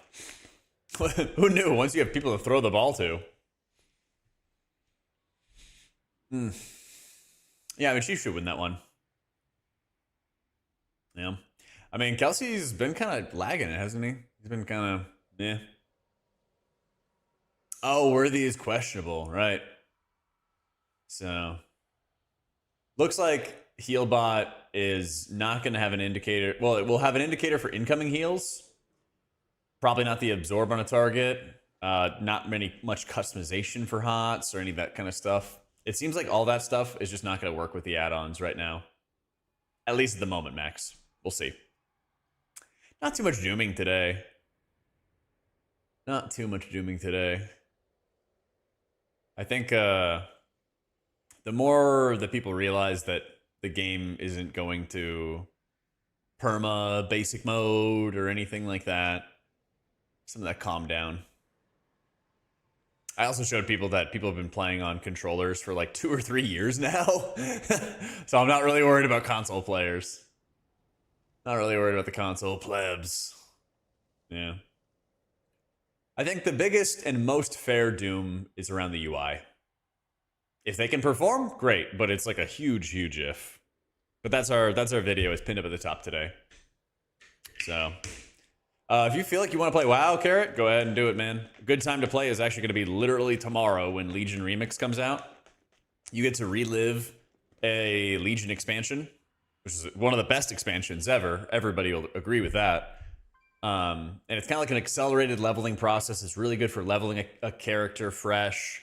There's, really cool quests and raids and all that other kind of stuff, Yeah, I'm in the same boat as you, Genjo.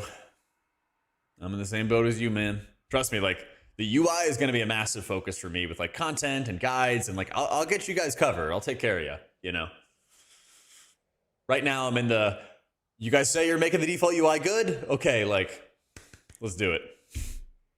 There's almost certainly going to be some kind of frog farm, but I don't know what they're going to be. I am not one who wants to, like, min-max farming for Remix that much. Like, I'll probably do some stuff, but, like, I'm not going to be the sweatiest person at Remix. I'm there to, like, get some mogs, kind of relive some nostalgia, stuff like that. I'm not trying to play that game mode sweaty at all. Yeah, I answered before on YouTube, Nelf. It looks like the functionality of add-ons is going to be worse than default frames if nothing changes. Yep. Oh, I would have no idea, Squink. Sorry. I have no idea about recommended talent builds. Nah, you're all good now. I always have them both, man. Don't worry, I'm not going to ignore you, I bet. I promise. I promise. That's the thing. They definitely bit off more than they can chew right now. Yeah. They definitely bit off more than they can chew.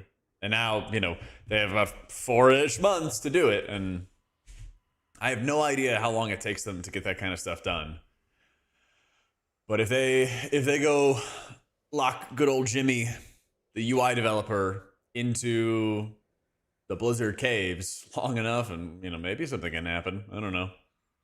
Sorry, all my bot commands and stuff are like wrecked today. But if you search my name on Wago, just search AutomaticJak on Wago, it'll have all my UI stuff. Half the game is procrastinating about your UI. It's gonna kill the experience.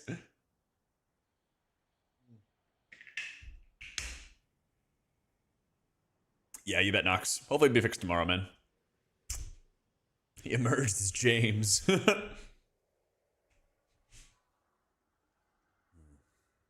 He is so back. Farming 30s that easy? Maybe. Maybe. I was thinking about playing like a DPS or something like that, but I haven't played DPS in ages, so I'm kind of leaning towards the rogue. You guys are kind of selling me on the rogue. I think that could be pretty fun. Take a little break from the healing. Brain off.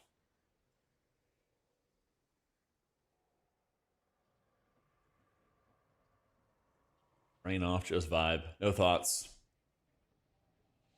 I would say that if you buy Mythic T-Mog, you can get all the tiers below. True. Oh, there's so many Mogs. So many Mogs that I wanted to get. And I also wanted to get the lower level difficulties of. But I just did not want to go do, you know, LFR or anything like that.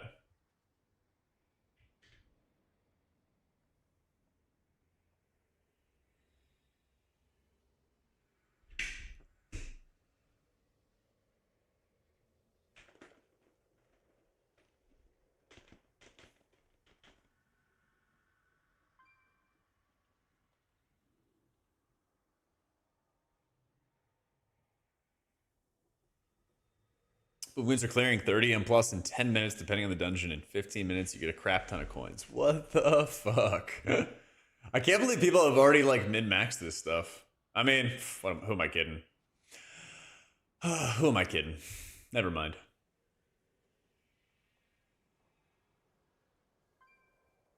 Prop allies speed clearing 40s. They're going on a PTR, or they're doing this farm, and then they're just popping off. God damn, man.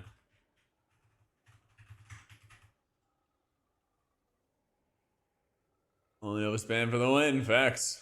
Facts.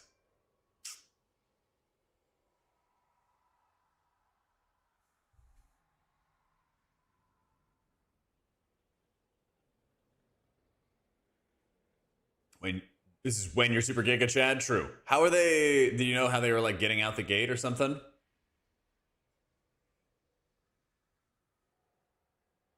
How they were like getting to that level?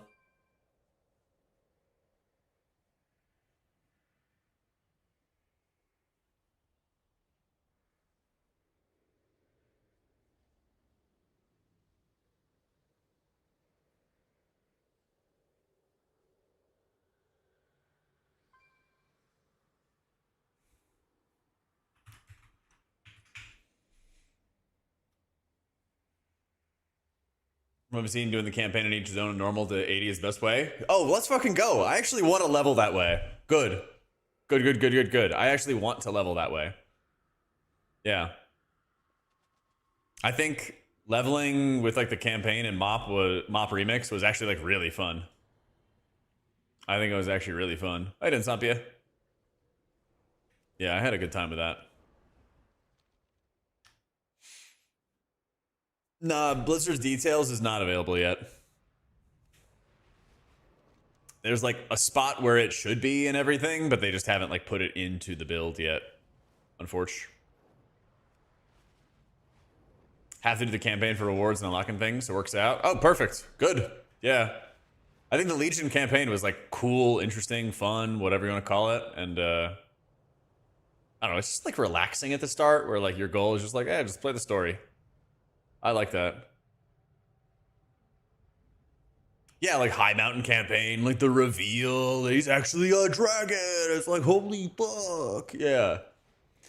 The The little like blood feud you had over the hammer. Like, yeah, there's just like a lot of cool memories for that. Already know the story? Yep, it's nostalgia. That's why I keep flying around the Eversong Woods, man. I was walking around all these lands for the longest time when I first started playing this game. No earthly idea what I was doing, man. No earthly idea.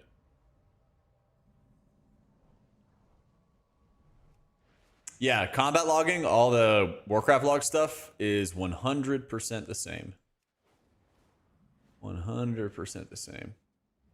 Wait, chat, do you guys remember that old Blood Elf quest where you would go, like, fight the mana addicts? Where was that? Where was that? I wonder if the new Blood Elf starting zone is, like, you rehabilitate the addicts instead of killing them. I think it was on the west side, wasn't it? I think it was up here. Let's go see. It was in the west? My man. There we go, Tiny. Yeah. I want to see that. I need to embrace the nostalgia of the starter zone. Yep. Oh, I remember this bridge. I'm gonna be looking forward to this puddle. This is the first time I ever died in WoW. Was I died to a puddle and I drowned here, man. I drowned here. Yeah. Because there was something at the bottom, and you had to go get it. Yeah. Because I went AFK and I was like, oh yeah, I just started playing WoW. Dead. Yeah, I didn't know where the breath bar was. Mm-hmm. Oh yeah. No. Oh, I see now. I see. Don't worry, bird.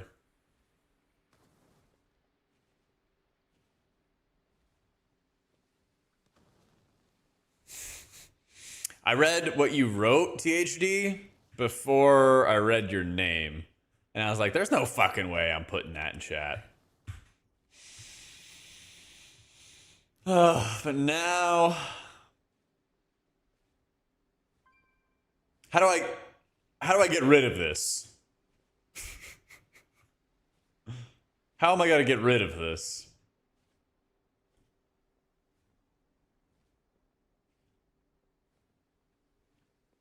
Use it, come on. Oh my fucking god. It's fun to type it. Uh-huh. Aww. Oh, and it's gone. Nice. That was pretty cute. Eee. Little baby pig. Aw. Alright, I'll make it a macro. Can I even make macros? Pig.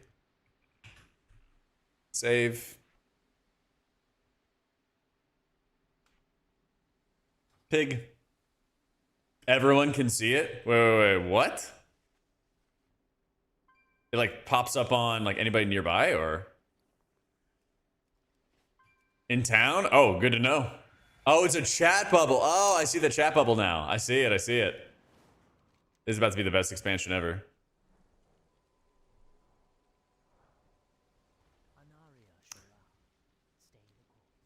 Works on retail too? Oh my god. Okay, so now the raid is just gonna get trolled. Yeah. Yeah. Let's see. It does? Yeah.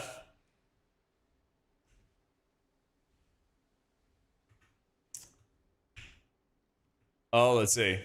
Oh my god. Oh my god, guys. Hang on. P.I. me.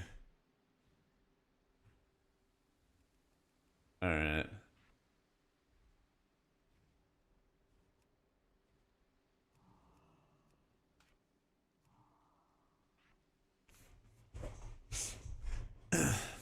In the War Within, you're not going to be able to have weak auras like PI me instead to call for power infusion. So damage dealers have discovered a brand new way to ask for power infusion.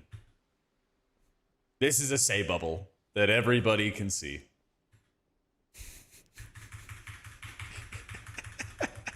Oh, this is gonna be so good. Oink. Oh, that's so good. Thank you, THD. You're the GOAT. Oh my god. Not all my spells are on my bars. I got a bunch in the click casting frame here. 1, 2, 3, 4, 5, 6, 7, 8, 9. Oh, I'm missing one. 10. 10 in the click casting. And then I'm missing some here. Missing like potions and stuff too. You see the macro?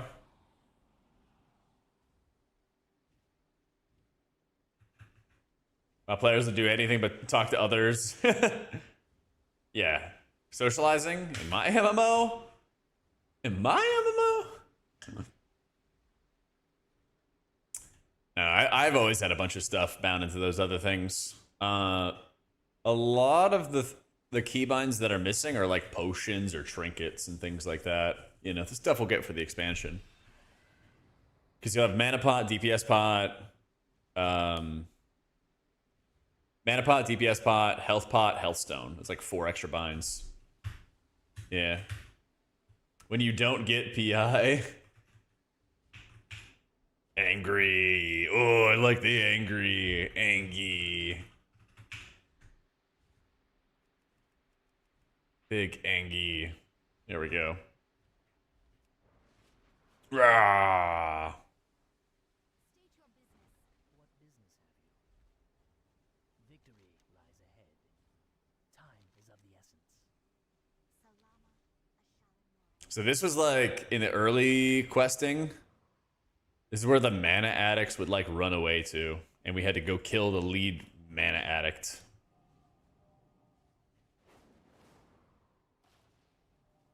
We will persevere. Big old evil mana addict. Oh my god! Self-proclaimed prodigy. Ty Taylor Golden Blade. Whoa, bro, you're just gonna knock me off? Wait, these are his fans. This is Ty Taylor's fan.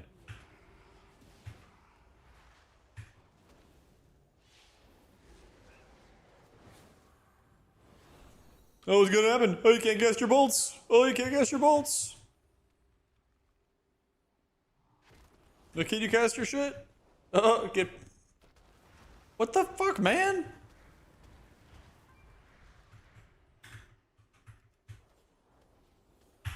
These fucking guys. This isn't over.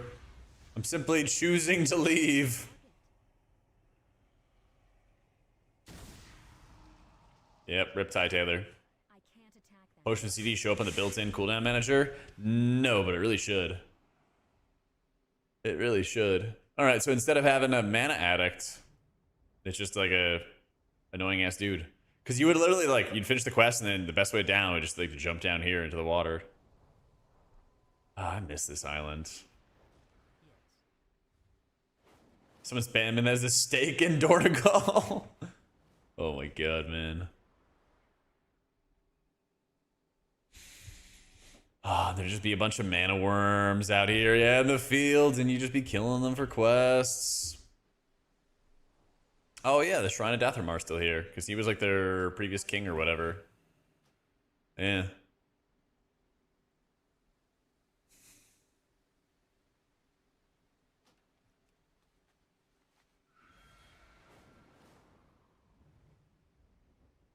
Dude, they did such a good job remaking this zone.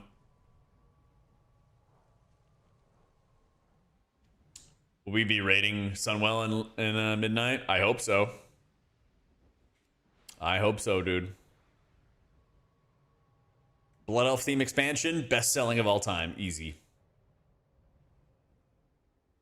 Easy.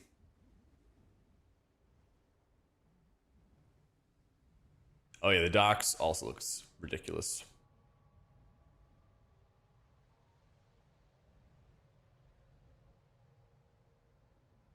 I think it's called the Void Spire. Are we technically doing it? Spoilers? Oh, it doesn't actually show. Oh no, this is definitely a different area. But we have Magister's Terrace here. Oh, Marsh on Quel'Danas is there. Okay, okay. So Marsh on Quel'Danas is a 2-boss raid. Midnight Falls. Lura fell to the void long ago on Argus, her essence siphoned by Illyria in the seat. Freed from her bindings, Lura's dark energy now threatens the Sunwell. Oh, is that why we have seat? Isn't this Lura? Yeah! Oh, it comes full circle. It comes full circle. There we go. Refresh Waphead? You have a little RWH for me?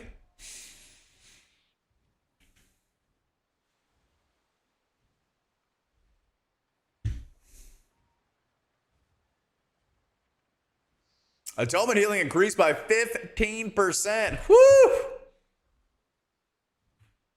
Let's fucking go. Let's fucking go. Chat, are we back?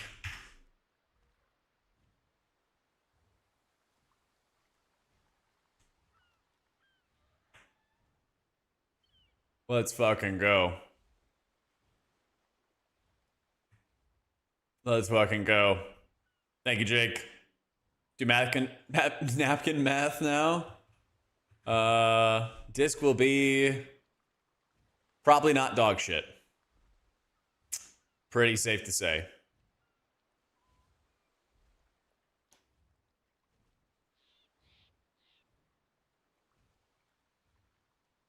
Disc is back on the menu. Is that an N plus nerf? Hold up. Hold up. This happens every time. Okay. Many times this happens. Disc. Do big healing with atonement. Okay. And then the atonement number gets multiplied again when you're in 5-mans.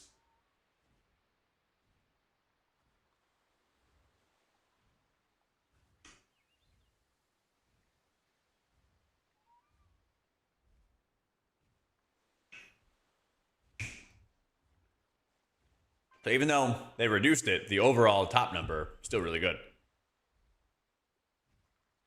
I wish they showed the overall atonement increase for it.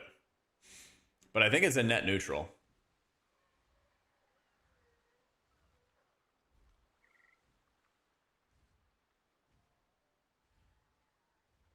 For 5-mans. Let me see.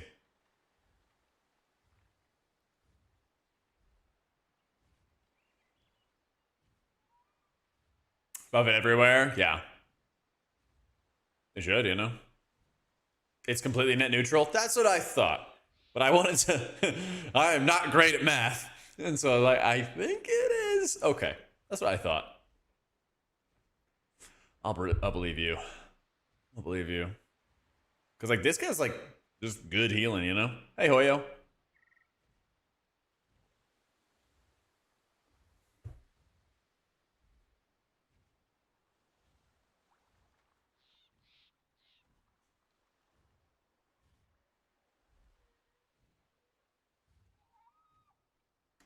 .15 times 0.075 is 8.6 plus 115 is 2. Yeah.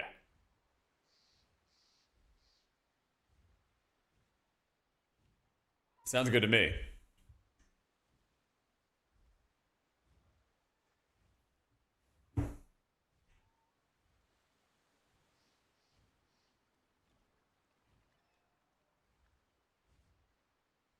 It's best for M+. It didn't really need one. It's just like our druid insane. You know?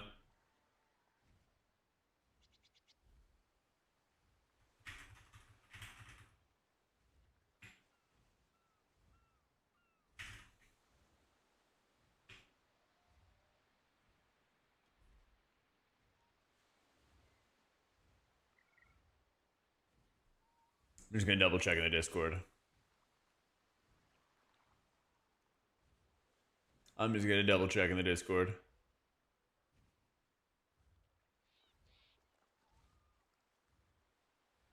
Of weaker points? Yeah, pretty much. No, I think it's a net neutral. I'm gonna triple check.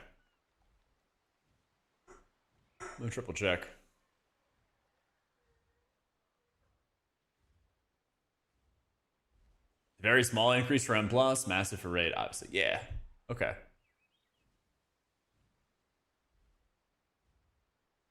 Yeah.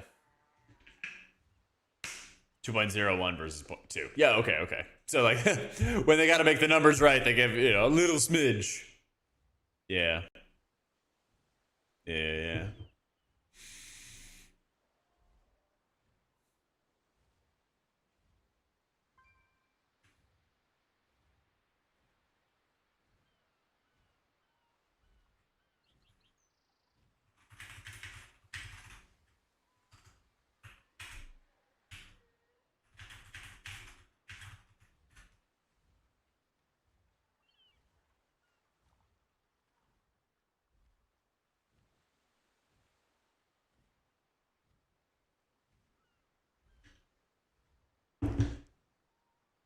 Put the spatial in the bag at clutch.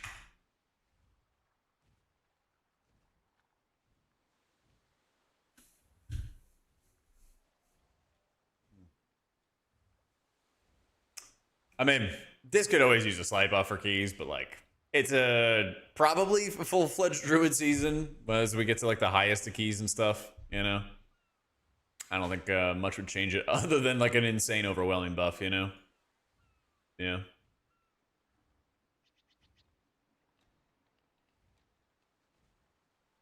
Nah, it's not an M plus nerf. Not an M plus nerf. 0.625% buff in keys. There we go.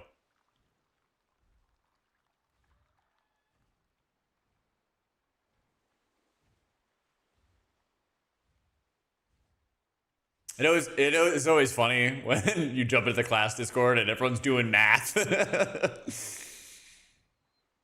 Yep.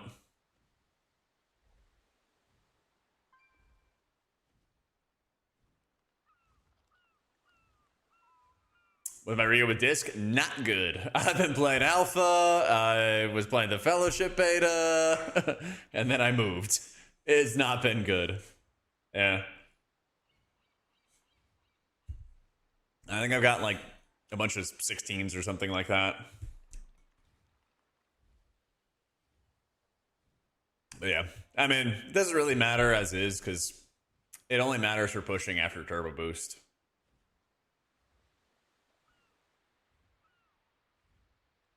Yeah. All right, let's fucking go.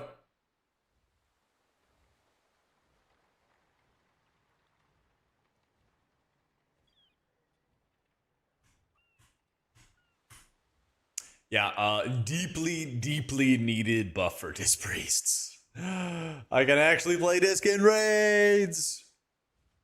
Oh my god. Plus Legion Remix. True. Oh my god, it's gonna be so good. It's gonna be so good.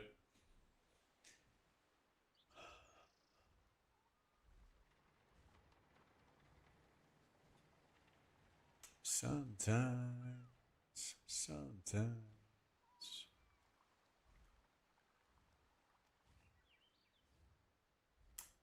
Is that on par with Mistweaver? I'd hope so. Yeah. I mean, your upper quartile, if you're going to increase that 10%, go to a score of like, what? Well, it'd be 7, right? So you go 84, and then you go half of that, and then you go 3.5, and so you go to like 87-ish in the upper quartile. So it should pass. I think it actually might be the second highest HPS after this change, because you also have to keep in mind the Piety Overheal redirect with Oracle is going to be really nuts. But that's assuming that everybody has been playing Oracle. I think some people have just been like high rolling with Voidweaver and getting like a perfect parse with Voidweaver. Yeah, been a lot of Void Weavers. Yeah, this fight's like all Void Weaver. And they've just been like hitting the high roll. Nobody's done Dimensius. Yep. Because it would just be troll as fuck. Yeah. But I mean, it's still gonna be Oracle at that point. So you'll still be behind preservations, but shit's gonna be good. Shit's gonna be good, finally. Yeah. Timings are gonna be really shit for Dimensius either way. Yeah. Yeah.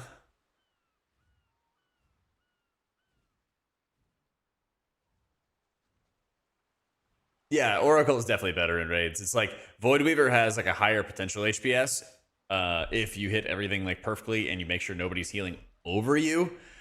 But it's a lot of ifs, basically. It's a lot of ifs.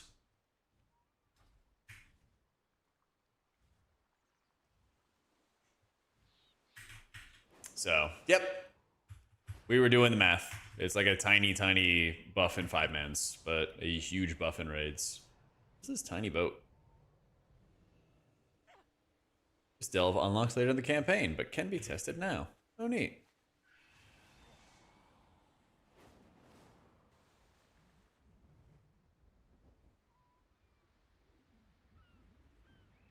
Yo, how you doing, Aramis? Big news, Disc got buffed. Actually, I'm gonna ping Wowhead. At Wowhead.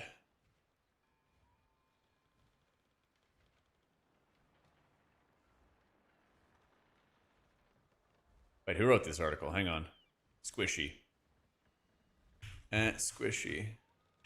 Yo, why can't Disc make the headline for being buffed?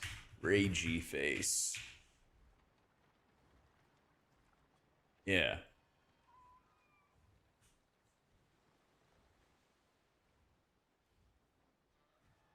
A lot of Disc lately, though I'm a shadow boy by nature.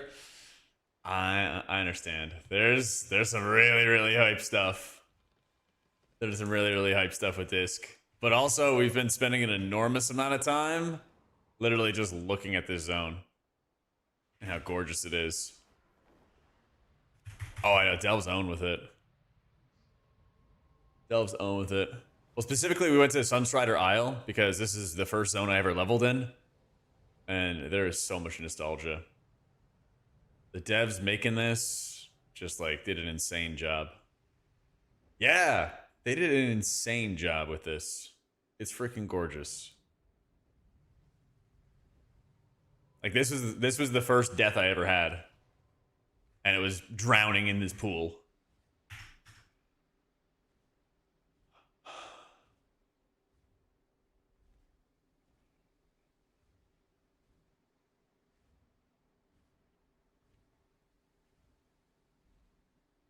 Yeah, what that guy said with the math.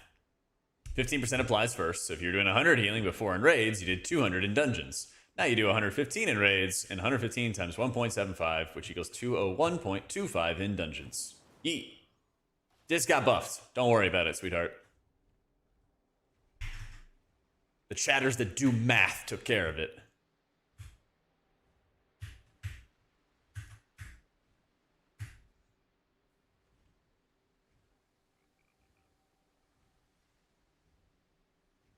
Can I copy paste this Furious for a tweet?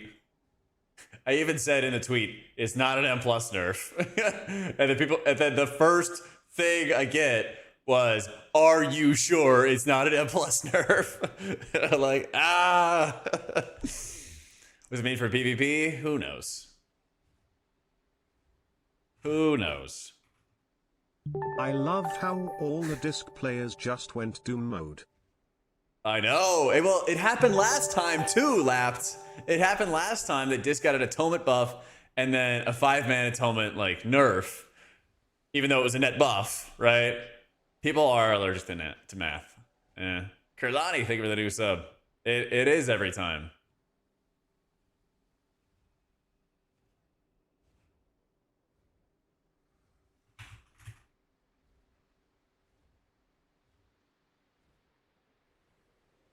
Yeah, today is a good day. Today is a good day. Our feedback video on the UI has been doing crazy numbers. They have they make little fireworks and sparklers and stuff when your video does well. It gives you the good dopamine. I actually don't know if I've ever had that many views on a video in 8 hours either. So, holy shit, thank you for that. And then the Discotoma buff, man. It's a good day. It's a good day. Move all the other specs except disc. There we go. There we go.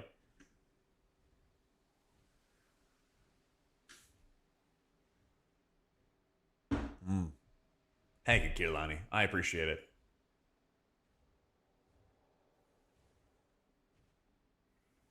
You'd be glad I'm not on the combat team making changes if I had my way. Ooh, the things I do. You auto pet taunts as a melee range player in the open world. Oh, there we go.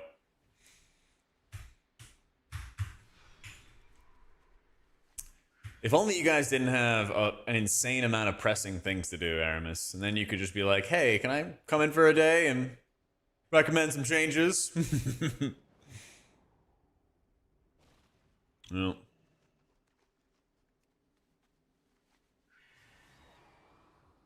Go get a Lily right now? True, you do, actually. You really, really do. Healing save, or should I jump ship with the new expansion? The changes they're making for healer characters, I think are good. And I advocated for a lot of them. The UI stuff needs some work. They said they're working on it. I just did a feedback video today. It's pinned up at the top. So I'm hopeful. We'll see. But they need to get it good. Because I think, a lot of cell users and everything like that are going to feel really hurt with if they were forced to the default UI as it stands right now. They already said they're gonna have some updates for it. So, some of my guildies do like the slow flying audio. Yeah. Yeah.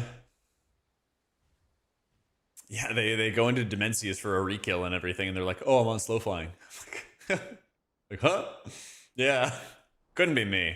Well, I got Vengeance. Like, this is such a great mount. It's a Sylvanas mount. One of my favorites. That's how it came up? Yeah, it's funny, right? You're just like, so it's like, oh, I'm dead. You're like, what happened, man? Did you get by a rock? They're like, no, I just, wrong mount. Yeah. Well, I think it's kind of funny, Lita, for like a lot of my buddies who are like, sweaty raiders and everything too. Farak's a great one as well. Yeah. Also use Click, my transition to the in-game click casting, but so far I've been managing fine. Yeah, there's a number of features that I think have helped a lot of people when it comes to accessibility. Like, a lot of players like having gradient frames where their frames go from like green to yellow to red or something like that. Some people have their frames like almost black and then it becomes colorful when somebody takes damage. And I think those things are pretty easy to add into the frames. It would help people visualize damage a lot better. And I think would be really valuable for them. So I did like a whole video. It's pinned up at the top of chat of like, here's what I want. Here's what we need. And, kind of so on. And so on. Yo, cool Larry. Thank you for the new sub, dude. I think you're kicking off the hype train too. Well, technically you have it flipped on, right, Trick? You can have the slow flying flipped on. And then that can cause some problems. Yeah.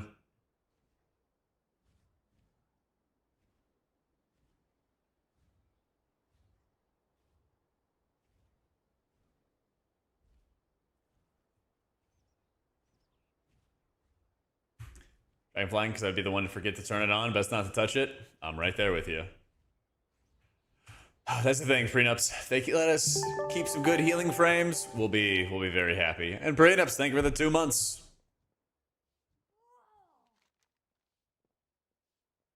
Hold your head high. Hey, the default raid frames change layout based on raid size? Yeah. So they're separate. So you have the party frames and then you have the raid frames. And so with the raid frames, you can kind of say like, here, go to the 10, here. So you have to have the raid frames like in X position, and then they can kind of grow larger, smaller kind of thing from there. But you can always have your party frame separate from it, which is nice. Yeah.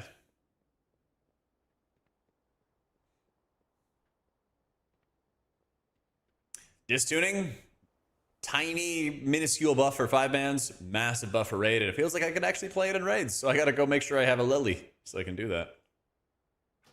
Yeah. Feedback's feedback. It's all super important. I use your vids quite frequently for guidance. What'd I do without you? Thank you, man. New tools for Priest. There's really fun ways to play Priest next expansion. One of my favorite talents is this Greater Smite, that when you cast a smite, it increases the damage and cast speed of your next smite, and it stacks twice. So you're just like pounding out turbo smites with Void Weaver super quick. Super valuable. Oh yeah, UI video is pinned up at the top of chat, Cap'n. It's already out. I don't really like Inner Light. They got to work on evangelism a little bit, but they basically wrote up a nice...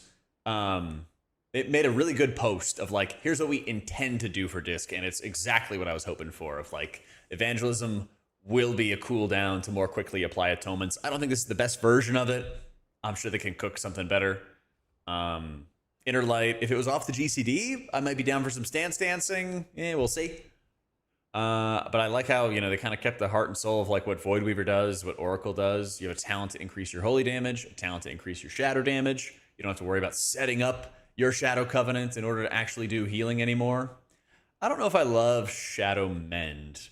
Having kind of like a random flash heal proc is kind of like, to me. It does work with Ascended Blast, or sorry, Void Blast. Yes, Jazzy. So you're doing the big damn. You're doing the big damn.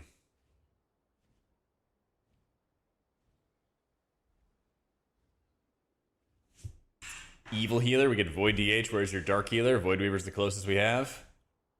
You know, if Knights of the Old Republic was ever a lesson, it's not about, it's about what you do with the abilities, you know? It's about what you do with the abilities. It is on the global right now, Lobu. So right now, it's a stinker.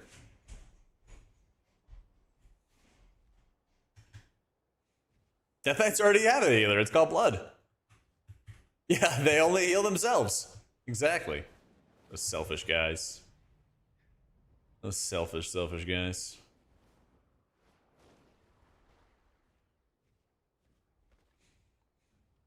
Yeah, I've messed around with all the other healers and everything. I've talked to a bunch of healer experts.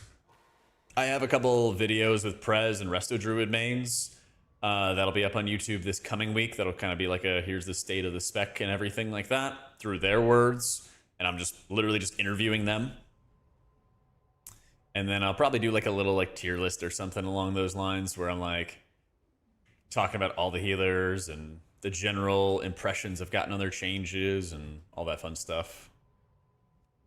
So yeah, it's content season, baby. It's content season. Yeah, I did a lot of well, there weren't too many times with Holy Priest that you would chakra swap in like competitive content. It was good for like questing and stuff, certainly. Having an option to just like do some more damage.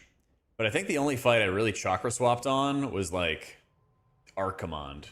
And you would be in the single target mode in phase 1 because that was most of the fight at the beginning was like phase 1, binding heal.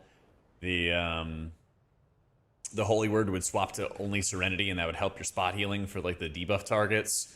Then you would kind of go to some AoE healing at the end of the encounter. And then as you transition to the final phase, they basically take you into the Twisting Nether on Mythic difficulty. You would go into red phase and just pound damage out. That was pretty cool. Just like the remake of Quell Danas.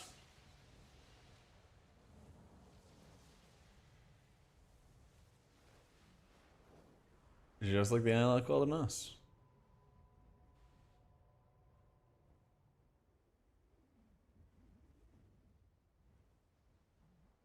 Magister's Terrace. Oh, we're going back to it too. Reverse Mistweaver, ranged attacks, melee ranged heals. That would piss off so many people. Let's just do it for the bit, sure. Let's just do it for the bit.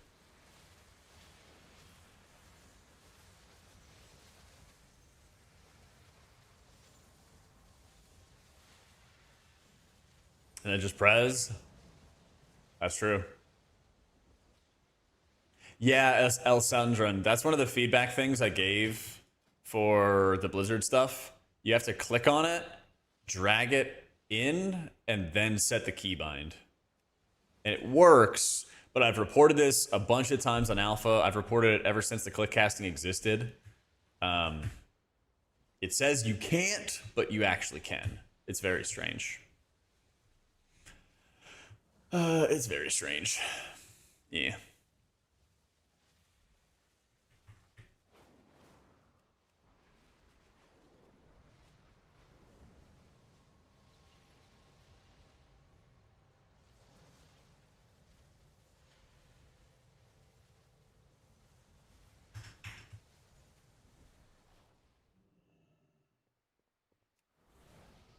So you can have keyboard buttons, but it kind of makes everything on your keyboard a mouse over, Aurora.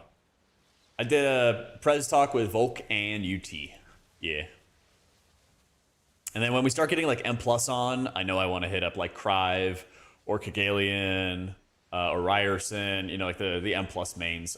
It's 100% on my list when we get a chance to like play around with it. But yeah, if you want to see it absolutely right now, check my YouTube. It's in the live tab, but we're going to like clean it up and like add a little bit of editing and everything to make it a little bit better. But we'll have it up this coming week for sure.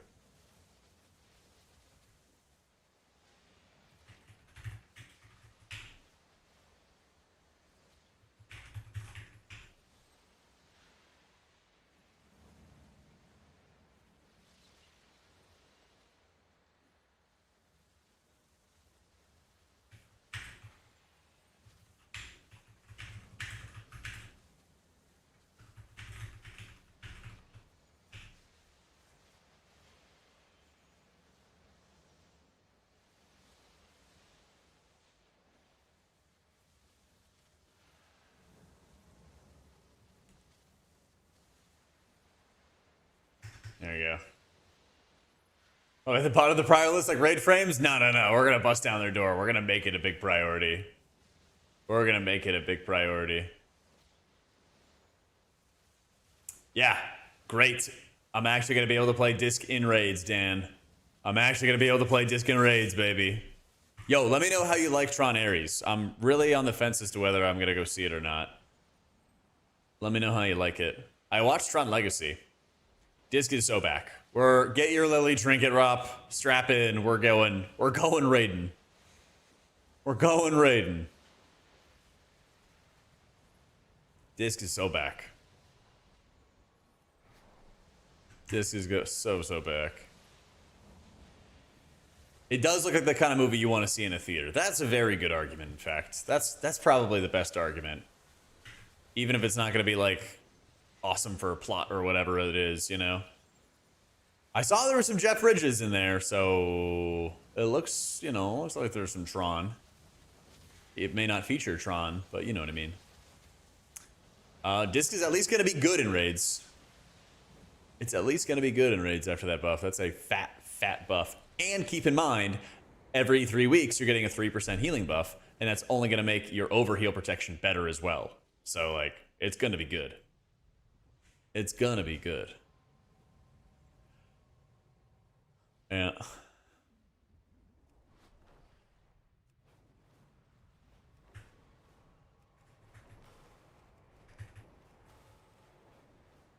God, this place is gorgeous.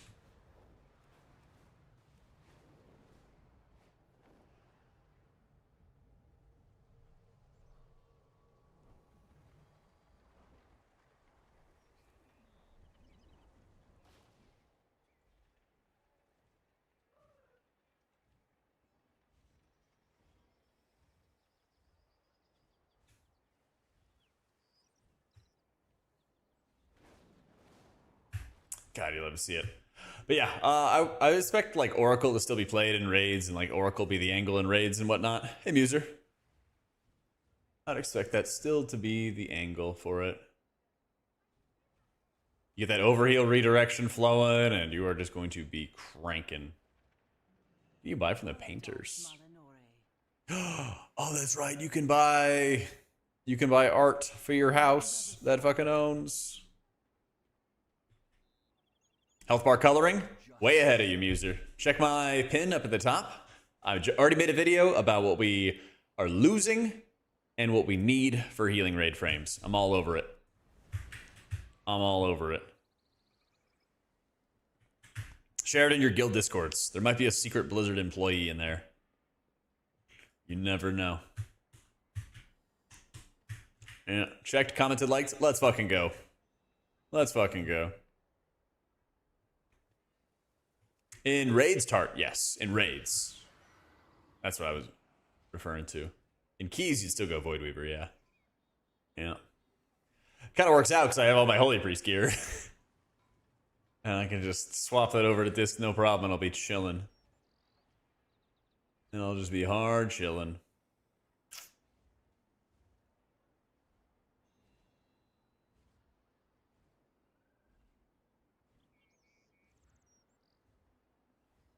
Okay, yeah, perfect, Art. Yeah, get that Lily, you know?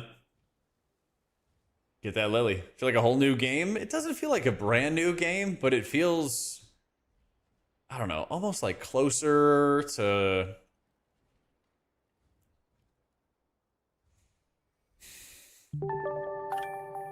Almost like closer to what I remember from previous expansions. I know it wasn't, like, I know, like, Legion had more buttons and everything, but a lot of times you just, like, ignored certain buttons and just didn't even press them and everything like that. You just kind of pressed off what, you know, what actually did spells and did healing. Nokley, thank you for the 30 months. I don't know. I think it's the overall, like, gameplay changes are, like, fantastic. Getting rid of the combat, like, auras that are solving fights for you, that kind of stuff, fantastic. I'm really just worried about the UI for healers, honestly. If they make the UI for healers good, I'm going to be, like, so happy. It's too far away. I'm going to be so happy, man.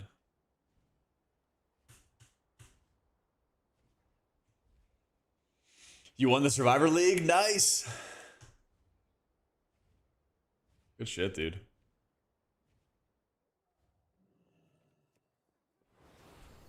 I did one dungeon in Alpha. Yeah, the queue times were pretty long. There weren't too many people on.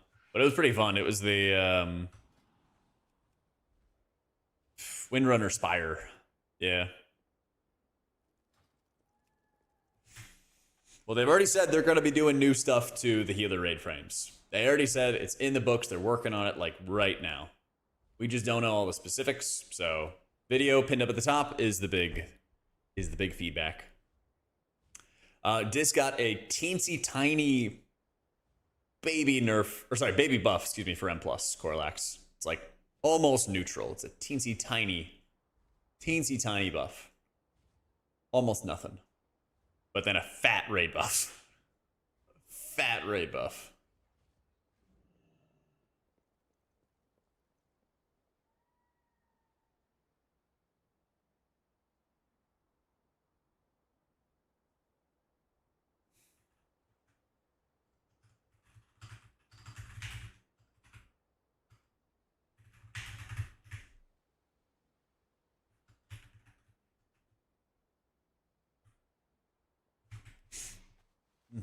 I think they can make it good, but do they have enough time? True. Well, we got time. We certainly got time. I hope that it works out. Oh, this is cute. Overwhelmed caretaker. Yeah. That was a good one, Ollie. The dark times will pass.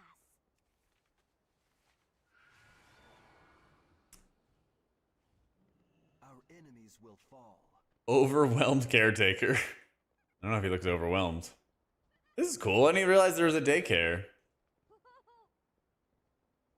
That's cute. The sun guides us.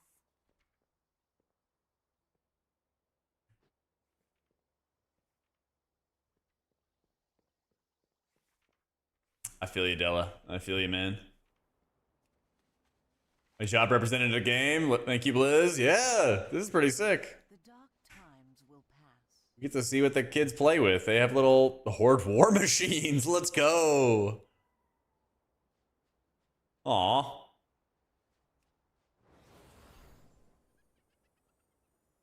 Well, my hope, Jacob, is that we just light a fire under them. If it's not a priority now, you know?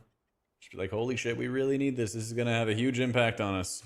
They have archery stands. That's crazy. No wonder the daycare is overwhelmed. Yeah, training them young, for real. It would be kind of cute if you could push the kid on the swing. Aw, you can't. Come on, man.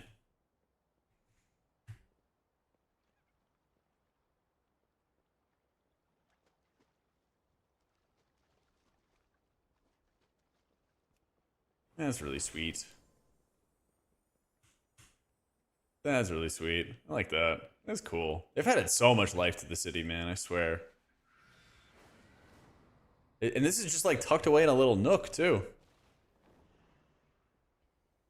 Just like above the market. Yeah.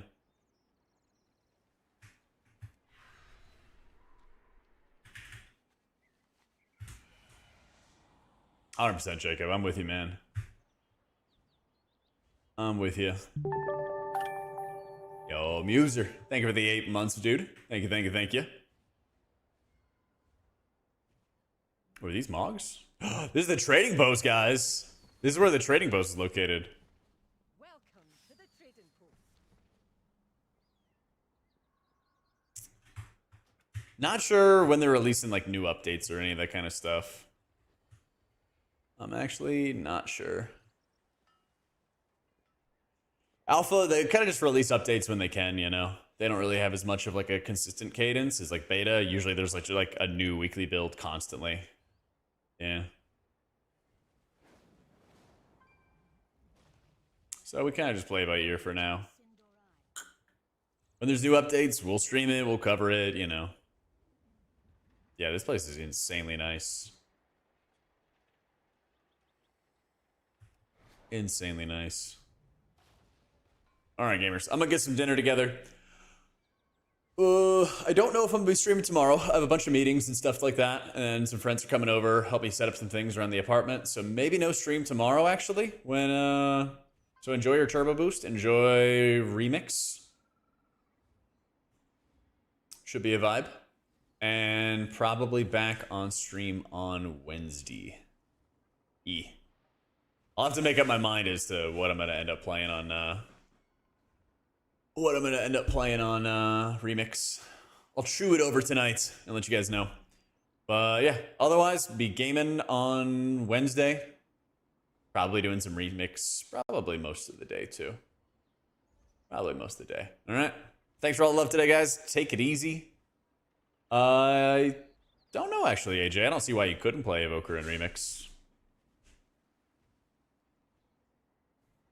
You can't? Oh, rip. There's your answer. Well, there's your answer. All right. Let's say hi to Aya. All right. Later, gamers. Have a lovely night. Catch y'all Wednesday. Boop.